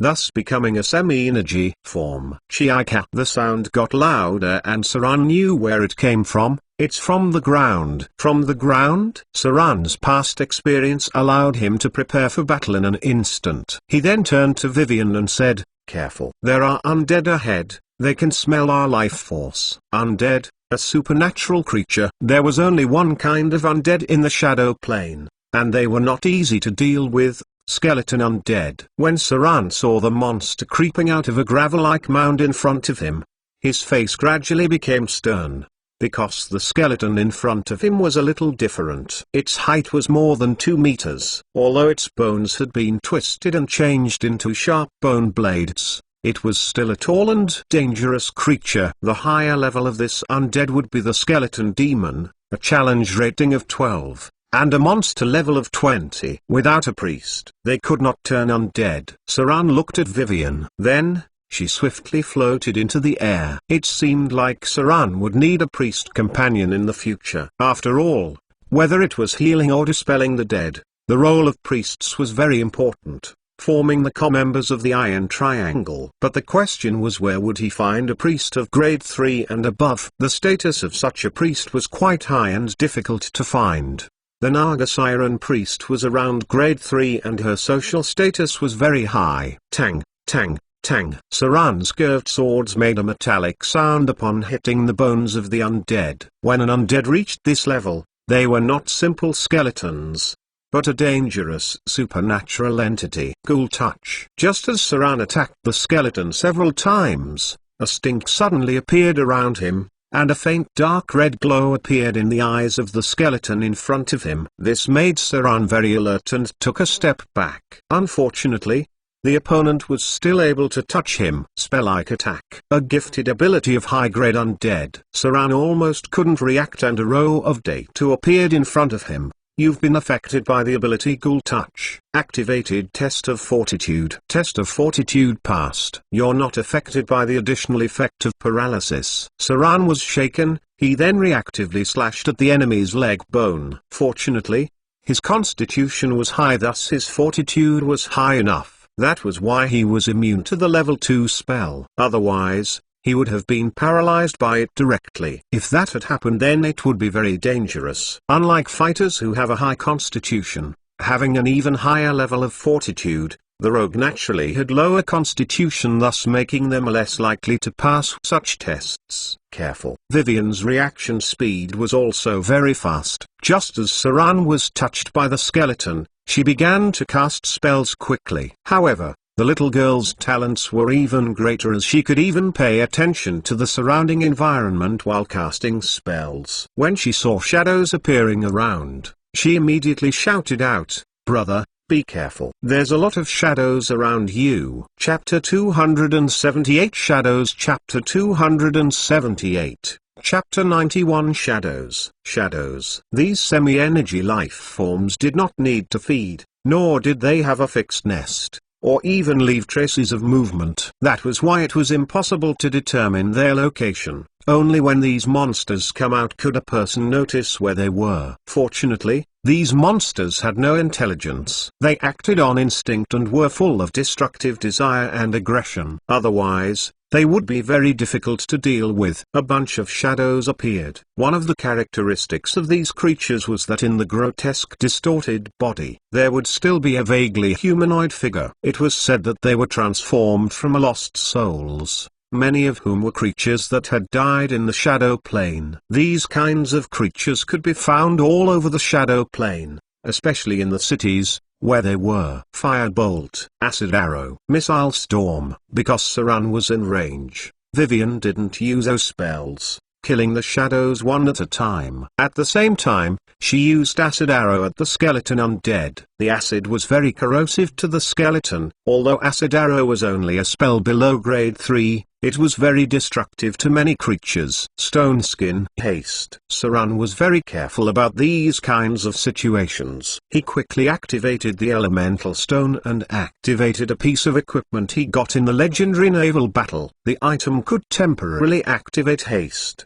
but it could only be used twice, and the duration was relatively short. Rare high-grade items were too rare. There were not many on the whole of the south coast. Saran's best equipment was still the 2 pieces of equipment the elder princess of Arendelle gave. It seemed that after dealing with the outer islands, he would have to take time to go to the desert area. Saran recalls there were 3 legendary items there. One of them was the anti-detection cloak. Tang, tang, tang. His curved sword slashed at the skeleton many times. Then he leapt 10 meters into the air and slashed at a shadow. It was as though he had slashed into rubber. Saran frowned and pulled back. At the same time, he stepped back. However, at this time, the shadow had come over. It only touched him a little, but Saran was shaken by it. A row of data appeared. You've been attacked by a shadow. The shadow had dealt 1 bruising damage to you. You're affected by the corrosive effect of shadow ! There is an additional 14 damage to you. Shadow strike. As Saran was attacked, he also counterattacked. The attack of the shadow was the same as that of shadow strike. Both attacks utilize shadow energy to corrode the opponent. The life force of a shadow was not strong. After hitting it several times, it was killed. He gained 3,250 slaughter EXP for that. Shadow creatures had a bonus 20% of slaughter EXP. Ice Storm. As soon as Saran pulled away, Vivian seized the opportunity to cast a spell. The little girl finishes the incantation at full speed, and then there was a howling wind and sharp hail within 40 feet area. This was a level 4 spell. It's not commonly used, but now was very appropriate. Compared to the blast effect of Fireball, Ice Storm not only kills the enemies but also slightly affects their movement. Sword form, Spinning Strike. Sword form, Beheading. Saran grasped the opportunity and killed 2 shadows around him. After enduring the corrosive shadow energy, he finally killed the shadows around him. The battle was easier now. Vivian's Ice Storm caused fairly high damage. Saran then turned around and began to harvest the enemies, gaining nearly 20,000 killing experience in one go. However, the skeleton undead was finally killed by Vivian. Otherwise, the slaughter EXP it gave should be about 5,000. They quickly looted the enemies. The skeleton undead did not drop anything, but the shadows dropped 3 pieces of black crystals. These were things used in alchemy, a kind of crystal containing soul energy and element energy. Only a few special creatures would drop this kind of thing. They could directly be traded for equipment with high-grade wizards. Saran carefully picked it up from the ground. Recently, he had been too busy to learn alchemy. Vivian focused on the study of magic and didn't dabble in alchemy. Thus the total points they had in alchemy were probably less than 50.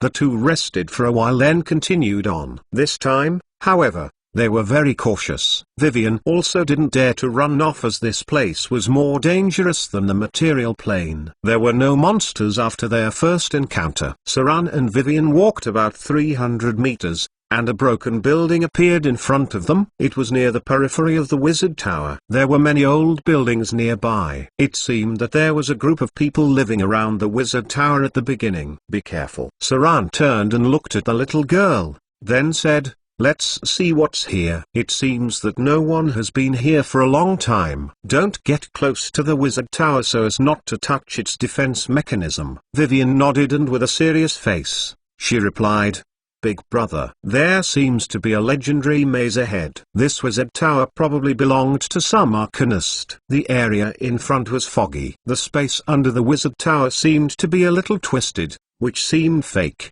The maze lock was a technique in the period of the Arcane Empire, which could be understood as a rather powerful formation. Only an arcanist could arrange such a maze. In the period of the Arcane Empire, not all wizards were arcanists. An arcanist required great talent, and only legendary wizards could advance into this class. Saran nodded slightly then pushed open the door on the left. The inside was filled with dust. There seemed to be no monster, but there was also nothing. When Saran was about to leave, he suddenly noticed something. He then squatted down and knocked on the wall with his hand. Then he pulled out his sword and stabbed it in.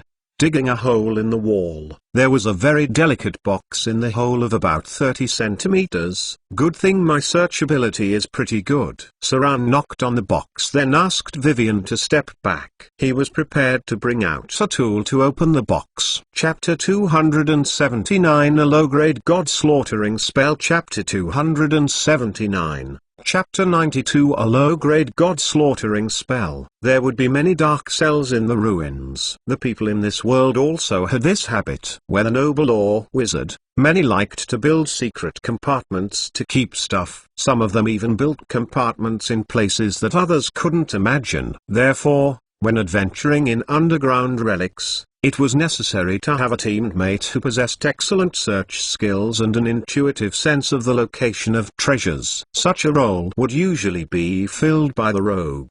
A teammate who could sniff out the treasures had always been very popular in adventures. Saran's intuition was not very good. Strictly speaking, he had no intuition abilities. It was only by careful observation and rich experience that he was able to realize that there was something wrong with the wall. There were differences in the joints, and the color was a little lighter. After he reached out his hand and knocked on the wall, a hollowness could be felt. Then he tested it with a sword and chiseled it open. It was not realistic to find the location of the opening mechanism for this kind of ancient relics, because it may have been completely damaged.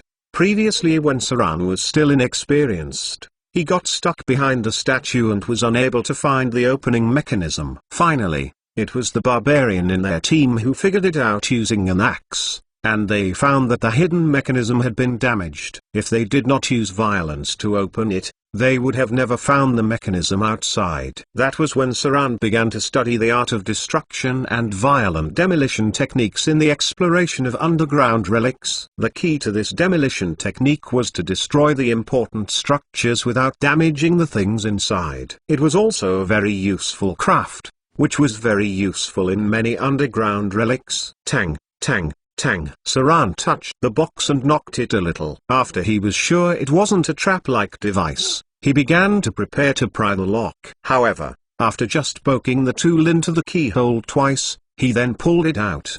He used the handle of his sword and smashed it directly towards the lock. He smashed it 3 times in a row and finally broke the lock of the box. Saran looked back at Vivian. The little girl opened her mouth slightly in awe. She had seen her brother unlock locks with exquisite techniques in the past, but had never seen him smash it so violently before. After all, Saran used to be known as the clever thief, as his strength was not as great as it was now. Saran then said slowly, "The lock inside is rusted. There is no way to open it. Stay behind a little. I'm not sure if there are traps." Vivian nodded gently, then back off a little. Saran put the box on the ground, then opened it carefully. There was no sound of mechanical movement or magic trigger. It looked just like an ordinary box. He was very careful as many traps were deadly. There was not much in the box. Saran saw 2 gemstones. One was diamond, the other was a red onyx. And there was also a magic scroll and an empty crystal bottle. Here, Saran threw the diamond and red onyx to Vivian. The little girl reached out to catch it and smiled. Her big beautiful eyes narrowed into a crescent moon. She wiped the dust on the gem with her sleeve and then put it away. Vivian likes gems.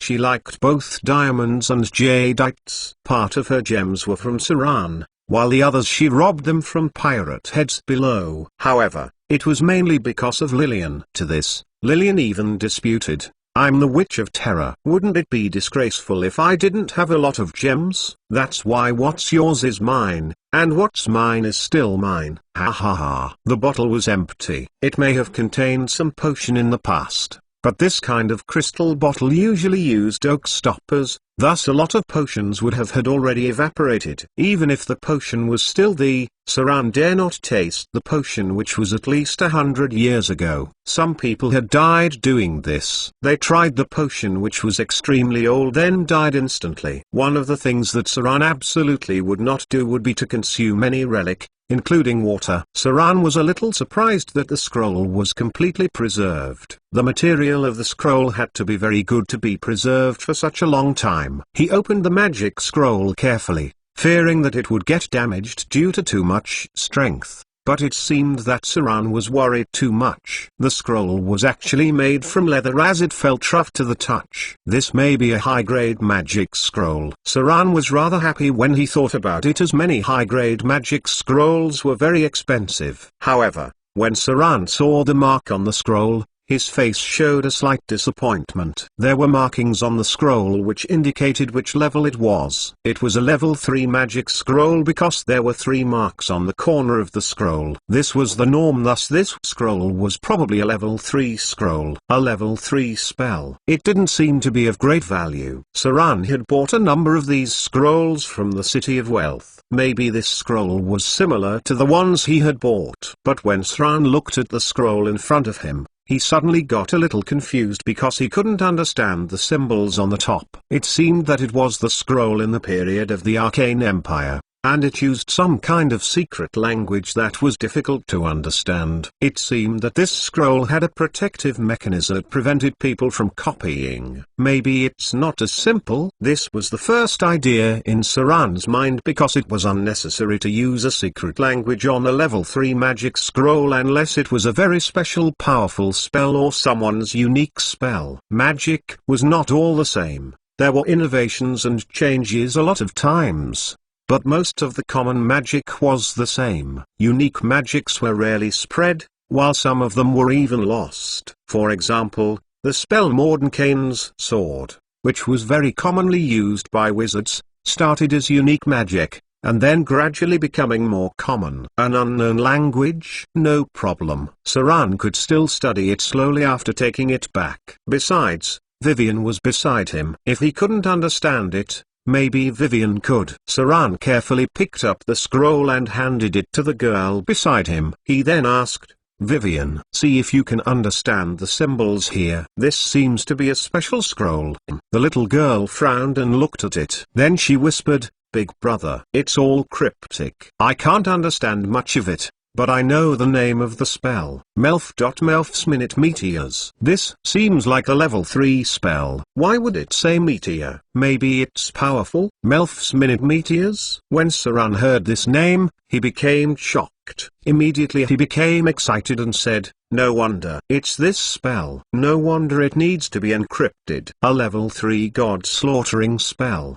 The legendary Melf's Minute Meteors." The reason Saran was deeply impressed by this level 3 spell was very simple. It was used to kill a god successfully. The spell killed the first demigod lich that appeared in the time of Avatar Crisis. That was how the spell became the #1 low-grade spell that could challenge high-grade figures. It was also the only low-grade spell that could break divine law. Melf's Minute Meteors evocation, transmutation. The caster creates small meteors in his hand. This energy creation is regarded as a +5 rare grade weapon, which can cause 3+ explosion damage to the target, as well as 3 additional burn damage. The number of meteors created is equal to the spell level +1. The caster cannot use other weapons to fight before all the meteors are consumed. The spell did not seem very interesting. From the perspective of damage, it would not be comparable with Fireball at all, because Fireball from a high-grade spellcaster could do 100 damage. But there was a very special thing about the spell Melf's Minute Meteors,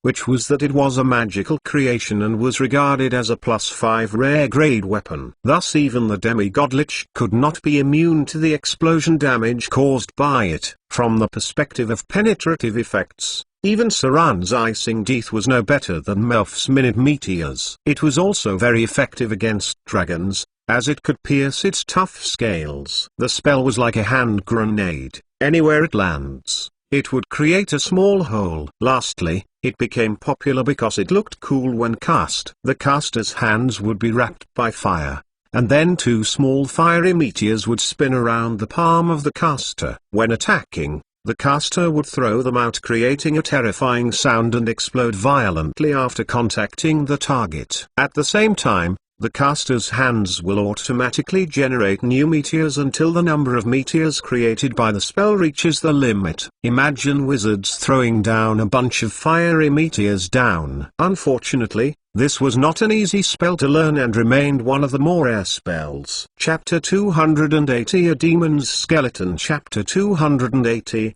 Chapter 93 A Demon's Skeleton, Melf's Minute Meteors. The greatest significance of this spell for Saran was that it could break the defenses of almost any enemy.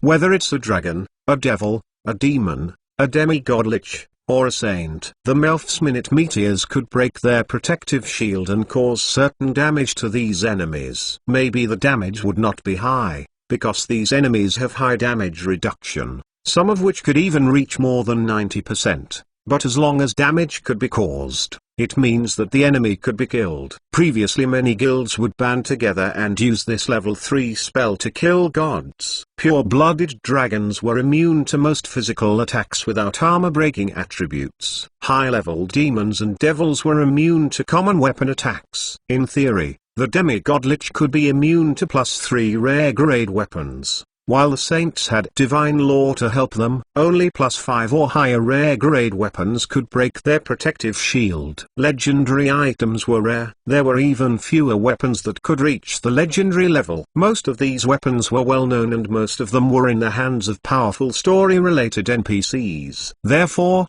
the defense-breaking ability of the Melf's Minute Meteors had a strategic purpose. That was why it was also called the most accessible god-killing tool. Getting the magic scroll of Melf's Minute Meteors was a complete surprise. This spell could cause full damage to spirits. In theory, it could break the defense of demigod spirits and finally kill some hard-to-deal-with demigod spirits. Furthermore, it belonged to the lost spells, born during the Arcane Empire. It was now only held in the hands of a few wizards. Saran carefully put the scroll away. Then he looked at Vivian in front of him and motioned the little girl to follow him. The nearby buildings were connected, but they had been badly damaged. There was nothing alive there. After circling the place once more and not finding any more secret compartments, he approached the wizard tower. It was very troublesome to search the whole site carefully. Since Saran didn't have so much time now, he could only explore the area first. Out of nowhere, their surroundings were filled with a greyish thick fog. When he walked to the outside of the city, he became shocked. He saw a ball. No number. It should not be called a ball, but a certain glass cover which covered a wide shelf. There was a skeleton on the shelf, but they were not human-like. It had sharp tusks, thick bones, horns on the head, feet like cattle, and a pair of skeletal wings protruding from both sides of the spine. Saran immediately recognized it.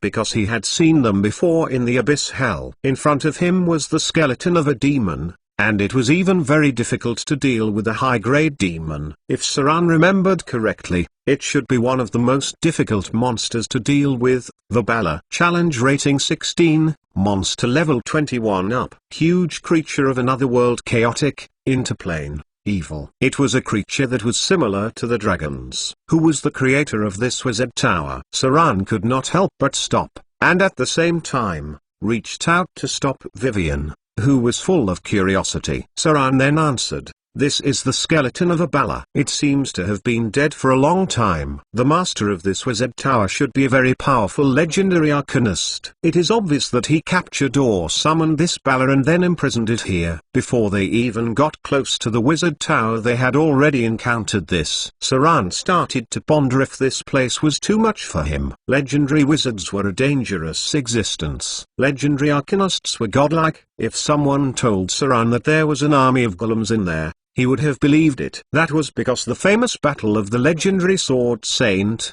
that was, the Battle of the Golems, was due to the inadvertently activated defense mechanism of a high-grade wizard tower. At that time, there were more than 10 diamond golems, more than 100 steel golems, and hundreds of clay golems, stone golems, iron golems, etc. Let's stop here. Saran stood in front of the Bala skeleton and thought for a long time. Then he said, "Vivian, let's stop here this time. I have a bad feeling that the danger here is beyond our scope. It's better to wait for Gloria to come. After all, she knows more about wizard towers than we do. Maybe we can enter the tower without activating the defense mechanism here." It was a bad idea to not be careful. Be it Saran or Vivian, neither of them could be sure that there was no labyrinth here. In short, they do not have enough knowledge to distinguish whether there was something similar to the 8 trigrams formation in front. If they had rushed impatiently, They may get hit by a spell or be transmitted to a dimensional space. The easiest way to understand labyrinth was a magic version of the 8 trigrams formation. If a person could not find a way out of the formation, then the person could only smash their way out. Look over the big brother. Vivian nodded softly, although there was another voice in her head shouting about what a stupid wizard tower it was, and that she could flatten it in seconds. The little girl still suppressed the troublemaker who was rash. Vivian's intuition told her that it was dangerous there, thus she would never allow Lillian to run in recklessly. The little girl looked around. As the fog in front of them faded, she seemed to have seen something and said, "Big brother, the plants over there are so strange." Plants? Saran heard her and looked intently. His eyesight was not as good as Vivian's,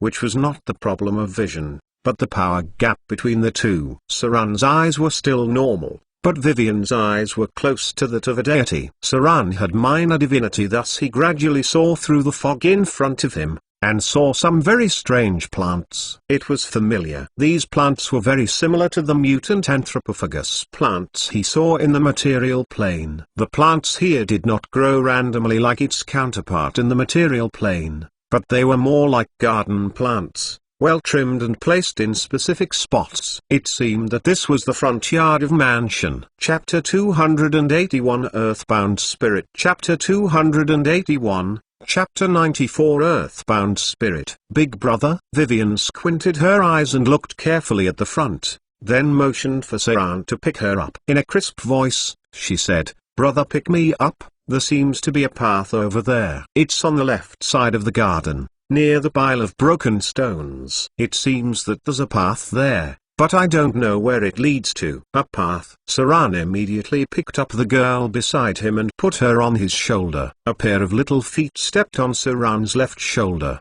while her hands held onto Saran's head. After looking for some time, she whispered, "We could go around from the left. There doesn't seem to be fog, but I am just not sure where the path would lead us to." The fog in front of them was part of the labyrinth. Just as there was often fog in the 8 trigrams formation, many labyrinths would have their corresponding deceptive trick. These spells could only be solved by magic, special abilities, and divine power. It seemed that the power here had been weakened a lot. Otherwise, a real labyrinth would even produce an illusion, not just fog around it. If a labyrinth prepared by a lich could render the sky dark, then a labyrinth prepared by an arcanist would be more powerful. "Let's go." Saran didn't hesitate for too long and said, "We'll go around and see." Saran didn't want to tackle the labyrinth head-on because of caution, prudence, steadiness and worry about Vivian's safety. But if he dared not even explore the side entrance, then that would mean he did not dare to take risks. Adventures were bound to have risks. One of the limits Saran holds was to manage the risk within his capabilities, rather than not taking any risk at all. It seemed that the path on the side had been destroyed. Even if there was any danger, it couldn't be greater than going to it head-on. Careful. Saran put the little Vivian down and then began to pay attention to the surrounding environment, occasionally tapping the ground with the tip of his foot. He was checking whether there were traps nearby, which shouldn't be the case, but he thought it was necessary to be more careful.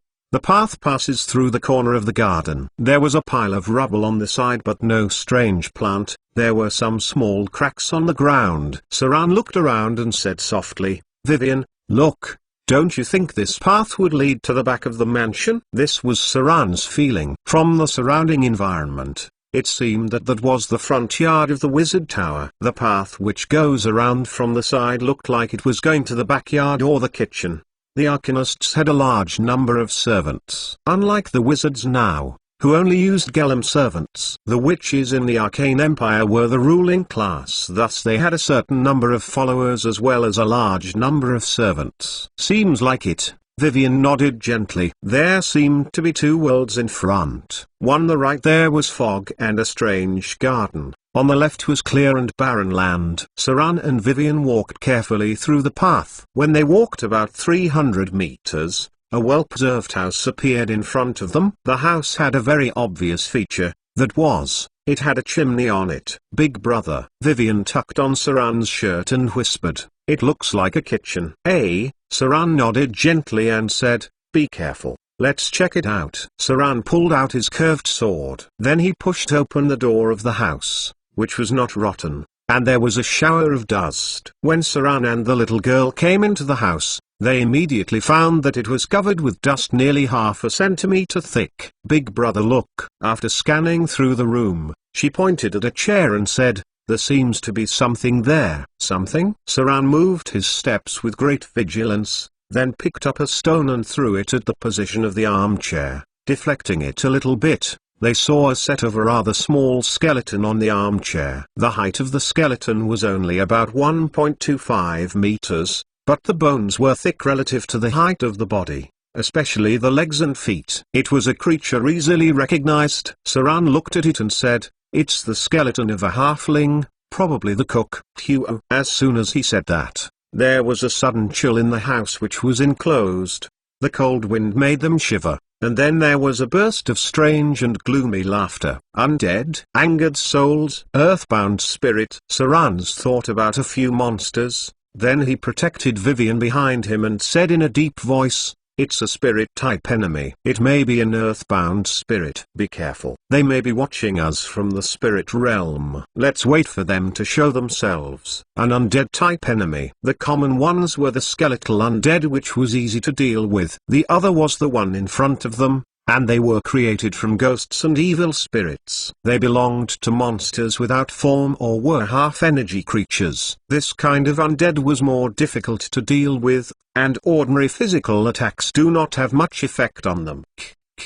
Sad, strange laughter came from all directions. Saran's expression did not change, but Vivian seemed to be a little unhappy. She said coldly, "I hate you undead. Get out of here." Then there was a glow of magic. Protection from evil. Vivian first cast a level 1 spell, protection from evil, then continued to cast other spells.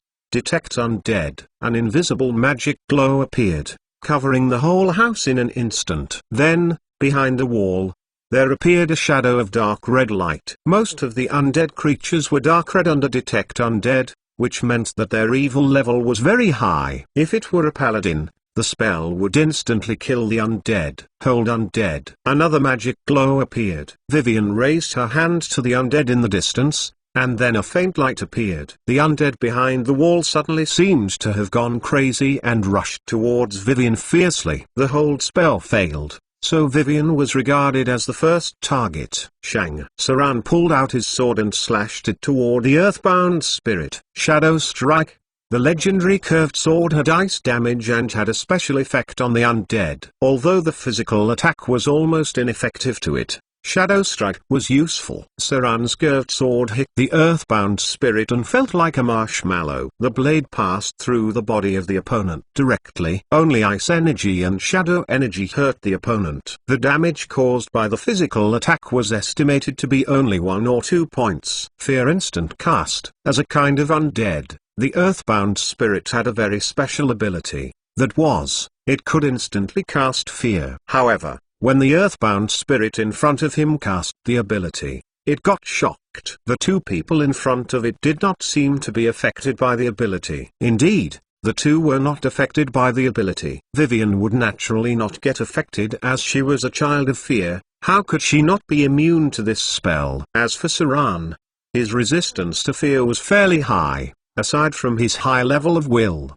the divinity of fear he acquired would allow him to resist any fear-related spell by non-legendary enemies. Human domination. The earthbound spirit seemed to have some intelligence. When it knew that fear could not work, it immediately changed its tactics. It quickly cast a gifted ability, Human Domination, trying to control Saran, who looked like a fighter, then using him to kill the little girl who it felt was threatening.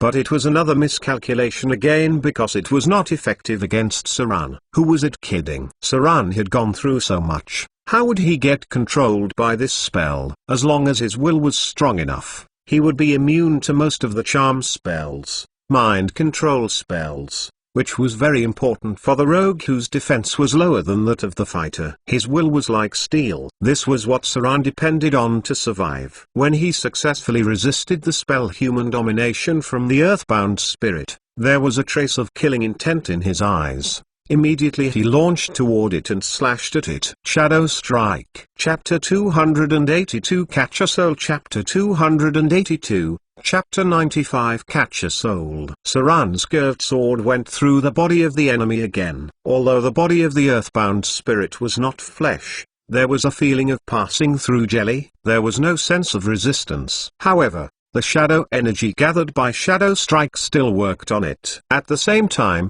the additional elemental damage of the legendary curved sword Icing Teeth left a hint of white on the enemy. Create undead. Minor illusion. After getting hit several times by Saran, the earthbound spirit felt the threat of death. Immediately there was a glow of magic in its eyes, and then its figure was split into 5 almost identical figures. This was not like the wizard's spell, which could only copy the movement of the caster. The earthbound spirit had created 5 images that could move separately, thus making it harder to differentiate. Sounds of bones clicking and moving were heard. In the small room where Saran didn't go in to check, a series of strange sounds were heard, followed by the appearance of skeletons, among which were many different kinds of skeletons. Almost all of them were of different races. When the skeletons were woken up, lights were seen glowing from their eyes. Move aside, big brother. Vivian's voice rang behind Saran. When he heard the voice of the little girl, Saran immediately jumped up to the back without hesitation, and at the same time, he picked up a table and used it to shield himself. Immediately when Saran was shielded, Vivian also raised her hand and shot out a fireball. Boom! A loud explosion was heard. The whole house shook. It seemed that it may collapse directly. This spell couldn't be underestimated since it was also a level 3 spell after all. The fireball was like a hand grenade when cast by a high-grade wizard.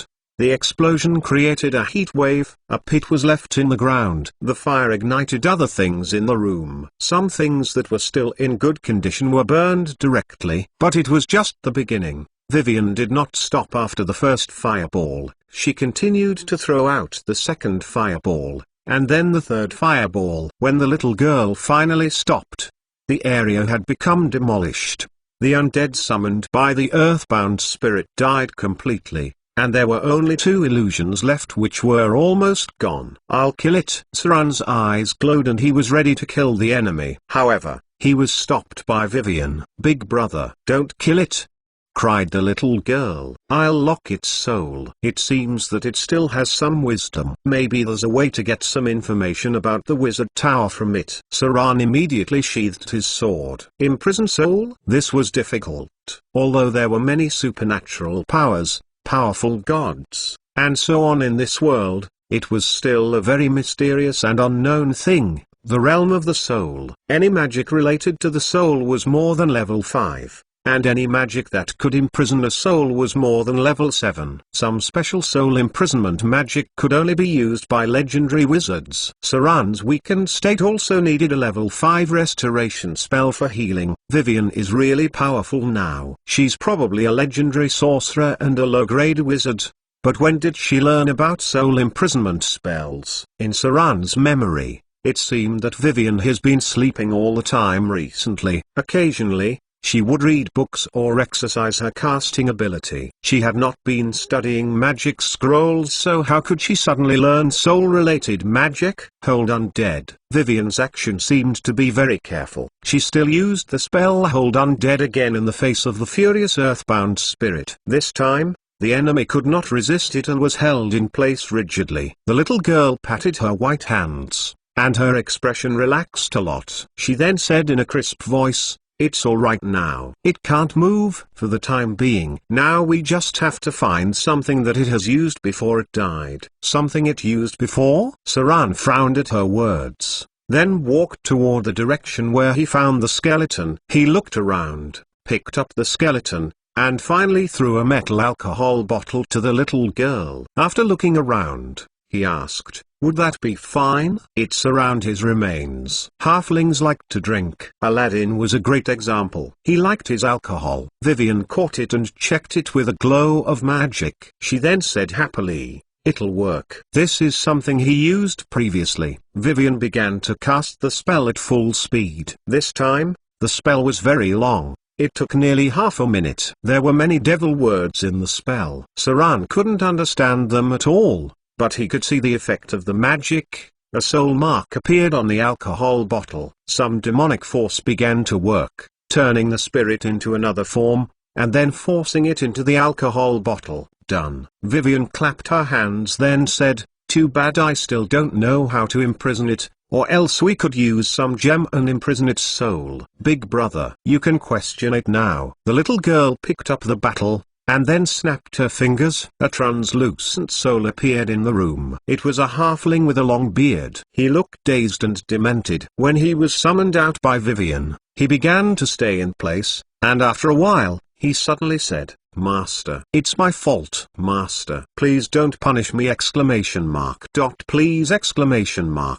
No punishment. What had happened? Where's the master? Run. Everyone run. Chapter 283 Tower Spirit 7 Chapter 283 Chapter 96 Tower Spirit 7 Death Memory. When Saran saw what was in front of him and heard the words it said, he realized what was happening in front of him. Saran had seen such a scene before. When a dead soul was restored to the form of a soul, it was possible to restore part of the memory. At this time it would recall some things. This kind of recollection was mainly concentrated in the period before death because there were few things that the soul could remember. This was somewhat like when a soul enters the abyss hell. It would forget some of the things of the material plane. The soul was similar to money for many beings. The bottomless abyss and the lower demons in hell were created from the fallen souls of the material plane. Similar to paper making, souls would be squeezed together, then crushed into powder. Finally,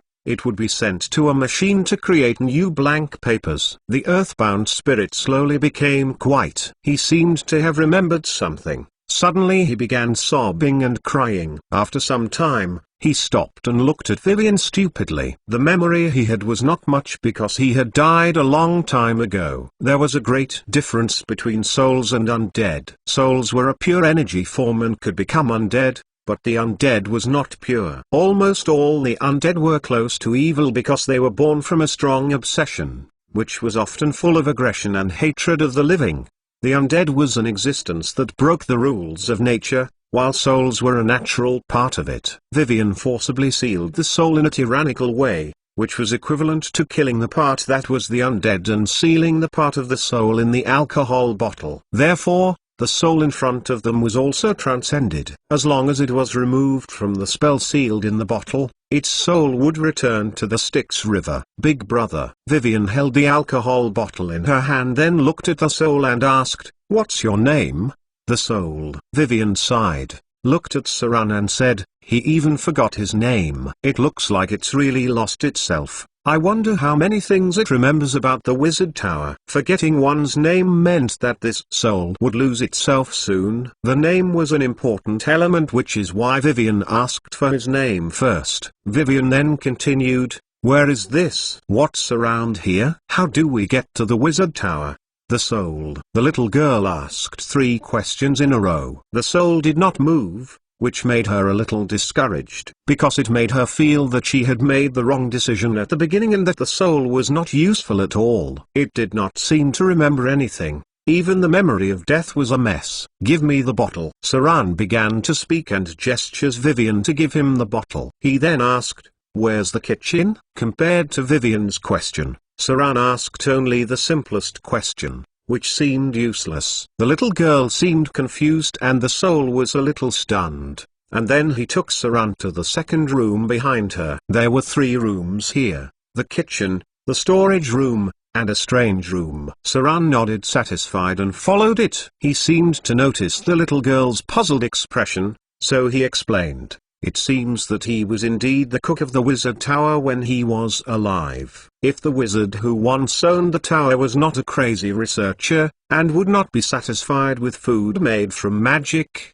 then he would surely need a cook. During the period of the Arcane Empire, they pursued luxury and enjoyment. The nearby buildings are all provided for the servants of the Arcanist. Vivian was 9 years old. Saran explained so much was in hopes he could teach her. The soul stopped in the second room. Then his expression became dull again. Saran thought of something. looked at the surroundings and said, "Prepare some food." After hearing what Saran said, there was a change in the eyes of the stupefied soul and it began to work. He didn't lift anything, he just repeated the action of making food. In the end, it was as if he had filled a pile of air with a plate. As the chef of the Wizard Tower, he did most of the things to prepare food, so it was also the easiest thing for his soul to remember. Even if it was almost forgotten, the habit of approaching instinct would still be imprinted in the soul, like the souls of guards that would stay guarding even after they forget many things. Good. Saran smiled and continued,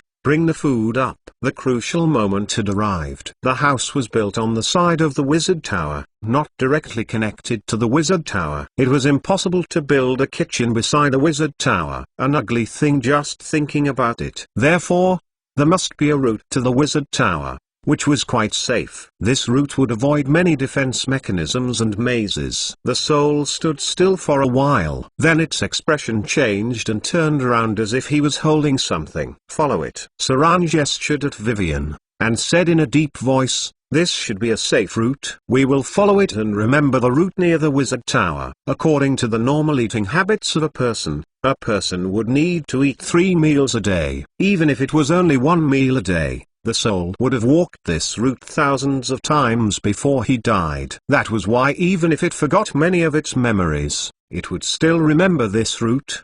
The two followed the soul closely. After walking out from the back door, it walked close to the fog. Saran and Vivian were closely behind it. When it moved, the two also moved. When it stopped, the two did not move. At the same time, Saran used his photographic memory to remember the route and the surrounding environment. Saran was also prepared to fight. However, they did not encounter a fight.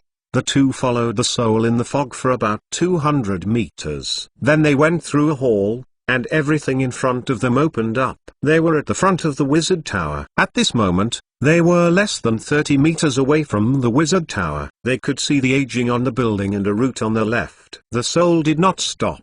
It continued to the path. Because the soul was another form, it passed through the door directly. Saran followed it closely and was about to check if the door could be opened. However, Vivian, who was behind him, pulled at him and said, "Be careful, big brother. There's something behind the door." Just as the little girl said this, with a creak, the heavy door in front of them unexpectedly opened. They saw the soul walking up the steps but still remained in place. Then they saw creatures that seemed to be constructs. They were huge diamond golems, activated at the same time when they noticed Saran's approach. Soul scan. It looked like a mechanism of the construct. Its head was golden, and it seemed to be mixed with pure gold and other substances. Its eyes were 2 golden gemstones. When it detected Saran's existence, it emitted 2 rays of light, which covered the two. At the same time, it said in a metallic voice, "No soul mark. Visitors with no permission." According to level 1 alert orders, anyone with no permission shall be treated as intruders. Tower Spirit 7 assuming command. Activate constructs. Target 1 danger level E exclamation mark. Target 2 danger level C exclamation mark. Mana armor not needed. Super arcane crystal pulse cannon charging cancelled. Activate Diamond Golem. Initiate expel or kill orders. Diamond Golem charging complete. Initiate orders. A row of complicated changes was seen. There seemed to be a little light on the top of the Wizard Tower and was like something had turned. Then there were heavy and incomparable footsteps. 2 diamond golems with a height of about 3 meters and a weight of more than 1 ton began moving. Their eyes had a great brilliance and they were approaching Saran and Vivian. Chapter 284 Diamond Golem. Chapter 284, Chapter 97 Diamond Golem. Oh no! Saran was shocked, almost immediately pulling Vivian back, and at the same time gave the alcohol bottle to her. "Bring back the ghost. Let's retreat and leave here first." Diamond golems. There were 2 of them. It seemed that the defense mechanism here was a little beyond Saran's expectations. Normally, the diamond golem, regarded as the best defense tool of the Wizard Tower, was the first to be sent out here. Diamond golems were legendary constructs, and one of the most difficult golems to deal with. Saran had remembered. Diamond Golem Puppet Golem Grade 5. Challenge Rating, Level 16 Construct. Level 21 has spell-like abilities. Highest and lowest attributes, 25 and 10 total attribute points, 90,100. Specialty, roll injury, damage reduction, magic resistance, poison gas resistance. Statistics, acid resistance 100, cold resistance 100, thunder resistance 100, fire resistance 125, smash resistance 90, pierce resistance 90, slash resistance 90, range attack resistance 90, magic resistance 100. Damage immunity, immune to normal weapons, immune +1 to rare grade weapon, immune +2 to rare grade weapon, immune to poison attack, immune to backstab. Difficulty, A++. Diamond Golem, the most difficult golem to deal with under normal circumstances, had a physical resistance of about 90 and was immune to most physical attacks below 90. At the same time, the resistance to cold, acid, thunder and fire was over 100, and it also had 100 magic resistance. In short, it meant that any elemental damage below 100 and any spell damage below 100 would not affect at all when thrown on them, completely unable to break through their defenses. This was a puppet golem close to the highest level. It could only be made in the hands of a legendary wizard, and its value was quite expensive because the core material for making them was diamond.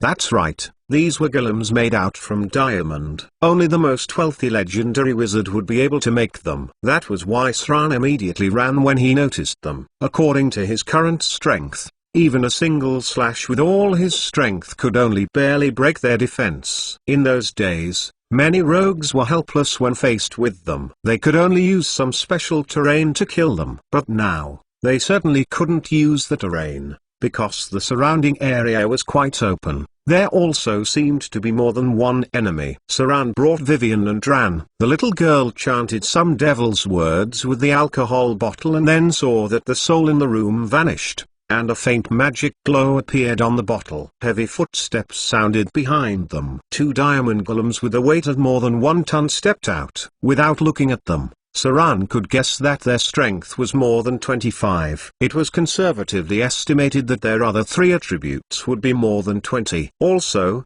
the golems were quite fast. You would be surprised to find that these things were fast. Haste. Vivian realized this too. Raising her hand, she swiftly cast a haste spell. Then she continued to cast the spell. Grease. The floor immediately becomes covered with a layer of grease. Although it doesn't have any obvious effect, it slightly affected the golem's sense of balance at the beginning. Come. Saran held Vivian up and said in a panic voice, turn ground into mud. It was unwise to go head-on with a diamond golem. With their current strength, they had little chance to win. In Gloria's wizard tower, she only made a batch of steel golems. The strength of a steel golem was not enough to lift the shoes of a diamond golem. Any diamond golem would be able to break all the steel golems made by Gloria. Going against the best golems, one could only try to be clever and not face it head-on. Let's go. The speed of the diamond golem was a little slower, because the ground under their feet suddenly became a mud pit, and their legs went down a little. But soon they climbed out. Saran had already made some distance between them. When they came in front of the fog, he suddenly stopped, closed his eyes for a moment. Then he rushed directly into it. 1 step, 2 steps, 3 steps. Saran's brain was like a high-speed supercomputer. What he saw was not only the fog, gravel, and enemies, but also pictures. The picture was the route the soul had led them through at the beginning. All these things were printed on Saran's brain like a high-speed camera. With the help of the abilities of eidetic memory, able learner and sage, it helped him form a clear path of where he needed to go. This was a very dangerous moment, even though it seemed normal, as Saran passed through the fog bit by bit. However, if he took a wrong step, it may trigger the defense mechanism of the maze, and then they would be trapped in the array. After which the 2 diamond golems in the back would catch up with them. As for whether they would be able to win in the end, and what they would face after that, these were all things Saran could not predict. Fortunately, nothing like that happened. All of Saran's temporary memories were extracted at a critical moment. Even though he just walked once, He completely remembered the route, and then successfully passed through the edge of the maze without touching any defense mechanism.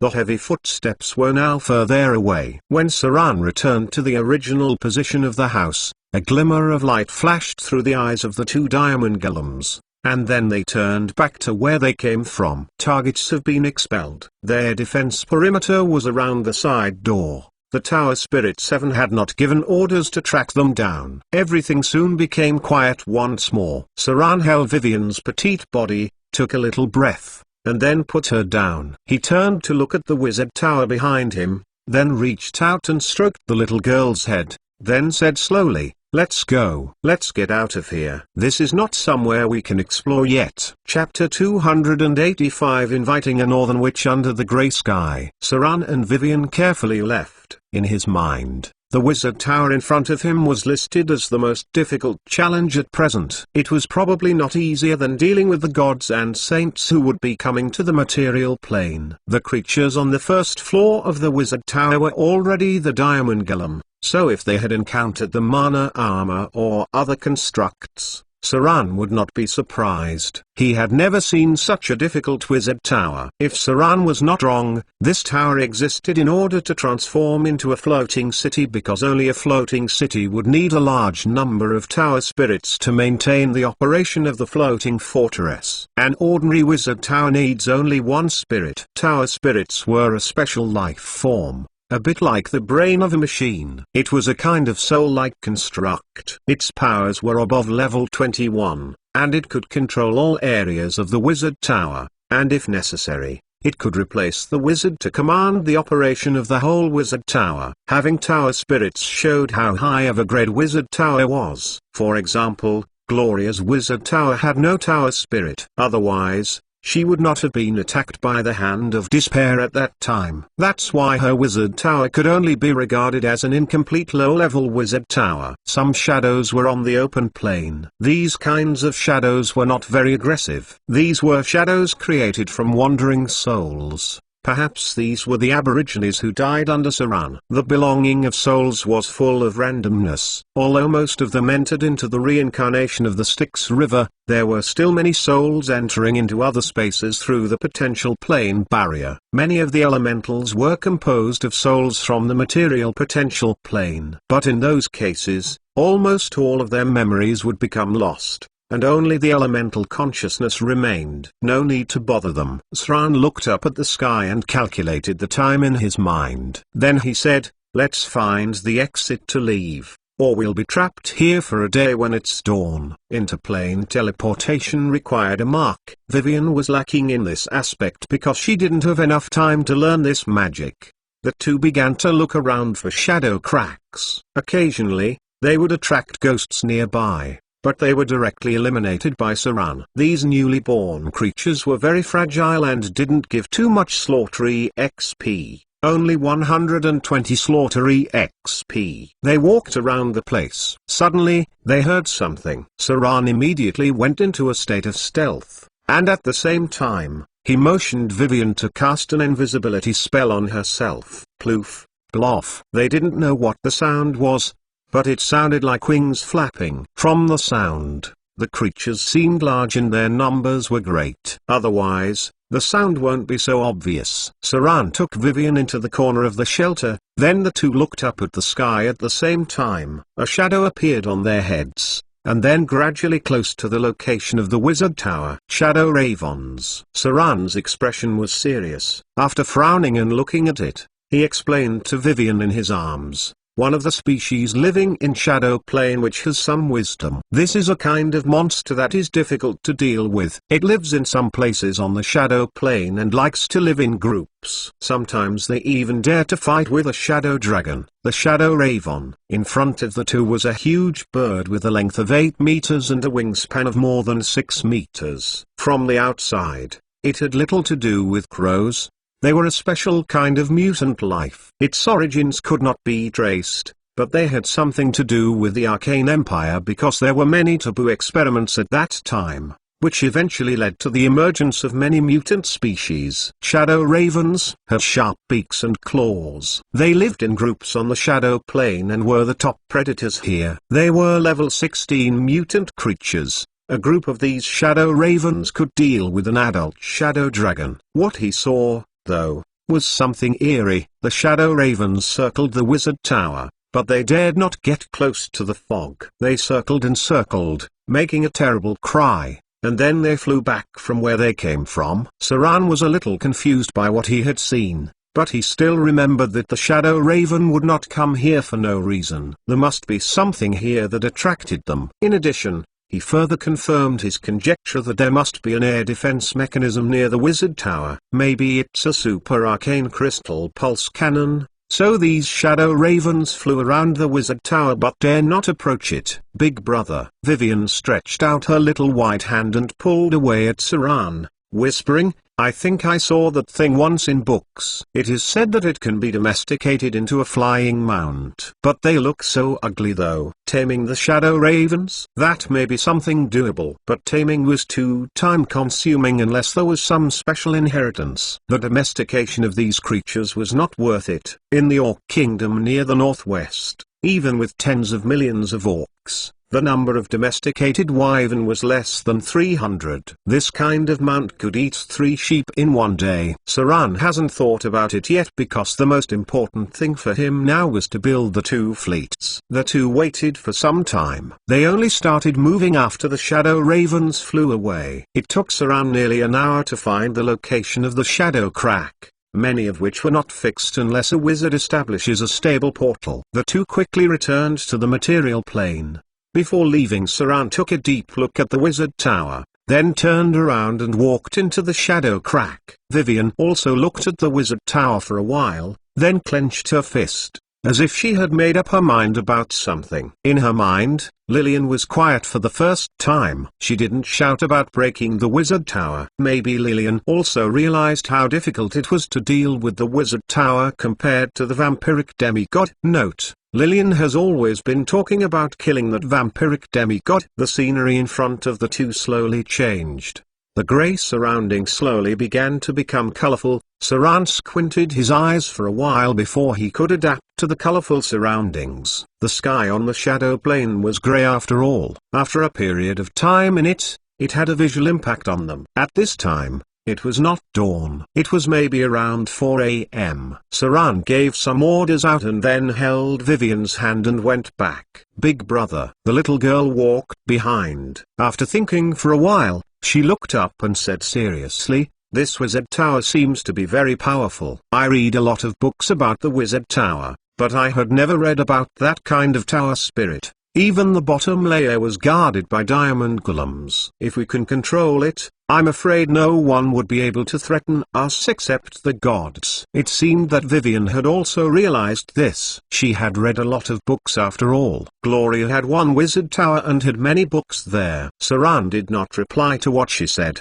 He was not sure whether this wizard tower could fight with the gods, but he was very sure that with the strength of the 2 of them, even if Vivian was a legendary wizard, the possibility of controlling the wizard tower was less than 10%. Even if they invited Gloria, their success rate was only about 10%. This wizard tower could be understood as a challenge rating 25 dungeon. Sran roughly thought about it this way. He was not a very powerful rogue, and Vivian was not a very powerful legendary sorcerer. If they were to form a group, the legendary fighter in charge of being the meat shield was nowhere to be found.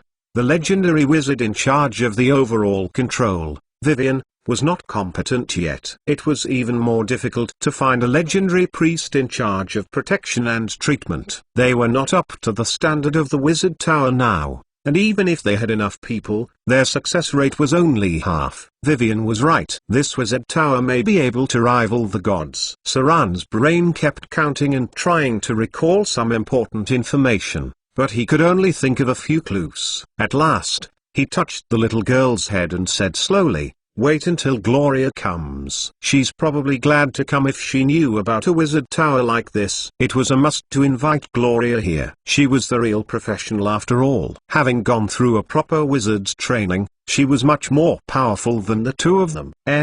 Vivian tilted her head and asked, "When is Big Brother going to fetch Sister Gloria? Could I come as well?" Saran paused for a moment, then went down and said to her, "I'm afraid not this time. I'm going to go directly by sea in 2 days. I'm going to the north from Shipwreck Bay. I need someone to sit here after I leave. Maybe you need to stay here to frighten those guys." "Vivian, can you do that for me?" The little girl was excited, then nodded her head hard and said, "Don't worry, Big Brother. They are honest and obedient with me around here." She was very happy, because she could finally help her brother like a grown-up, even though she was just 9. Chapter 286 Return of Items. Chapter 286 Chapter 99 Return of Items. Saran had his reasons for not bringing Vivian along. All the children of fear could perceive each other and could find each other when they were at a certain distance. Saran was a little worried about encountering the vampiric demigod, who was now the most powerful child of fear and was now insane. If they encountered him, they had little chance to win. From this point of view, Vivian was the safest to stay in the outer islands. After all, she was the first child of fear, which could be said to be the most wanted target of the vampiric demigod. With his base now somewhat solid, Saran naturally didn't want more drama. As long as the base was established, and the drows were controlled, he would soon be able to expand his influence. This, in turn, established a base for Vivian to fight the Dreadlord himself. Although the vampiric demigod was a step ahead of them, the two were in a better situation than the vampiric demigod. After all, the followers of the vampiric demigod were vampires. From this point of view, the vampiric demigod had a natural disadvantage. The number of vampires could never be too many since this was not allowed by other forces. A day went past quickly. When it was the second day and Saran had woken up, he heard some noise outside. Saran frowned as he walked out and saw the half-elf first mate. Some of the men he had sent out had come back, but the female red-haired pirate had not come back. The half-elf first mate brought back a lot of people. Behind them was a line of pirate minions carrying a large number of boxes, and then a group of slaves who were chained together. In addition, there was something that surprised Saran. It was a special cage. There was a very small figure in the cage who had cat ears and a cat tail. Beastfolk. Saran looked at her and asked, "A catfolk? They are almost extinct, right? Where did you guys find her?" The half-elf first mate bowed and said, "Your Excellency, when we were going back, we got some unexpected news. Then we found that the people Your Excellency needed were in the hands of another fleet, thus we robbed them." The catfolk was found accidentally inside. It seemed that she was brought from the east. "We were going to give her to the young madam as a toy, who also needs a servant girl." Saran frowned slightly when he heard this. He glanced at the catfolk next to him and looked away, then at the other pirates in front of him, mainly the slaves who had been transported. As an adventurer who had traveled to most of the world, Saran could see that the slaves had obvious Eastern features. Also from their hands, he figured they were Eastern craftsmen. Saran nodded lightly and asked, "What are the results?" The half-elf first mate hesitated for a moment, and then said in a low voice, "We captured a group of slaves, 3 large ocean ships, and items worth around 24,000 gold emeralds that could quickly be sold. We also got other valuable goods, such as porcelain, tea, silk and so on, which would be hard to sell, are all stored in the warehouse of Snake Island. The value of all the goods plus the 3 ocean ships should be about 120,000 gold emeralds." Saran's face showed a trace of surprise, and then his face became solemn. He was surprised by the loot, which was a little too great. Saran put his hands behind his back and walked slightly. He pondered for a moment, looked up and asked, "Are these Azrod's stuff?" "The Pirate King?" The half-elf first mate let out a cold sweat and answered, "Yes." "Who gave you guys this information?" Saran continued to ask. The half-elf seemed to have shivered, and his voice was a little nervous. "An Amazonian. They secretly sent someone to tell me that the craftsmen Your Excellency needed were on those ships." Saran shut his eye for a moment, then raised his hand and patted the half-elf's shoulders. He then said, "Not bad. Although you were a little reckless. But to bring back so much loot, I must give you some reward. From now on, those 3 ocean ships will be under your control. Then I will allocate some more men to you. From now on, you will be in charge of the trade between Port Tylan and the outer islands. Don't disappoint me." There was a trace of excitement on the half-elf's face. He knew he had gambled correctly. At first, he commanded 2 warships, now he had 3 more ships under his command. It could be said that his position and the number of men he had completely surpassed the red-haired female pirate. However, he hesitated for a moment, and asked, "Your Excellency, we robbed the pirate King Ashrad's cargo ship. Will they retaliate against us?" Sran gave a slight hum and said slowly, "It's possible. But when dealing with the Swamp King, Ashrad had also taken our loot from Devil Island. Sooner or later, we would need to settle this score with him. Now I only received a little interest. You had taken some of his things, so the other party may retaliate against us. Tell your men to be more alert and disciplined. When the time comes, we'll eliminate them." The half-elf first mate nodded his head in a dignified manner, and a trace of ambition and excitement appeared in his eyes. If Ashrad, the Pirate King, could be killed, the half-elf would also be powerful. He would be under one person but above millions of people. His men quickly went away. Saran then sat down and thought for a moment. Then he waved for someone and ordered something. The half-elf first mate had come back, but there was no news about Adele Isabella. It seemed that the development of struvite stones was not very smooth. This time, Saran may need to go out himself since he would be going to the north too. Maybe he could find a wizard who knew alchemy and could process struvite stones into high-quality fertilizer. On another note, since his men robbed the cargo ship of the pirate King Ashrad, he probably would do something about it. However, to deal with his men would surely alert the Sea Temple. That was why Saran thought that Ashrad would probably send someone to assassinate him. He must make preparations now. No one probably thought that Saran would be preparing in advance because his men had robbed Ashrad. Chapter 287 Chapter 100 Orderly Chapter 287, Chapter 100 Orderly. After the half-elf first mate came back, he also brought back a lot more men. Saran went out to check the goods they had brought back. Then he ordered his men to supervise the slave work. After dealing with these things, he went back to the room and sat down. Saran closed his eyes for a moment and began to write and draw with a quill pen. As a rogue, his fingers were quite stable. Even if he didn't use any tools in drawing, the straight lines he drew were the same as the tools he used. About 30 minutes later, Saran finished the first drawing, and at a glance, it was a building plan. The drawing had a simple structure of the whole camp, as well as various internal and external layouts. Furthermore, the drawing included a sewer ditch, building a master plan, different measurements, fence, sentry towers and so on. After drawing all these, Saran began to write other parts, which were the arrangement and precautions of some buildings. Among them, the strict requirements, such as sewer, toilet distribution, and sanitation treatment, as well as the division and construction of roads, etc. He wrote them all in detail. It was easy to accumulate water in the rainy season in the outer islands. If the town were built according to his requirements, and there were proper sewer systems, then there would be no flooding. Sewers were something very simple, mainly needed to spread it out reasonably, and digging them to the correct depth. The Romans put a lot of focus on it. But there were still some cities in the world which don't pay attention to it. That was why many cities were filthy,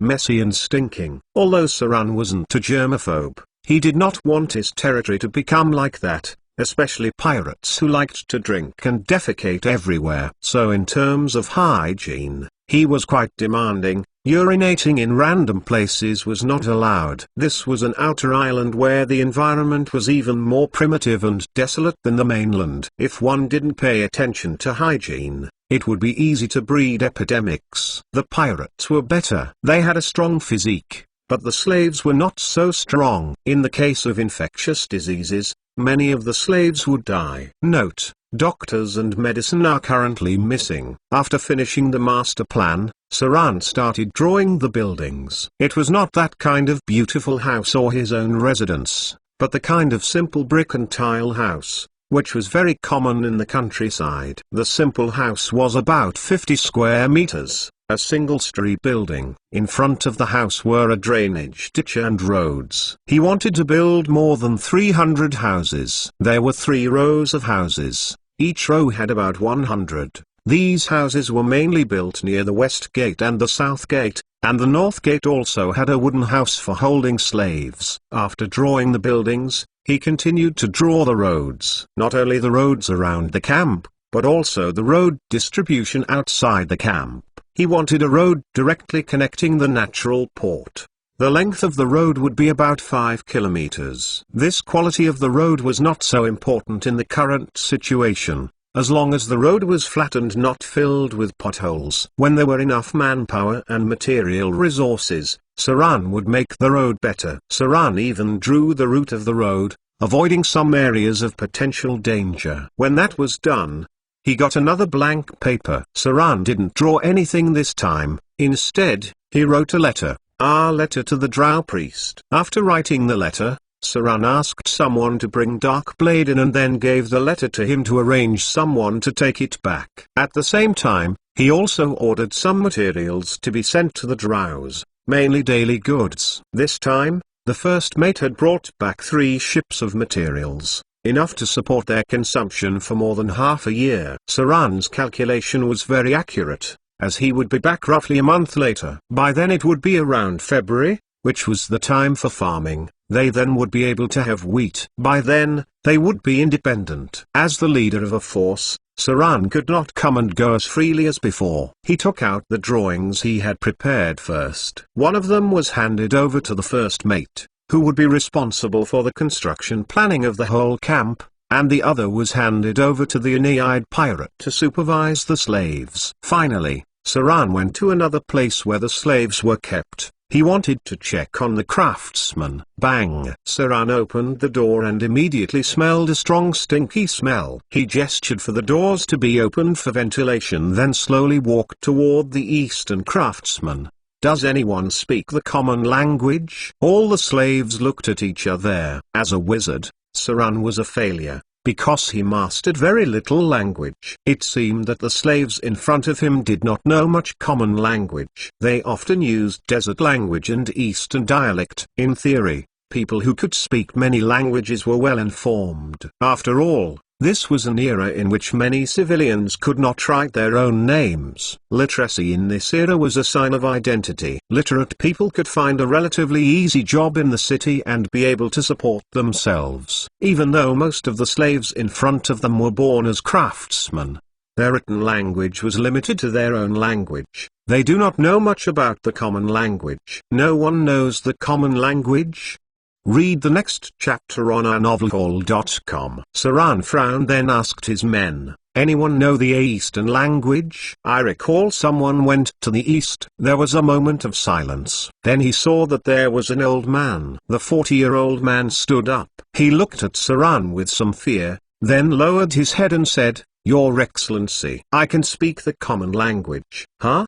Saran glanced at him, then said, Good. You are their foreman from today on. According to the custom of the mainland, you would become my property. But I am a very generous and kind person. As long as you work hard for me, I will give you corresponding freedom. From now on, I'll ask my men to build a kiln for you people. Your job would be to make bricks.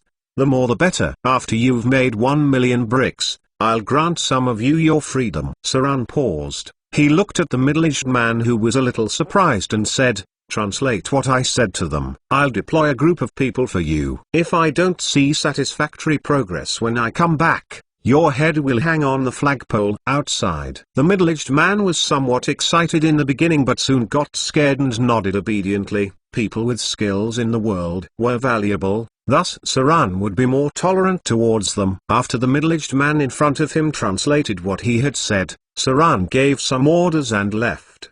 The slaves were swiftly mobilized, and a group of capable pirates was in charge of overseeing them. Maybe because Saran was very orderly, his subordinates gradually became strict too. Although there was not much discipline, they were much better than before. After Saran had delegated work, he went to see the captured Aborigines. During this period, more than 30 had died. not because of them escaping, but because of the way the drows controlled slaves. This was a very complicated process, involving punishment, psychological suggestion, enslavement control and so on. There were some things that were not suitable to be talked about, but the general effect was still obvious. A day passed quickly. Saran gave many orders and made many arrangements on this day. Anyone who saw the plans, even the pirate leader, could feel that Saran was not just building an outer island base. But they didn't have any dissatisfaction. On the contrary, they seemed a little excited. After all, not everyone likes the vagrant life of pirates. They too wanted a foundation and a guarantee that they could at least leave something to their children. Even those who were alone would want to settle down sooner or later. Recently, there had been discussion in the camp that Saran's arrangement was to build up the outer islands. If Saran could really open up and develop here, then the pirates may even get some land after they retire. In this way, even if they were old and weak in the future, they would have a basic business to support themselves, and maybe they could even be small landlords. Many pirates were forced to enter this life. Although there were many vicious and bloodthirsty pirates among them, there were also many who want to live a stable life. Saran was subtly changing everything. Maybe it didn't seem very impressive, but it was orderly and logical. Maybe someday the world would be shocked by it. Great new power was growing. Chapter 288 Chapter 101 Catgirl Chapter 288 Chapter 101 Catgirl. On the second day, Saran was ready to leave the camp and go north to invite Gloria. At present, the Northern Witch was the only high-grade spellcaster who he had a good relationship with. Furthermore, their relationship was somewhat unclear. No one could tell when it happened, maybe when they encountered the worshippers of the god of hunting, or slowly over time. But one thing was for sure, Gloria, the Witch of the North, thought highly of Saran. Saran was a very cold person. Vivian was a little reluctant for Saran to leave. She was a child after all. However, once she discovered her new toy, she became happy again. It was a lovely cat girl. She was only 7 years old this year and only 2 years younger than Vivian. But because of her race, she looked about the same size as Vivian. This little cat girl was Vivian's maid. Although she couldn't do anything now, the little girl still thought that she could train her into a first-class maid. It was funny though. It was true for anyone. Even when Saran was near,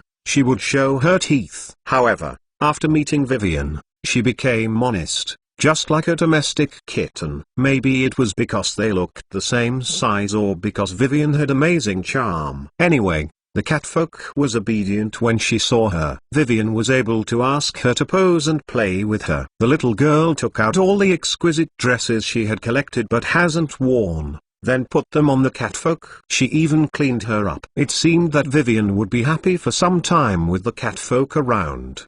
But to Saran's frustration, he thought that after Vivian domesticated the wild catfolk, he could see how she was different from ordinary people. But to his surprise, when he got close to the little catfolk, she immediately showed her teeth and guard. Indeed, people were treated differently depending on their charm. No wonder so many people chose to be the sorcerer as their core profession. Vivian now had a new playmate. Although she was not a normal human, a beast folk, Saran was still happy about it. After all, the little girl was lonely sometimes. Saran had little time to be with her previously. Now there were countless things, as well as the coming Avatar crisis. Saran would not have the free time to be with her. So it made sense to have a catfolk who was the same age to accompany her. Indeed, Vivian was happy now because she had a playmate. Although she was a catfolk, the little girl still named her Lulu.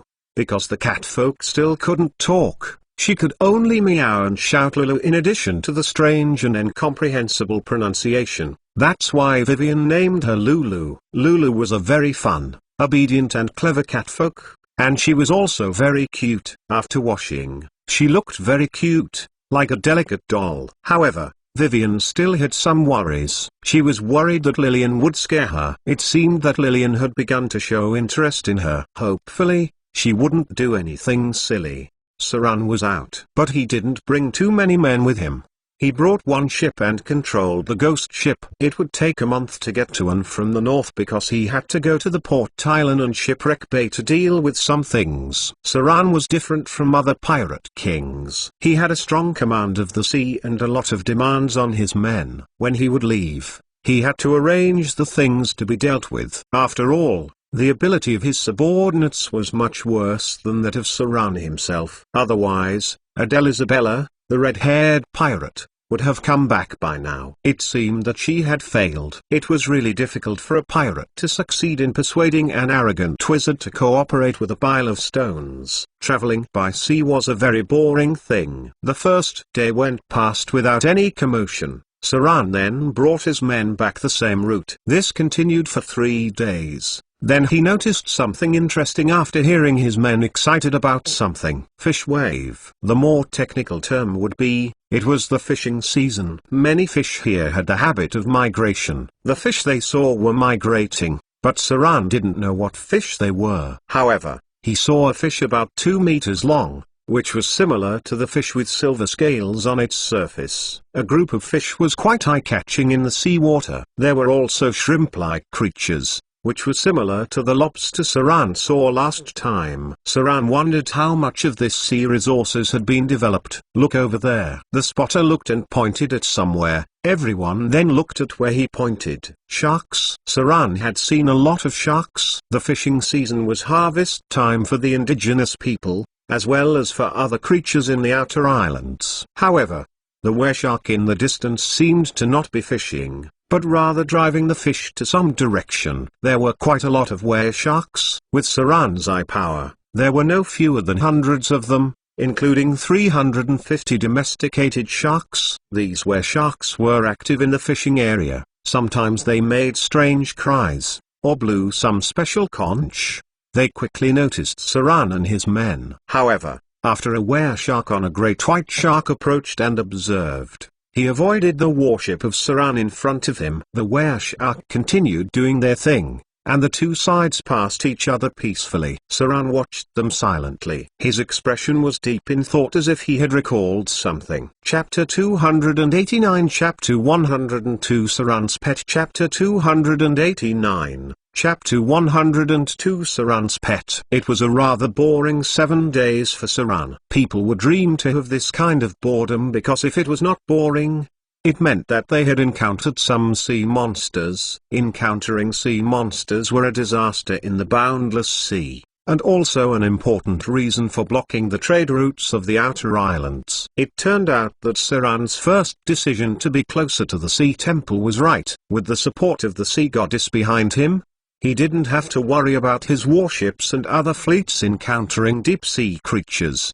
The only regret was that he had not yet been able to make effective contact with the were-sharks and Naga Siren tribe. So, there was no talk of deep-sea trading. If the trade of the outer islands was enough to make someone take risks, then deep-sea trading was enough to make someone change their faith. Too bad deep-sea creatures were very repulsive of land creatures. Their 7-day trip passed quickly. Saran encountered a storm on the 5th day, but it was not serious enough to affect their course. Around the morning of the 7th day, Saran returned to the South Sea, but his first stop was not Port Island but Snake Island. Snake Island was used as a storage base, with about 200 pirates stationed long-term. These pirates were pretty weak and Elido was responsible for the security here. The real elite had been brought to the outer islands by Saran. But this did not mean that the defenses on Snake Island were little. On the contrary, its defenses were better than any other island. That was because there was a large mutant tiger shark here. Saran first used the blessing of the sea goddess to dominate the giant tiger shark.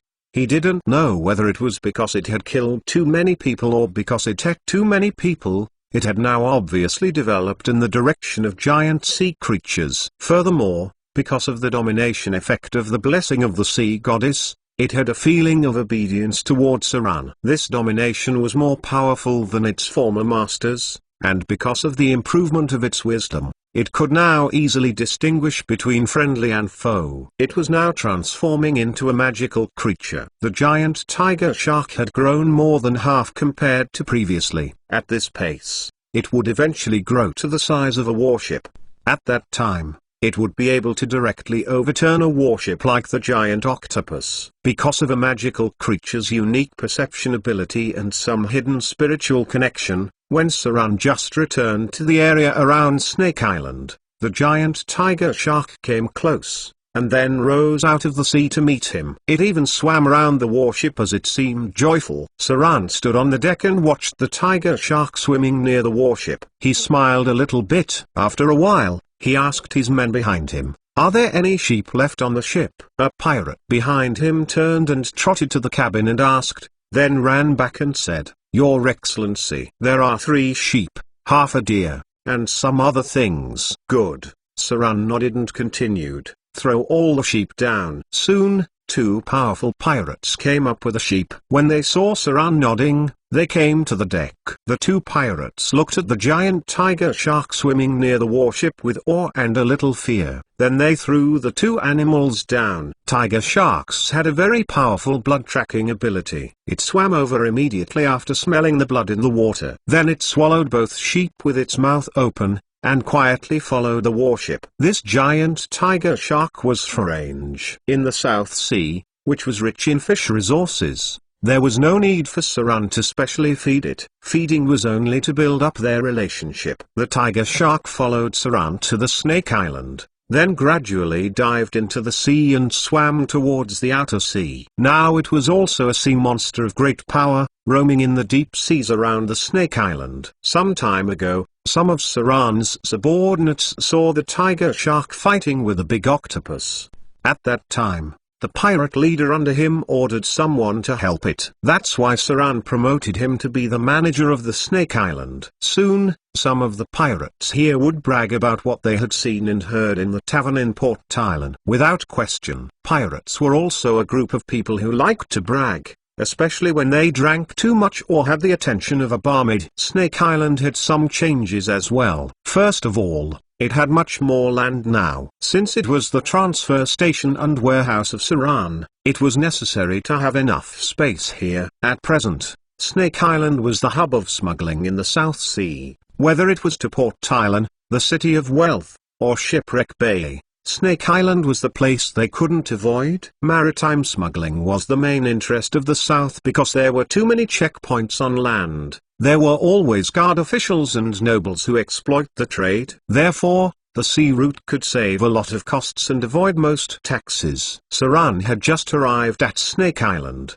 and immediately a pirate leader in charge came to meet him. Saran didn't remember the name of this man at all, but he clearly remembered his physical characteristics, because the pirate leader only had one ear. Snake Island had had constructions several times now. There were now open roads on both sides, leading directly to the camp. Some of the snakes had been cleared. Now the poisonous snakes mainly inhabit the south of the island. Saran looked at the pirate leader and ordered, "Bring me to the warehouse." The pirate leader immediately nodded and replied, "Yes, Your Excellency. Please follow me." A group of people quickly walked toward the warehouse. In front of them, a pirate guard opened the door of the warehouse. Then, they saw that it was full of things, all kinds of goods. It was easy for pirates to hoard goods because not all the goods they plundered could be sold out. Only the good things could be sold by black market merchants. The other goods may be overstocked for a period of time. Chapter 290 Assassination 1 Chapter 290, Chapter 103 Assassination 1 Where are the stuff from the east? Saran turned to ask someone, then someone immediately led him to it. Soon they saw a pile of carefully placed goods. Without even looking, they knew they were filled with porcelain. On the mainland, exquisite porcelain was sometimes more popular with nobles than silver. At the same time, because porcelain was easy to break and accidents happened during transportation, the price of exquisite porcelain was always high. Although there were some ceramic crafts on the mainland, only the porcelain from the east was the best, and only the authentic Eastern porcelain could sell at a high price. Why had so many broken? Saran glanced at the stuff, frowned and asked, "The ones here are basically broken." Hearing Saran's words, the pirate leader in the back immediately broke out in a cold sweat and said, "The idiots below accidentally fell when they were transporting the goods. I have hung them up and whipped them for 20 times. If you are not satisfied, I will punish them later. Forget it. Saran waved his hands and said, since you've already punished them, then forget it. He looked at the porcelain in front of him, then turned to the box with spices, tea, and silk beside him. All the goods from the east were valuable. He came here not only to sell them but also to bring some gifts to Gloria. In the past, she helped Saran and Vivian a lot. Before, Saran was unable to thank her. Now that he was one of the pirate kings on the south coast, how could he visit her empty-handed? The other gifts may not be useful, but spices, tea, and silk from the east were useful for her. Witches liked spices and tea very much. Many of these things helped concentration and meditation, which were helpful for witches to learn and understand magic. As for silk, silk was something most women could not refuse. Bring all these along, bring them on the ship. Saran scanned through everything, then picked out the best and asked his men to bring it along. This batch of goods was quite high grade. Saran opened 2 boxes and looked through them. Then he found a mermaid-like mark in the corner of the box. Of course, it was not a mermaid. It looks more like an eastern human fish. These things were called a human fish in the east, which was different from the mermaid in the west. This kind of mark represented a very powerful force in the Eastern world. They controlled nearly 60% of the trade in the Eastern world. Most of the goods transported from the land through the desert or from the sea route were purchased from the cities under their control. This organization was rather eerie. Saran had come into contact with them previously and there were many capable people in the organization. Besides, these people were not afraid or hated the drows at all. They were also the very few who would directly trade with the underground drow, even though the trade was relatively hidden and infrequent. Saran quickly picked out some good stuff. He didn't spend much time on Snake Island. After preparing a gift for Gloria, Saran took his men to Port Tylan. Now that he had come back, he had to go see the Naga Siren priest out of courtesy. Otherwise, she would be dissatisfied. That was how it was. If he didn't go see her, she may think that Saran was arrogant. After all, she was the chief priest of the south coast. In Port Tylan and the cities near the land, the influence of the Naga Siren priest was still very strong. Saran still needed the power of the sea temple. It didn't take much time to get to Port Tylan. In the afternoon, Saran arrived at Port Tylan with his men. The approach of the warship didn't disturb many people, but when some leaders of the Chamber of Commerce heard of Saran's return, they were already prepared to go greet him. As soon as Saran arrived at Port Tylan, he ordered his men to send his gift to the Sea Temple. He was ready to stay here for one night and then set out for Shipwreck Bay tomorrow. Even though Saran initially forced the Naga Siren priest to bow down, now that things had passed, he still needed to ease the relationship if he had the chance. If Saran wanted to stand firm on the south coast, he would have to be good to the sea goddess. As long as he was close to the sea goddess, she would help him if there were threats to him. Of course, being on the good side of a goddess was not enough. Saran still had to be strong and powerful. While the pirate who was bringing the gift had just left, the leaders of the Chamber of Commerce came to give their gifts to Saran. These guys had a lot of ears and eyes and the pirate's mouth was leaky, so the merchants knew that Saran was coming back. Saran knew what they wanted: a share of the black market trade and safe passage to the outer islands. All these things were of course off limits. He could support so many people because he had complete control of the smuggling channels. The profits were quite amazing. With all his men eating and drinking away, it was not easy to sustain his 2,000 men. It was not enough to feed these people and horses just by collecting some protection fees. As for the outer island sea trade, Saran couldn't share it with them. In the future, it would be a gold mine. Saran, with a smile on his face, dealt with people from all walks of life. He accepted all the gifts but didn't give any answers to any questions regarding the business routes of the outer islands, or the smuggling trade and so on. His attitude made many people feel helpless. Many could only leave their gifts and return. A few hours went past. When Saran had dealt with the heads of the Chamber of Commerce, suddenly a strange figure appeared behind him. and a cold light flashed behind him. A strange, short knife pierced his back and hit Saran's heart directly. Fresh blood shot out. Saran's figure immediately stiffened. He had a painful expression. The short knife had hit his heart. Chapter 291 Assassination 2. No one knew when the assassin appeared. Even Saran didn't notice the enemy. The enemy was more capable than Saran estimated. Until the moment the enemy stabbed him, Saran then only realized that someone had attacked him.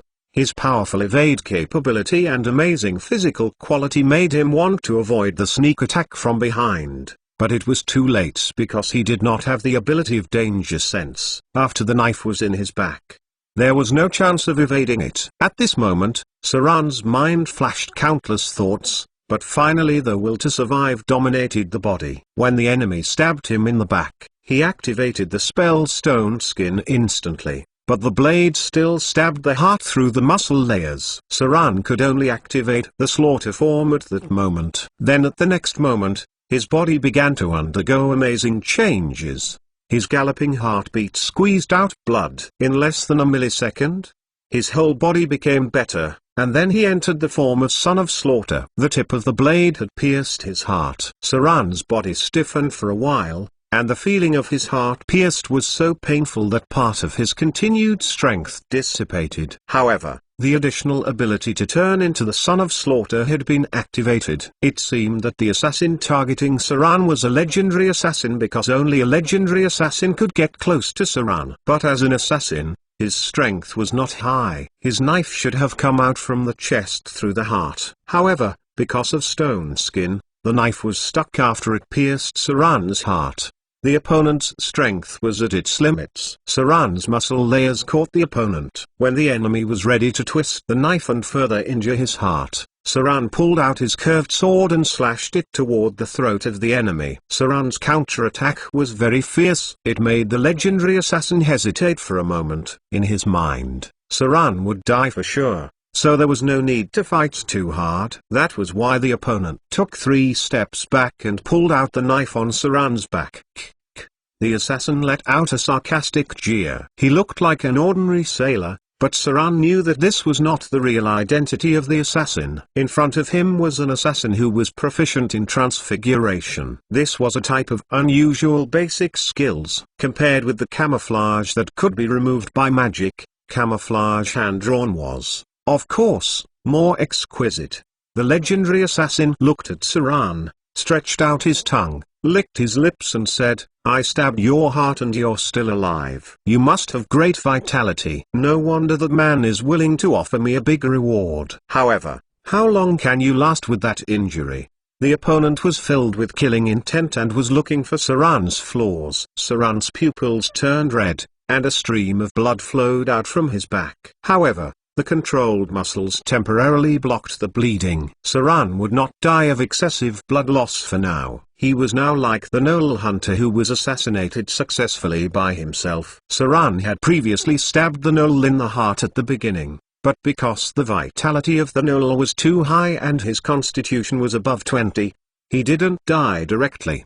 The Gnoll only died because of blood loss. A row of blood-red words appeared. Attacked. You've been stabbed in the back. You've received 126 pierce damage. You've received 21 shadow damage. Your heart has been damaged. Test of death activated. You've passed the test of death. You've entered a state of severe injury. You're losing a lot of blood. Your remaining life force will be depleted soon.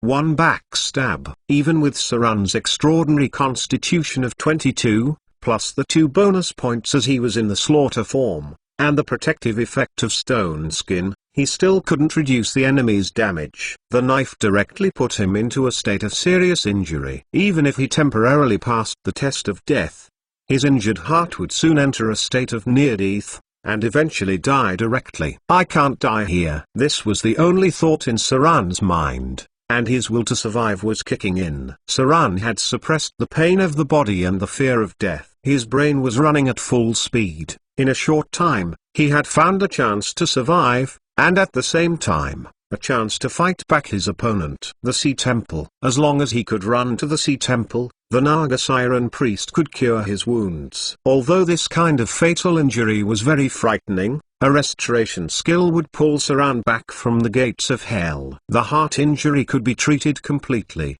and the bleeding would become nothing. As long as Saran ran to the Sea Temple, he would not die even if his heart was destroyed, because greater restoration could regenerate the heart. The Naga Siren priest would never allow him to die since both sides were on the same front. If Saran were to die here, the Naga Siren priest would end up alone and in danger. Escape. I must escape. Only a high-grade priest could treat his wounds. But where was the chance to escape? How could the enemy allow Saran to escape? The chance of him running away was quite low. Furthermore, the Sea Temple was quite far away. Fear. Instant cast. Conjure Shadow. Evade sight. Shadow jump. Saran launched several abilities in a brief moment. First the spell Fear, which was brought about by his weak divinity, conjuring shadows, and then his whole person went into the shadow. But this time Saran wasn't going to fight back. Instead, he was going to run from the enemy's attack. His figure appeared from a shadow in the distance, and then he immediately drank a bottle of an expensive healing potion as he escaped towards the direction of the Sea Temple. The high-grade healing potion which the Naga Siren priest had given him, would allow him to live longer. Chapter 292 Assassination 3 Running. A cold light appeared in the eyes of the legendary assassin, and his figure suddenly jumped into the shadow. However, he did not enter the stealth state, but his body directly integrated into the shadow, then disappeared at the next moment. He then appeared 30 meters away. This strange assassin appeared in the shadow, but he did not stay for too long and disappeared again. Soon he appeared close to Saran. Shadow Leap. This was a special ability that a legendary rogue could master. It was similar to the Shadow Jump but did not require the user to be in sneak. As long as the user was in the shadow, the legendary rogue could jump across space, and the effect was similar to the wizard's teleportation blink spell. This special ability was a supernatural ability. It had a certain teleportation distance, but the number of times it could be used was limited. In general, a legendary rogue could perform Shadow Leap up to 100 meters per day. This was a spell similar to the space jumping blink spell, jumping 10 meters every time, and could be used 10 times. Furthermore, the user need not be in sneak. They only needed their bodies to be in a shadow. Saran's men only responded now, but they were useless in this legendary level battle. When they were ready to rush to help Saran, both men had already used supernatural forces to rush hundreds of meters away. Saran's injury had become very serious. The intense moving had accelerated his blood loss. Even with his strong ability to regenerate, he could not heal his heart, which would be deadly. At the moment, a stream of blood gushed from his back, which almost dyed his whole back red. The enemy was getting close. Maybe because of the approaching of death, Saran's perception was also exerted to the limit. He could feel that the enemy was more than 10 meters behind him, and was still catching up with him bit by bit. There also seemed to be some legendary item in the enemy's hands, as he was able to cast spells like Grease Feet and Haste. In this case, Saran's chances of escape were quite low, so he decided in a moment and rushed directly to a place with many people. Plop, flop. After Saran's figure appeared, the crowd became scared, and then there was a tumbling of people. The carriage in the middle of the road suddenly seemed to go crazy.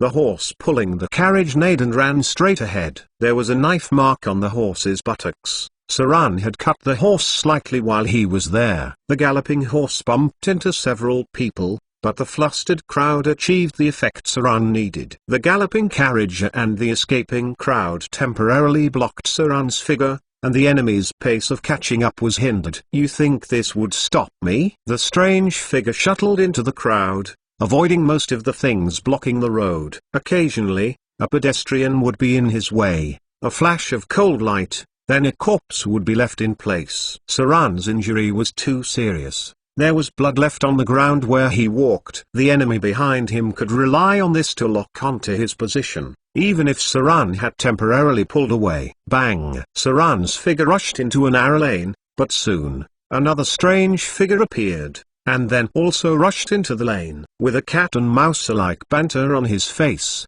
the enemy seemed to enjoy Saran's dying struggle at the moment, because he had decided that Saran could not escape his palm. However, when the enemy rushed into the alley, what he saw was not Saran's back, but a pair of eyes full of determination to fight back. Swoosh! Just as the enemy chased Saran into the alley, suddenly a glimmer of light appeared, and the enemy became stiff. Darts +3. A steel needle, which was almost hard to catch by the naked eye, flew out. Before the legendary assassin reacted, he was shot on the spot by Saran. The legendary assassin just felt a slight stabbing pain in his body, and then he didn't feel anything. Even though he knew that he had been played by the other side, he didn't pay any attention to it. He was still ready to kill Saran, who was in front of him. In his opinion, a steel needle was not deadly. However, when he walked out a few steps, he began to feel something wrong. His speed slowed down, and his body was quite stiff when moving. He almost fell to the ground. Damn it. The legendary assassin's face showed a trace of despair and panic because he found his body more and more rigid. What the hell is this? How can it be so powerful? Exclaimed the assassin. Got him. Saran immediately went back, had his sword out and slashed toward the enemy. As a previous legendary rogue, Saran knew the weakness of the rogue class all too well. Although the rogue had all kinds of supernatural means and special skills, they had not many terrifying spells like the wizard, and they were not as strong as the fighter. Even if Saran had a constitution of 22, it was still hard to compete with a fighter of the same rank in toughness. That was why he knew that the enemy would not be able to resist the +3 darts, since the enemy only had less than half the chance to resist the attack. They were now the same. Living or dying would depend on one's constitution. In those days, when many quasi-legendary and legendary figures were exploring the outer islands, they all died when their boats capsized or when they were hit by poisonous darts. From the beginning, Saran's bet was to see if he could kill the enemy with his poisonous darts. Bluff. The legendary assassin in front of Saran was suddenly stiff and almost fell to the ground. Such an opportunity was impossible for Saran to miss. That was why when he saw the enemy in front had lost his balance, he immediately slashed toward the enemy. Sword form beheading. Fresh blood shot out, and the head of the assassin dropped to the ground. Saran let out a breath of relief. He stumbled slightly as if he could not stand properly. Chapter 293. Chapter 106. Sorry, he did not bother about the corpse on the ground. Saran walked unsteadily out of the alley, not looking at the potential legendary trophies on the corpse. His vision was blurry and everything he saw seemed to be shaking. There seemed to be some data flashing in front of him, but due to the excessive blood loss, his consciousness was somewhat unclear. Saran's breathing became more and more difficult, and the strength in his body was gradually losing. If there was not a strong will to survive, he would have fallen. A row of data appeared. Your health points are below 90%. You're close to death, and would die in 30 seconds if bleeding continues. You've gained some data of the ability will to survive. What Saran saw became more and more blurry. His life force was gradually passing, but he was not willing to die like this. He could not die, nor would he allow himself to die in the hands of such an enemy. How many gods came into the world during the Avatar crisis? He had so many life and death experiences. He had even battled with gods twice. Thus how would he allow himself to be killed by a mere legendary assassin? The injuries to his heart were taking away his life force. Even with his minor divinity, he could not slow down this injury. That was because this type of injury was deadly even to a high-grade demon. Unless his divinity could overcome his flesh, the flesh was still fatal. Saran's life force was close to the edge of death. His strength was getting weaker and weaker. He got more and more tired, collapsing at any moment. But he was still slowly moving forward. His experience, walking barefoot for thousands of miles to train his will, his concern for Vivian, kept him walking forward. Then out of nowhere, he heard someone. Saran suddenly opened his eyes, his pupils bleeding red. In front of him was a woman. Saran couldn't see her clearly, but he could feel the worry of the woman. This woman seemed to be an Amazon female warrior. She was very alert and was ready to pull out her weapon. However, Saran suddenly sped up his steps and rushed toward her, as if using his last strength. Saran, after squeezing all his potential, said "I'm sorry" softly, then touched the Amazon woman with his finger. Vampiric touch. With Saran's fingers touched her body, a vigorous life force was transferred from the Amazon woman's body to Saran's body. The wound on his back seemed to have healed a lot.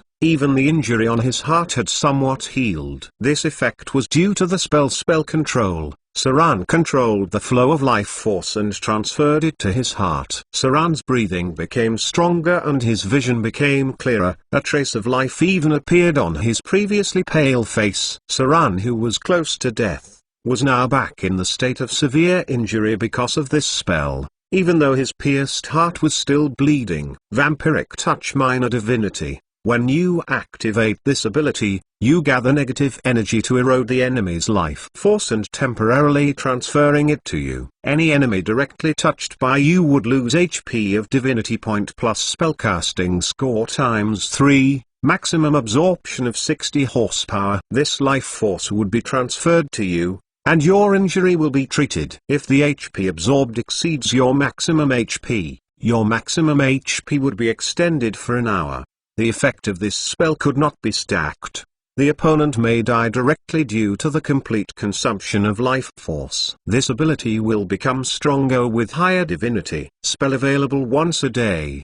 Floff. A cold corpse fell to the ground. With the healing of some of the injuries on Saran, the Amazon woman in front of him became weaker and weaker. Soon, her whole face seemed to lose luster, her skin became pale and dim, and finally, she stopped breathing completely. Vampiric touch. A necromancer spell and also one of the spells a wizard could use to heal themselves. Using his current divinity to cast this spell could almost achieve the maximum effect, while the Amazon woman in front of him did not seem to have more than 60 horsepower. That was why she died. Saran said sorry before he touched her because he knew that she would not survive after having her life force taken away. But he did not regret it. This also seemed to be the first time he killed someone innocent for his survival. There was no time for him to think so much. Saran's heart injuries had not fully healed. As long as it was not healed, his life force would continue to drain. Saran did not look at the fallen body on the ground and quickly rushed toward the direction of the sea temple. There's still time. After using vampiric touch, Saran had gained some precious time. I must not die. I must not die. Not here. There was only one thought left in Saran's mind.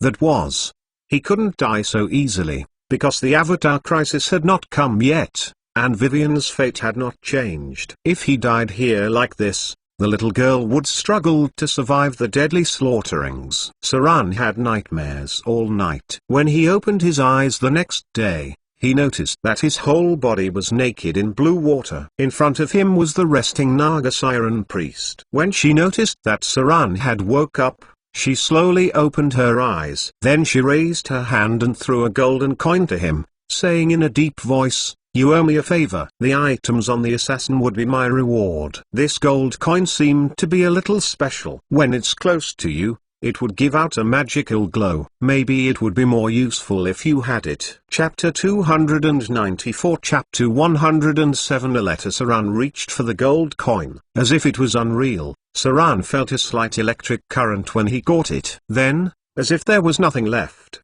the gold coin in his hands became almost the same as other gold D-roll. Saran stood up in the blue pool. He looked at his naked body, then reached out and stroked his back. He could feel the new muscles on his back. Without the numerous guilds during the early days, it was hard to train a high-grade priest now. On the whole south coast, Saran only knew of one high-grade priest, and that was the Naga Siren priest. He didn't know what to do during the Avatar crisis. It was terrible not to have a high-grade priest to treat casualties. If it was in the past, he would not have been like this.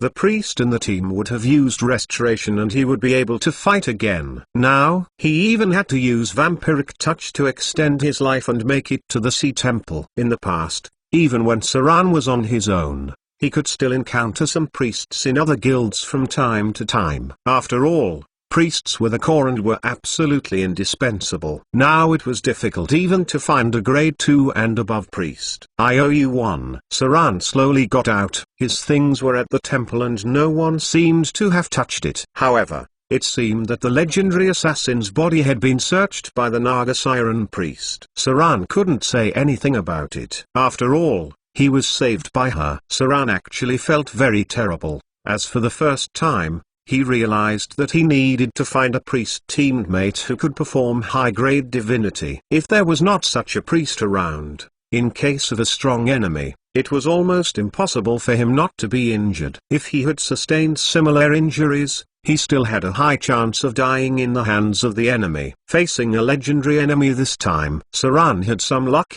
relying on the darts which were very hard to resist. Previously, Saran also capsized a boat and got the opportunity to kill a legendary figure. It could be said that without the +3 dart, Saran's chances of survival today would be extremely low. These were the cons of multi-professioning. Even though Saran had 10 levels in Rogue, he did not notice the enemy at all. This was the difference between a pure profession and someone that had multi-professioned. A multi-professioned person had no obvious shortcomings, but it could not develop to the limit in a certain field. Saran's rogue profession level was only half that of the opponent. His wizard profession had not fully developed. That was why he was in such a passive position this time. Saran put on his clothes and bowed to the Naga Siren priest before leaving the hall of the Sea Temple. After Saran had left, another figure appeared in the hall. A strange sea creature. Your Excellency. The sea creature looked out of the hall and said in a hoarse voice,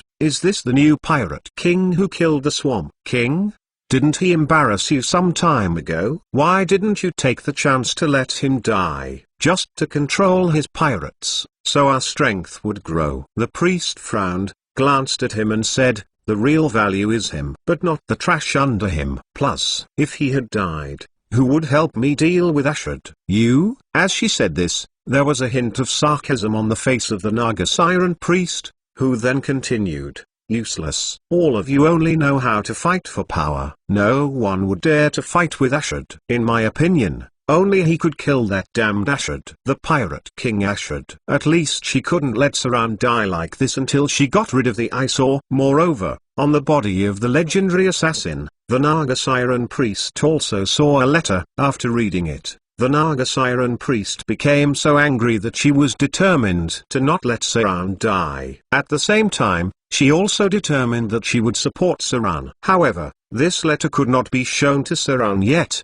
since it was something very useful. When preparing to kill Ashad in the future, the Naga Siren priest believed that as long as the letter was shown to Saran, he would not stop until he killed Ashad. Saran left the Sea Temple. Getting so close to death made him feel even more urgent. He also realized how weak he was. As time went on, the chances of legendary professions appearing would be much higher. Now that someone had sent an assassin to kill Saran, would he encounter another legendary figure soon? Saran felt that there were too many things to do, but there was not enough time. It seemed that after dealing with the recent affairs and laying the foundation of the Outer Islands, it was necessary for him to go to the Underdark. This was somewhere Saran was most familiar with. It was probably the easiest place in the material plane to level up to legendary. It was necessary to meet with those drows. It was only in the dangerous Underdark that Saran could kill so many creatures and gain a lot of slaughter EXP to become a legendary figure. Only after arriving at his warship did he have time to check the data and information. Killing the legendary assassin brought him more than 27,000 slaughter EXP. As expected, the enemy was worth a legendary figure. The slaughter EXP given by him was far higher than that of other enemies. Saran was 5,000 slaughter EXP short from another level. Basically, killing a legendary creature could give a person 10 or 2,000 slaughter EXP in the whole material plane. If we were to say where legendary creatures were the most concentrated, then the Underdark would be the top, because there were beholders, mind flayer, drow masters and all kinds of dangerous creatures. Saran's knowledge of the Underdark made it a little easier to deal with these creatures than with the legendary figures. The warship quickly began sail. Although Saran had just walked between life and death, he still calmly made his way to Shipwreck Bay. as if yesterday's assassination had not happened at all. As for his tumultuous heart, only he would know. Chapter 295 Lucky Gold Coin Frost Kingdom,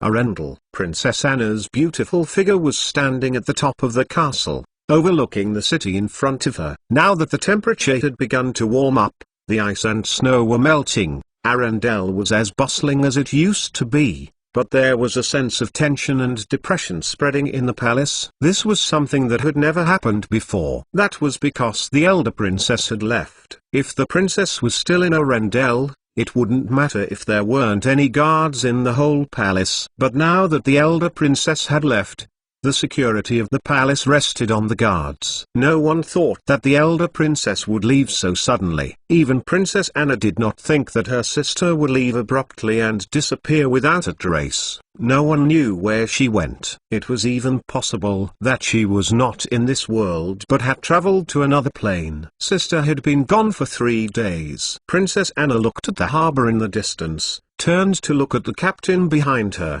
and said softly, "I don't know where my sister has gone." Why would she go in such a hurry? The captain behind did not answer, but whispered, "It must have been something important. Your Highness need not worry too much. After all, few people in the world can threaten Her Majesty." Princess Anna nodded and said, "I know. I just miss my sister. I used to think that he was the one I missed the most, but after my sister left, I found that the one I cared most about was my sister. With her, I feel very relaxed. No matter what I do wrong, my sister will help me deal with it." But now that she had left all of a sudden, all the tasks now rest on me. I am worried if I do something wrong and making a mess of Arendelle. The captain looked at her and said, "You've always done well, Your Highness." Just as she said that, there was a sudden rush of footsteps outside. A gasping voice then said, "Your Highness." The pirates in Iceland seemed to have some movement. Also, the fleets of the South Islands seemed to be up to no good. They seemed to be forming an alliance and pushing our naval territory. Partang. As if something had fallen to the ground and broke. Then there was a rush of footsteps, and soon several generals in full armor entered the palace. About a quarter of an hour later, the court wizards of Arendelle also gathered.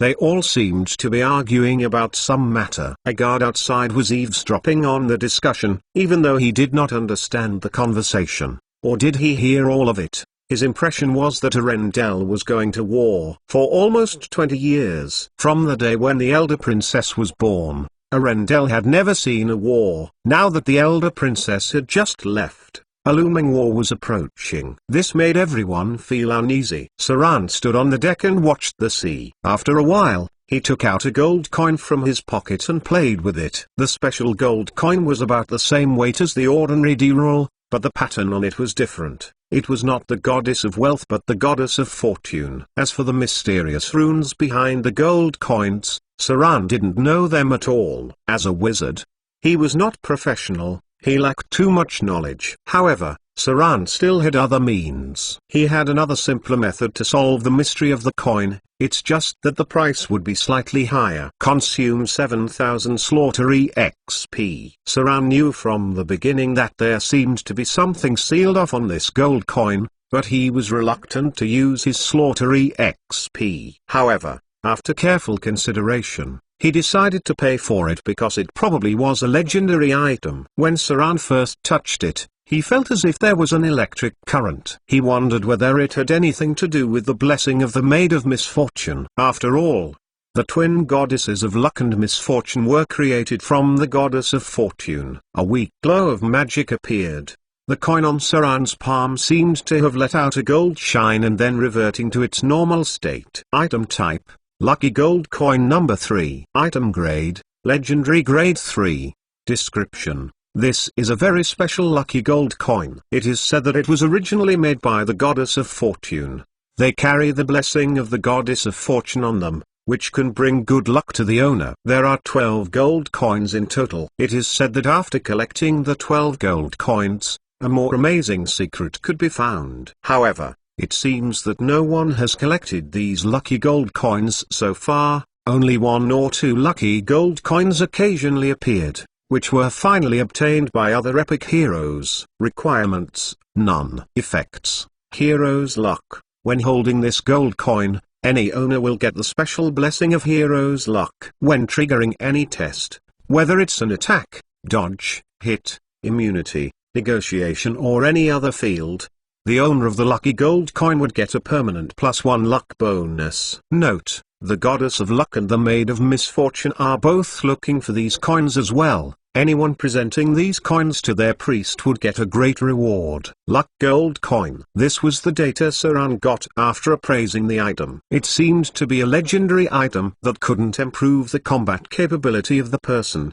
but it also seemed to be an item of great power. In the simplest explanation, this lucky gold coin could provide the special effects of luck +1. This luck bonus could impact any aspect, whether it was attack, evade, immunity, etc. Who knew what fortune was? From this point of view, Saran thought it was still somewhat useful. It was just unclear if the effect of this lucky gold coin could be stacked, since there were 12 lucky gold coins in total according to the above statement. If the effect of the coins could be stacked, then that would mean a bonus of 12 luck. That would then become something terrifying. You could hit the enemy simply just by randomly swinging your sword. According to the past data conversion, 2 points of strength would provide 1 point of attack bonus, 2 points of dexterity would provide 1 point of evade bonus, and 2 points of constitution would provide 1 point of fortitude bonus. According to this calculation,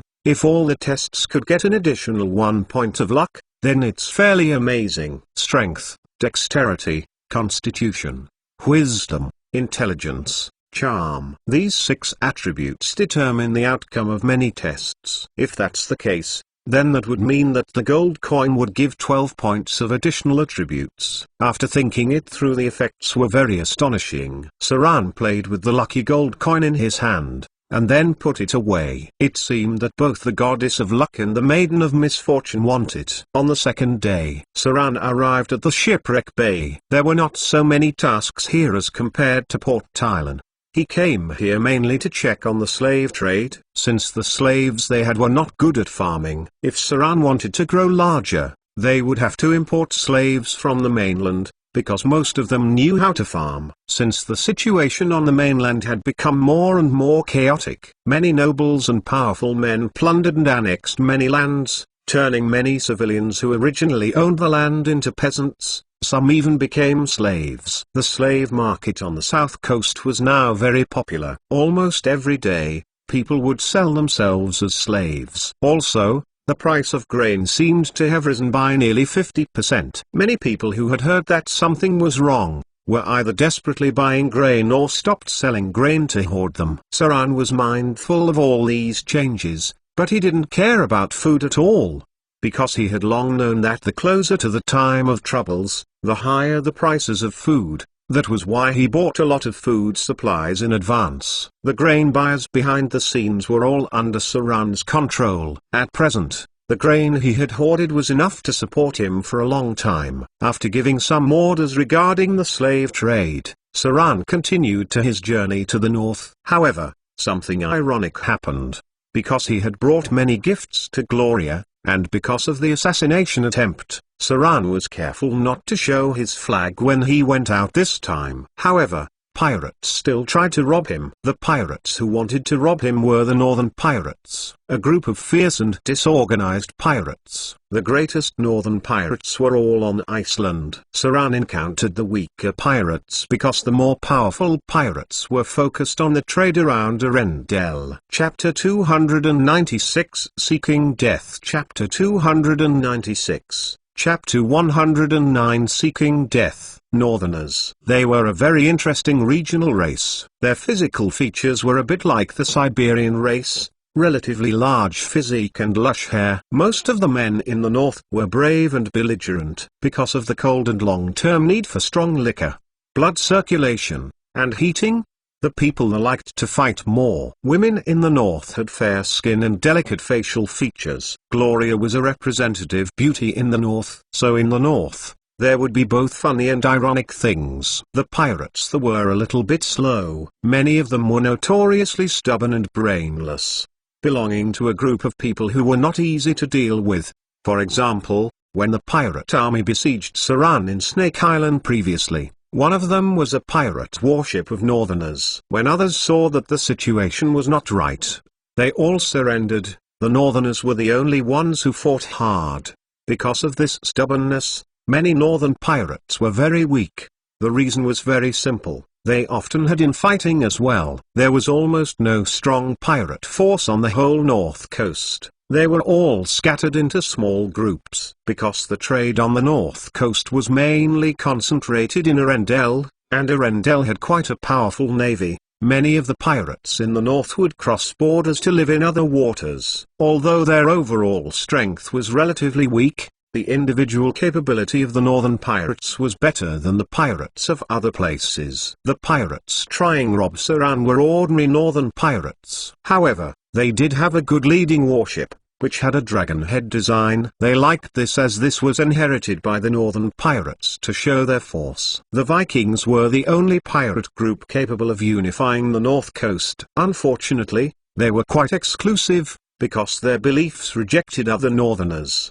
They were also the only group of pirates who dared to attack Arendelle's sea fleet. For some reason, the elder princess never eliminated them. Shouts and howls were heard not far away. After the northern pirate warship appeared in their field of vision, immediately one of Saran's men ran to ask Saran for orders. He looked at the pirate ship in the distance and said, "Lead them in." This time Saran brought a lot of elites. These were the men involved in the legendary naval battle. After hearing Saran's orders, they immediately understood what he meant. The leader gave orders to the others with a strange smile. They turned the ship and acted as though they were going to run. At the same time, they deliberately slowed down a bit, so that the pirates could catch up with them. Without a doubt, the enemy fell for it. A man with a beard and a tattoo on his chest stood under the mast of the leading warship and shouted at his men, "Don't fire. Get close to them. They're not as fast as we are. Get ready to board them. We'll take all their goods." The most valuable thing was not necessarily the goods on the ship. Sometimes the value of the merchant ship itself was greater than the goods. So if conditions permit,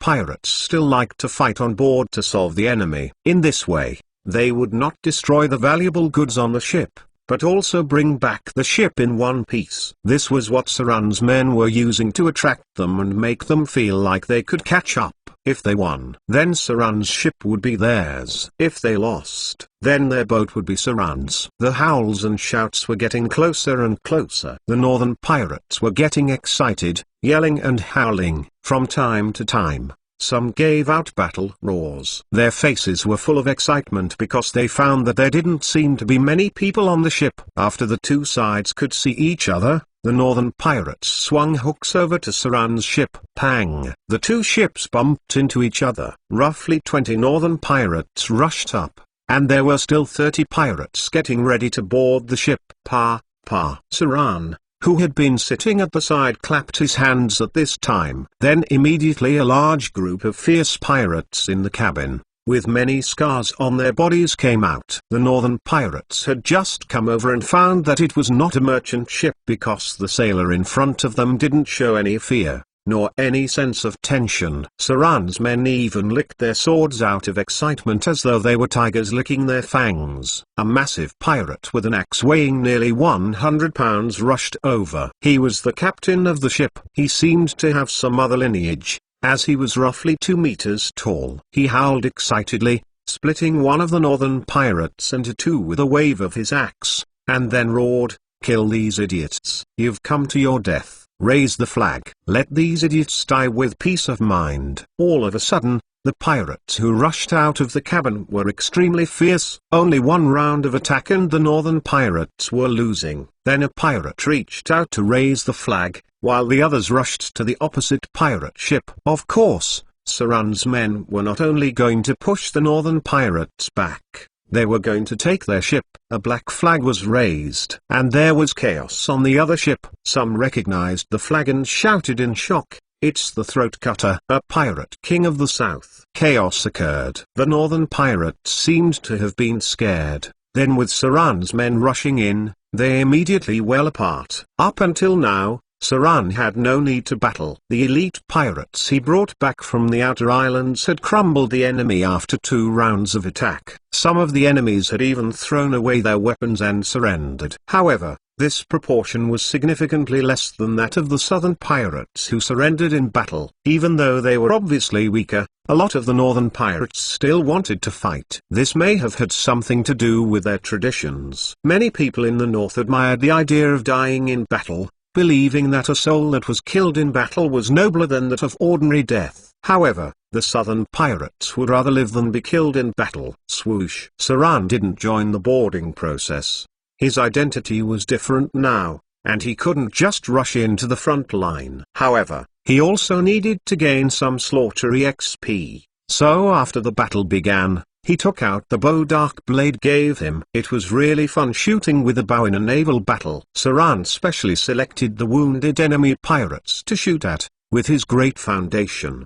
The chance of hitting this kind of enemy was high. Of course, he also had the lucky coin, which permanently gave him +1 luck. Saran killed the pirates one by one. Although he didn't have a good command of the bow, it didn't matter to him if he accidentally killed his own men. He could still get slaughter EXP either way. Fortunately, this did not happen. Saran continued to kill 7 or 8 pirates, and then shot all the northern pirates who fought to their death. The battle had ended. The whole process was less than 10 minutes. Saran now had another warship. Bring the men you've captured for questioning. Saran frowned and looked at the blood on the deck.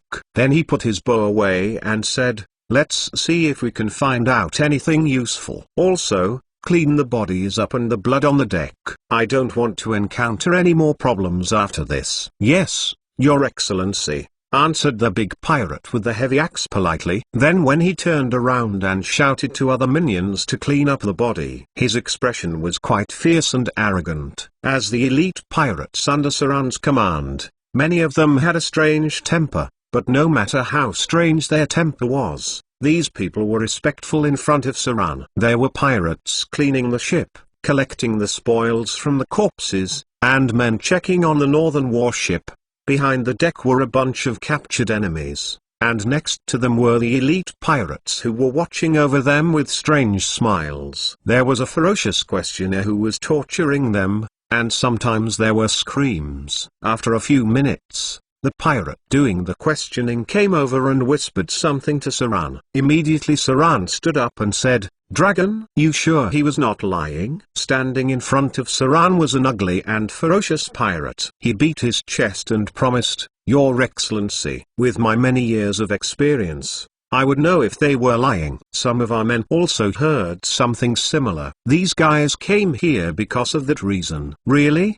Saran nodded and went into deep thought. After some time, he looked at his men and said, "Do not leak this information. Even though it's only an adult white dragon, this might still be something we should deal with." Chapter 297 Chapter 110 Injured Dragon Chapter 297 Chapter 110 Injured Dragon. Killing a dragon. Saran became excited when he thought about this. For any adventurer, dragon killing was a very meaningful thing. It not only represented a dangerous challenge but also an amazing loot. Although Saran had encountered many dragons in this period of time, they were all dragon subspecies. This time, he would have the chance to kill a pure-blooded dragon species. He would not miss it, no matter what. White dragon. An adult white dragon. Although the white dragon was weak compared to the other pure-blooded dragon species, it was much stronger than the other dragon subspecies. An adult white dragon also had legendary capabilities. Its icy dragon breath could freeze a person into ice in an instant. As a pure-blooded dragon species, white dragons also had its template. The loot they dropped was 3 times of the standard,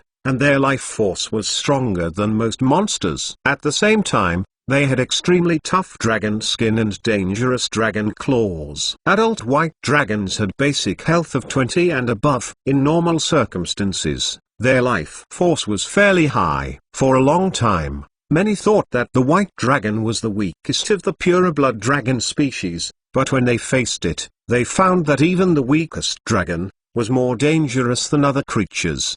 The challenge rating of an adult white dragon was 16. If you had rare grade equipment and 1 or 2 legendary equipment, the challenge rating could be reduced to 12. It was very difficult for ordinary weapons to break the dragon skin and scales. That was why a rare grade 1 weapon would be needed to deal damage. There was a period of decline for the dragons. For some unknown reason, there was a time when the pure blood dragon could hardly put out any spells. Sometimes they didn't even master as many spells as the dragon disciple. Therefore, during that period, the dragons were easy to kill, roughly from the Silver Age to the Age of the Arcane Empire. During this period, the dragon's ability declined for some reason, and the general challenge rating decreased by about 2 to 5. Then after the period of the Arcane Empire, the dragons became much stronger. At first, an adult white dragon could only cast a gust of wind spell, and they relied on their claws and teeth to attack.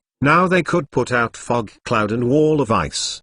The ups and downs of their ability were believed by wizards to be related to the tide of elements generated by the ages, but it was not clear exactly what the reason was. Note: wizards believed that the elements of the whole world would move like the seawater, and the flow would affect the energy structure of the elements of the whole world. Therefore, the dragon species, which was completely dependent on their ability to control the elemental energy of the world, would easily be affected by the element tide. But the time span of this change was more than thousands of years. Saran was not sure about the growing process of an adult dragon, but his experience told him that dragons that lived in special environments knew a few more spells than ordinary dragons. The information they got from the northern pirates were actually not complete, because even these pirates only heard that there was an adult white dragon that flew by, and that the white dragon seemed to be a little hurt. After receiving the news,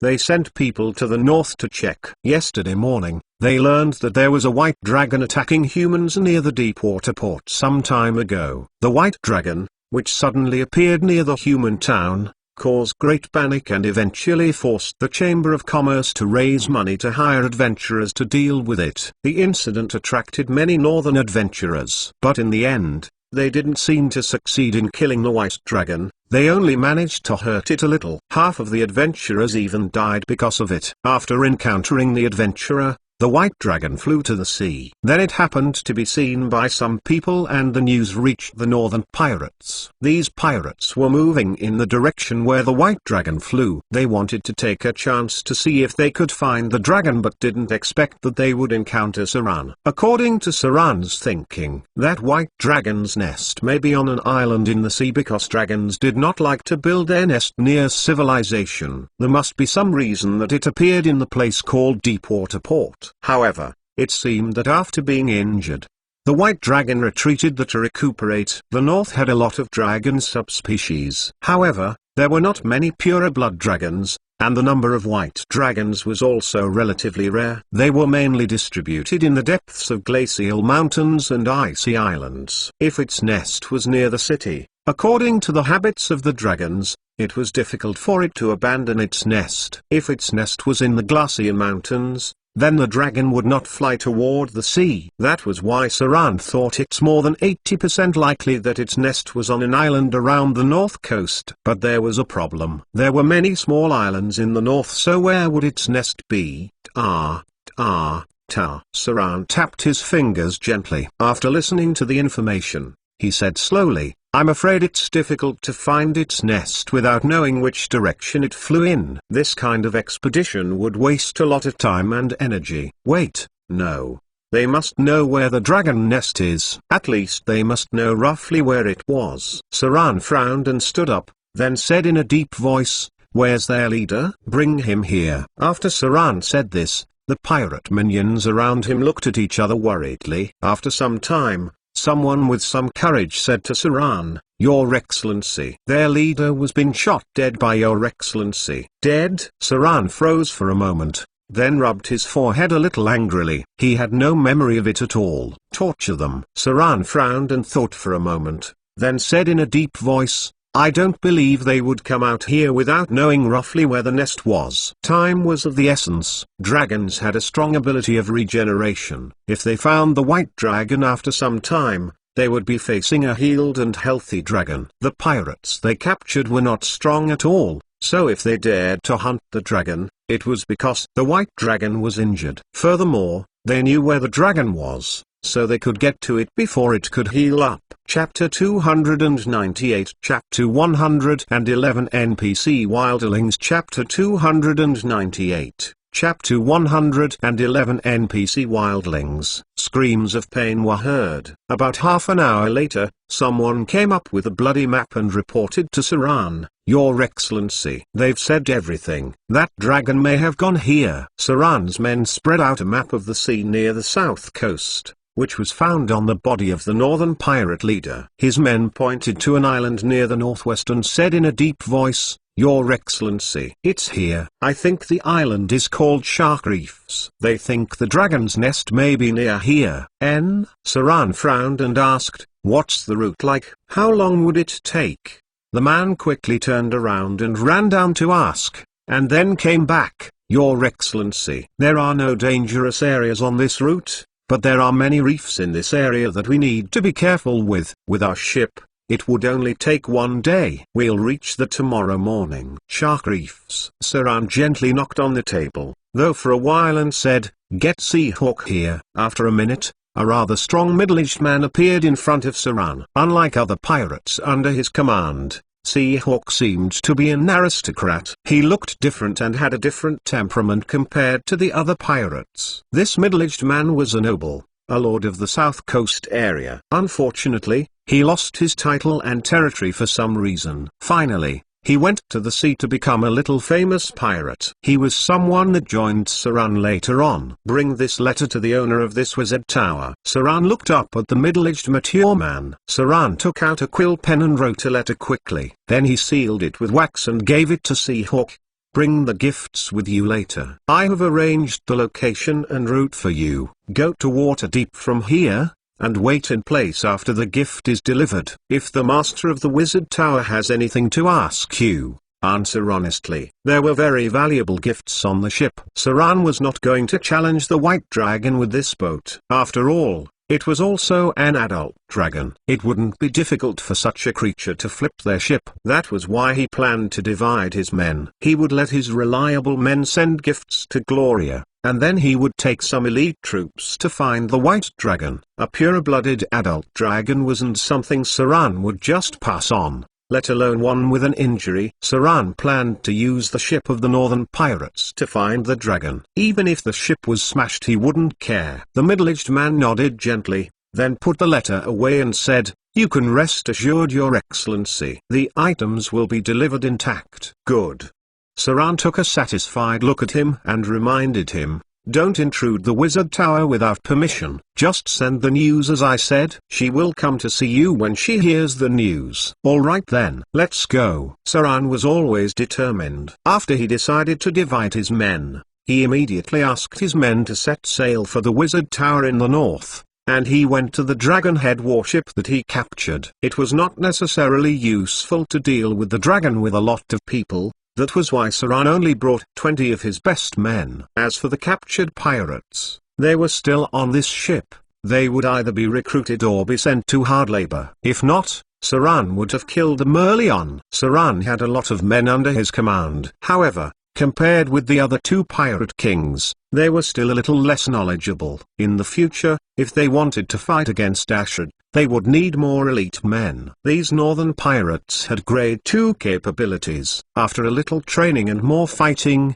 they would grow to be grade 3 pirates. Soon the two ships separated, and Saran's ship continued to sail to deliver the gift to the north, along with a letter from him. As for the Dragonhead warship, it went to a place called Shark Reefs, where the white dragon was most likely to be. If it was found, Saran definitely would kill it. If it was not found, Saran would give up and turn to the north. A day went past because he brought along the captured northern pirates. They easily passed through the areas with reefs. Then on the morning of the next day, an island appeared in front of him. It looked like one of the outer islands of the south coast. The islands were not very large. The smallest was only tens of meters wide. However, at a glance, we could see that there was a large island with a diameter of more than 30 kilometers. The whole island was independent like a cliff, and there was a dense forest on it.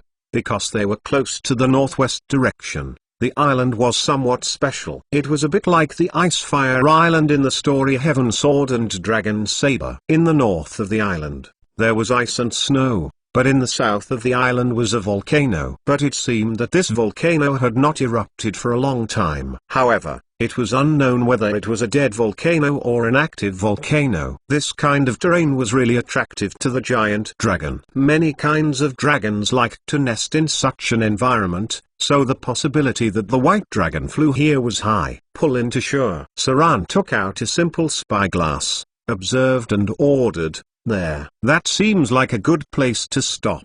After about an hour, the Dragonhead warship docked on one side of the island. Saran came to the beach with some elite men while leaving only 3 to 5 guards on the ship. As soon as he came to the island, Saran found something wrong. The reason was simple: there were few animals here, and the whole island was quiet. There were not many birds in the dense forest. Normally, there should be many animals living here. Since there were very few animals here, it could only prove one thing: there were some terrifying creatures here. The dragon was a good bet. Frightful Presence was a kind of range ability. Even the weaker white dragon, as a pure-blooded dragon, also had the ability Frightful Presence. Any creatures close to it were forced to take a test. Otherwise, it would be filled with fear and horror. Frightful Presence would expel other creatures near the giant dragon's nest. Unless it was a slave to the dragon, other creatures dared not approach it. Groog. Crook. Some strange noise caught Saran's attention. Just as he raised his hand to show others to be careful,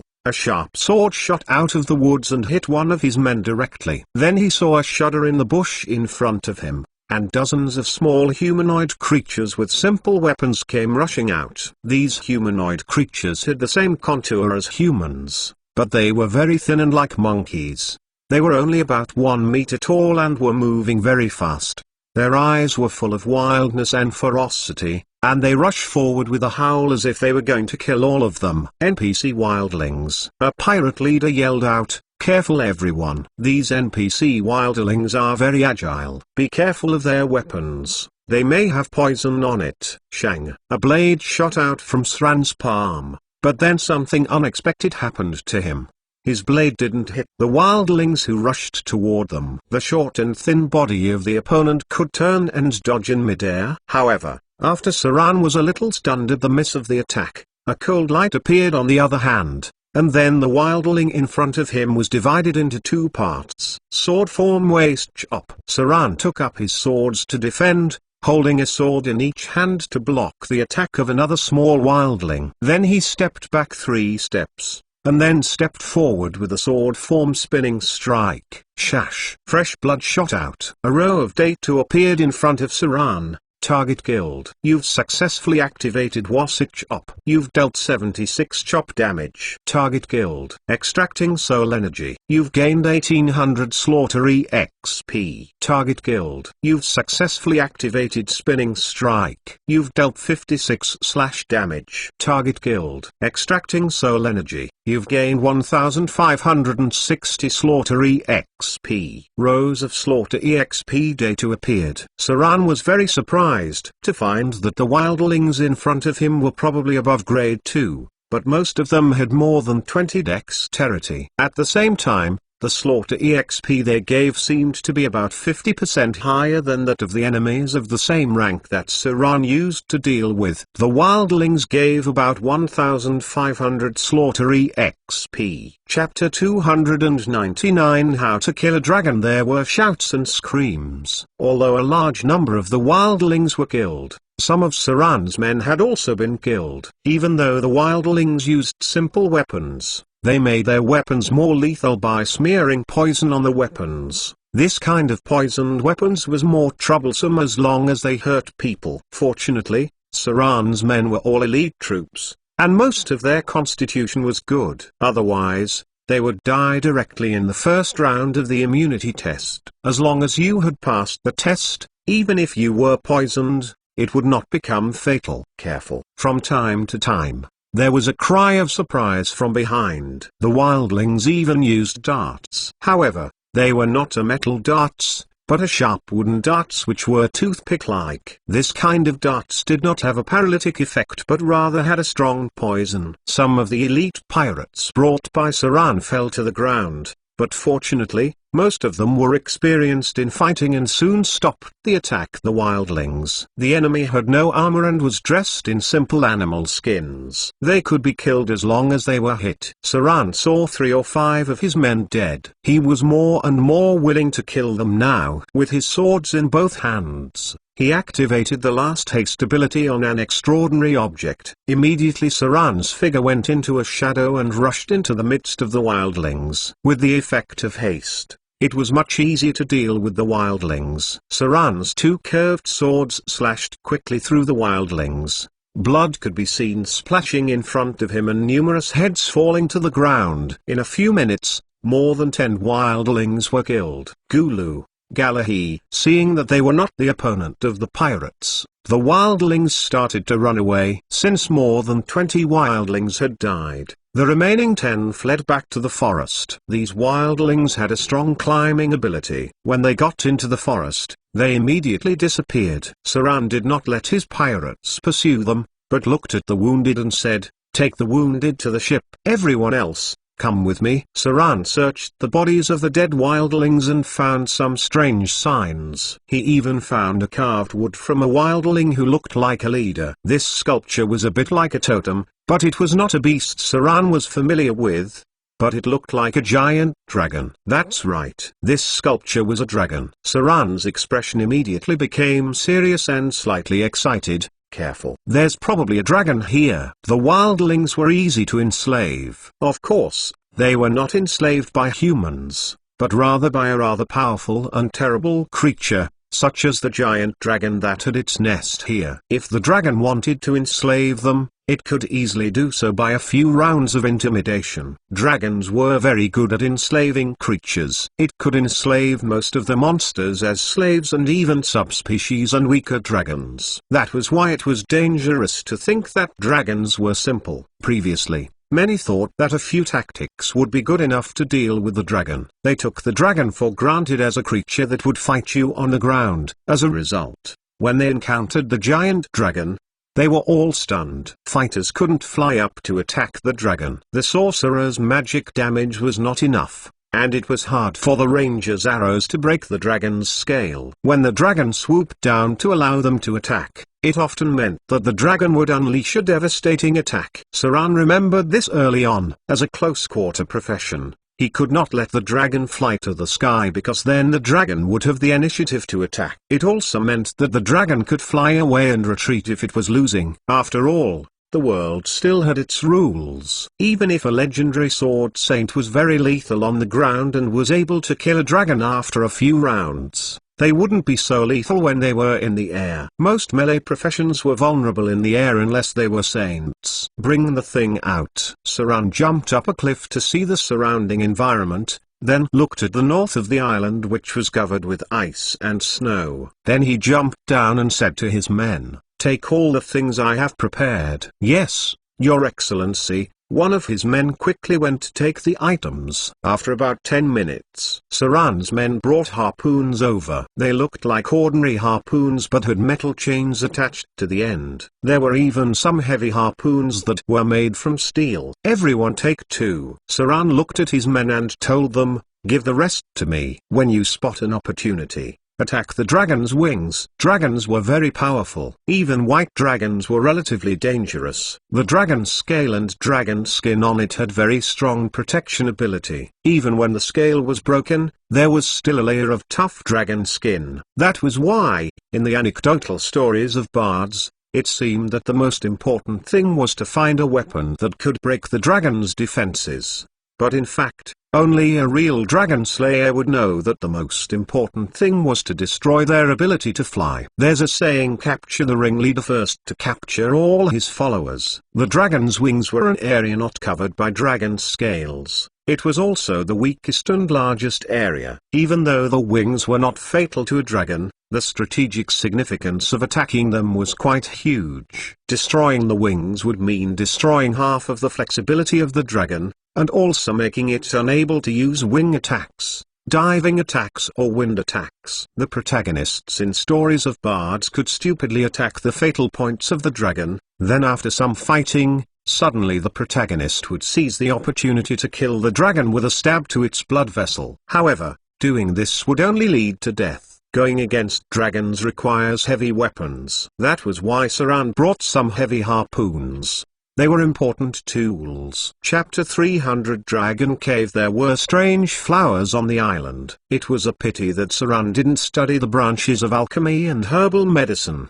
He couldn't distinguish the properties of these plants. He took his men around from the side and felt that they were closer to the north of the island since the surrounding temperature was lower. This was a rare phenomenon, might be related to the geothermal energy emitted by volcanoes in the south of the island. The northern part of the island was covered with ice and snow, but it was mainly concentrated in an area, the area where Saran thought the white dragon nest would be. There lived a dragon here, and there was hardly any other creature. It took Saran about half an hour to walk around the snow-capped mountain. The surrounding cliffs were very smooth and steep, and covered with a layer of solid ice. It was not like a natural environment, but more like it was deliberately arranged like this. Dragons like to make a nest on steep hilltops so that other creatures that couldn't fly could not get close to them. The white dragon, whose ability was slightly weaker than that of the other dragons, also liked to use their breath to spray ice around the nest. This kind of ice layer would make it very difficult to climb around the cliff, and any enemies who dared to challenge it near the nest would be at a disadvantage. But the white dragon would not have such a problem because they were born with a special ability to walk on ice. Saran previously dealt with a few ice Quetzalcoatlus which had part of the white dragon's lineage. That was why they liked to cover the area around their nest with ice too. Details in Volume I. Hide. Saran made a sign to the other men behind him and said in a deep voice, "You guys stay nearby. I'll find a way to draw the white dragon out of the nest, then you guys find a chance to attack its wings with the heavy harpoon." Heavy weapons naturally had a +1 armor-breaking ability. It could be simply understood that heavy weapons were much better than ordinary swords to deal with full-body plate armor. These heavy harpoons had hidden armor-breaking effects. It may be difficult for them to break dragon scales, but breaking the dragon wings were quite simple. There were obvious barbs on the harpoon. Some of the harpoons were linked to chains, and the other end was made from steel. If properly used, it could lock the dragon's wings and make them completely lose the ability to fly. Unless the dragon forcefully pulled the harpoon out with its flesh. Shadow Veil. Saran's figure gradually disappeared into the shadow, and he looked around the environment, and then moved along the right side near the mountain wall. Because it was covered with a layer of ice, the whole mountain wall was very smooth, and other people couldn't climb up. But for Saran,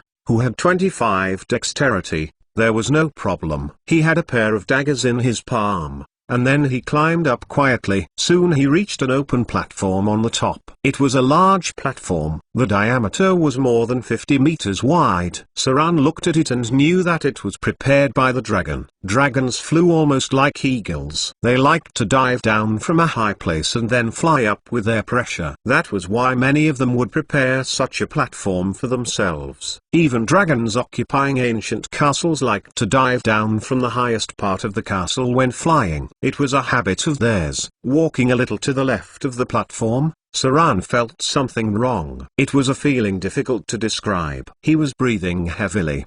His heart beat faster as if he was frightened. The hairs on his back were standing up, and he had a sense of inexplicable powerlessness and emptiness. It was like a bad cold, and his whole person had no strength. This was a frightful presence. As soon as he got the feeling, a row of data appeared. You're affected by frightful presence. Activated a test of will. Test of will passed. You've successfully resisted the side effects of frightful presence. The feeling of powerlessness gradually subsided.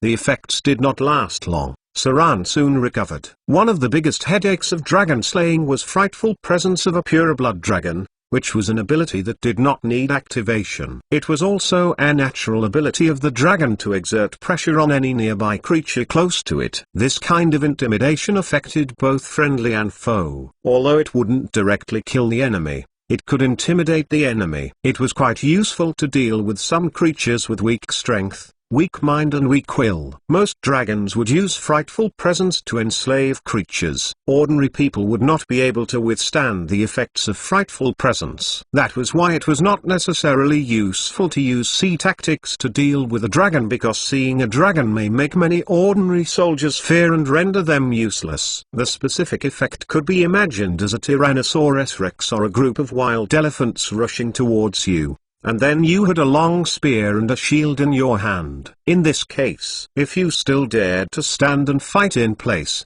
then you will surely pass the test. If you couldn't do this, you would fail against frightful presence. Test of Will 16 plus. Saran was a person who attached great importance to the will attribute, so it was not surprising that he could resist the effects of frightful presence. However, it depended on the will of the pirates if they could resist the effects of frightful presence afterward.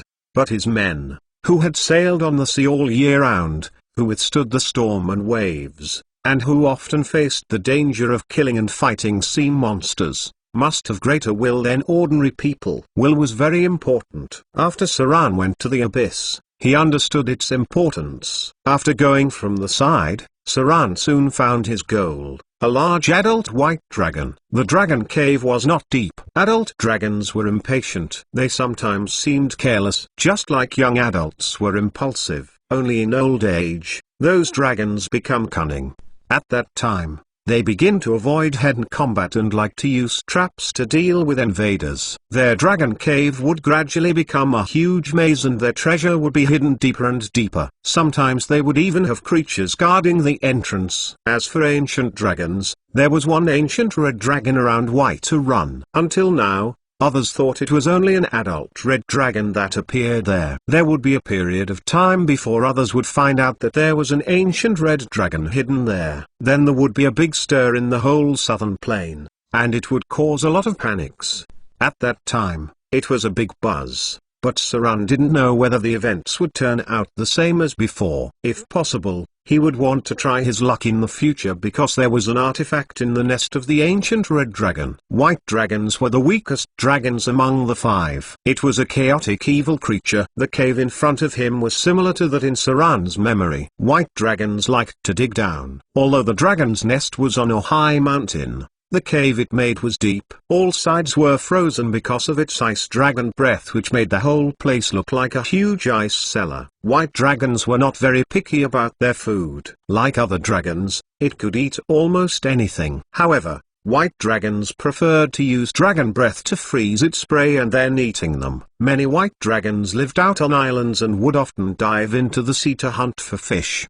The most important point was white dragons liked to surprise attack from above, and would definitely use dragon breathe immediately as its first attack. The scales of the white dragon in the embryonic stage would reflect light like a mirror, and the luster would gradually disappear with age. After reaching adulthood, the color of a white dragon would become gray and white, which was an important basis for judging the strength of a white dragon. Saran just looked inside the dragon's cave, and roughly judged that this was a white dragon in its late adulthood. Most dragons' strength could be calculated simply according to their age. Their growth periods were: newborn dragon challenge rating 1, young dragon challenge rating 4, juvenile dragon challenge rating 7, youth dragon challenge rating 10, adult dragon challenge rating 13, adult prime dragon challenge rating 16, old dragon challenge rating 19, extremely old dragon challenge rating 21. All dragons were basically like this. On the other hand, anything beyond this was considered to be ancient dragons. This kind of dragon basically had divinity. It could be said that the difficulty of dealing with them was not much different from that of challenging the gods and saints. Therefore, Luck was very important in killing ancient dragons. The dragon in front of Saran was going from adult dragon to adult prime dragon. This was not good news. Even the weakest white dragon among the 5 would have additional physical resistance and spell resistance after the transition from adulthood to adult prime. It then would be immune to any physical damage and spell damage below 10. This natural ability increases over time and could eventually evolve into immunity to certain types of damage. Fortunately, after these dragons were killed, their skin would inherit part of the defense resistance and could be directly made into first-class rare-grade equipment. This was somewhat troublesome. Sran looked at the 50 feet adult white dragon and slowly moved toward it.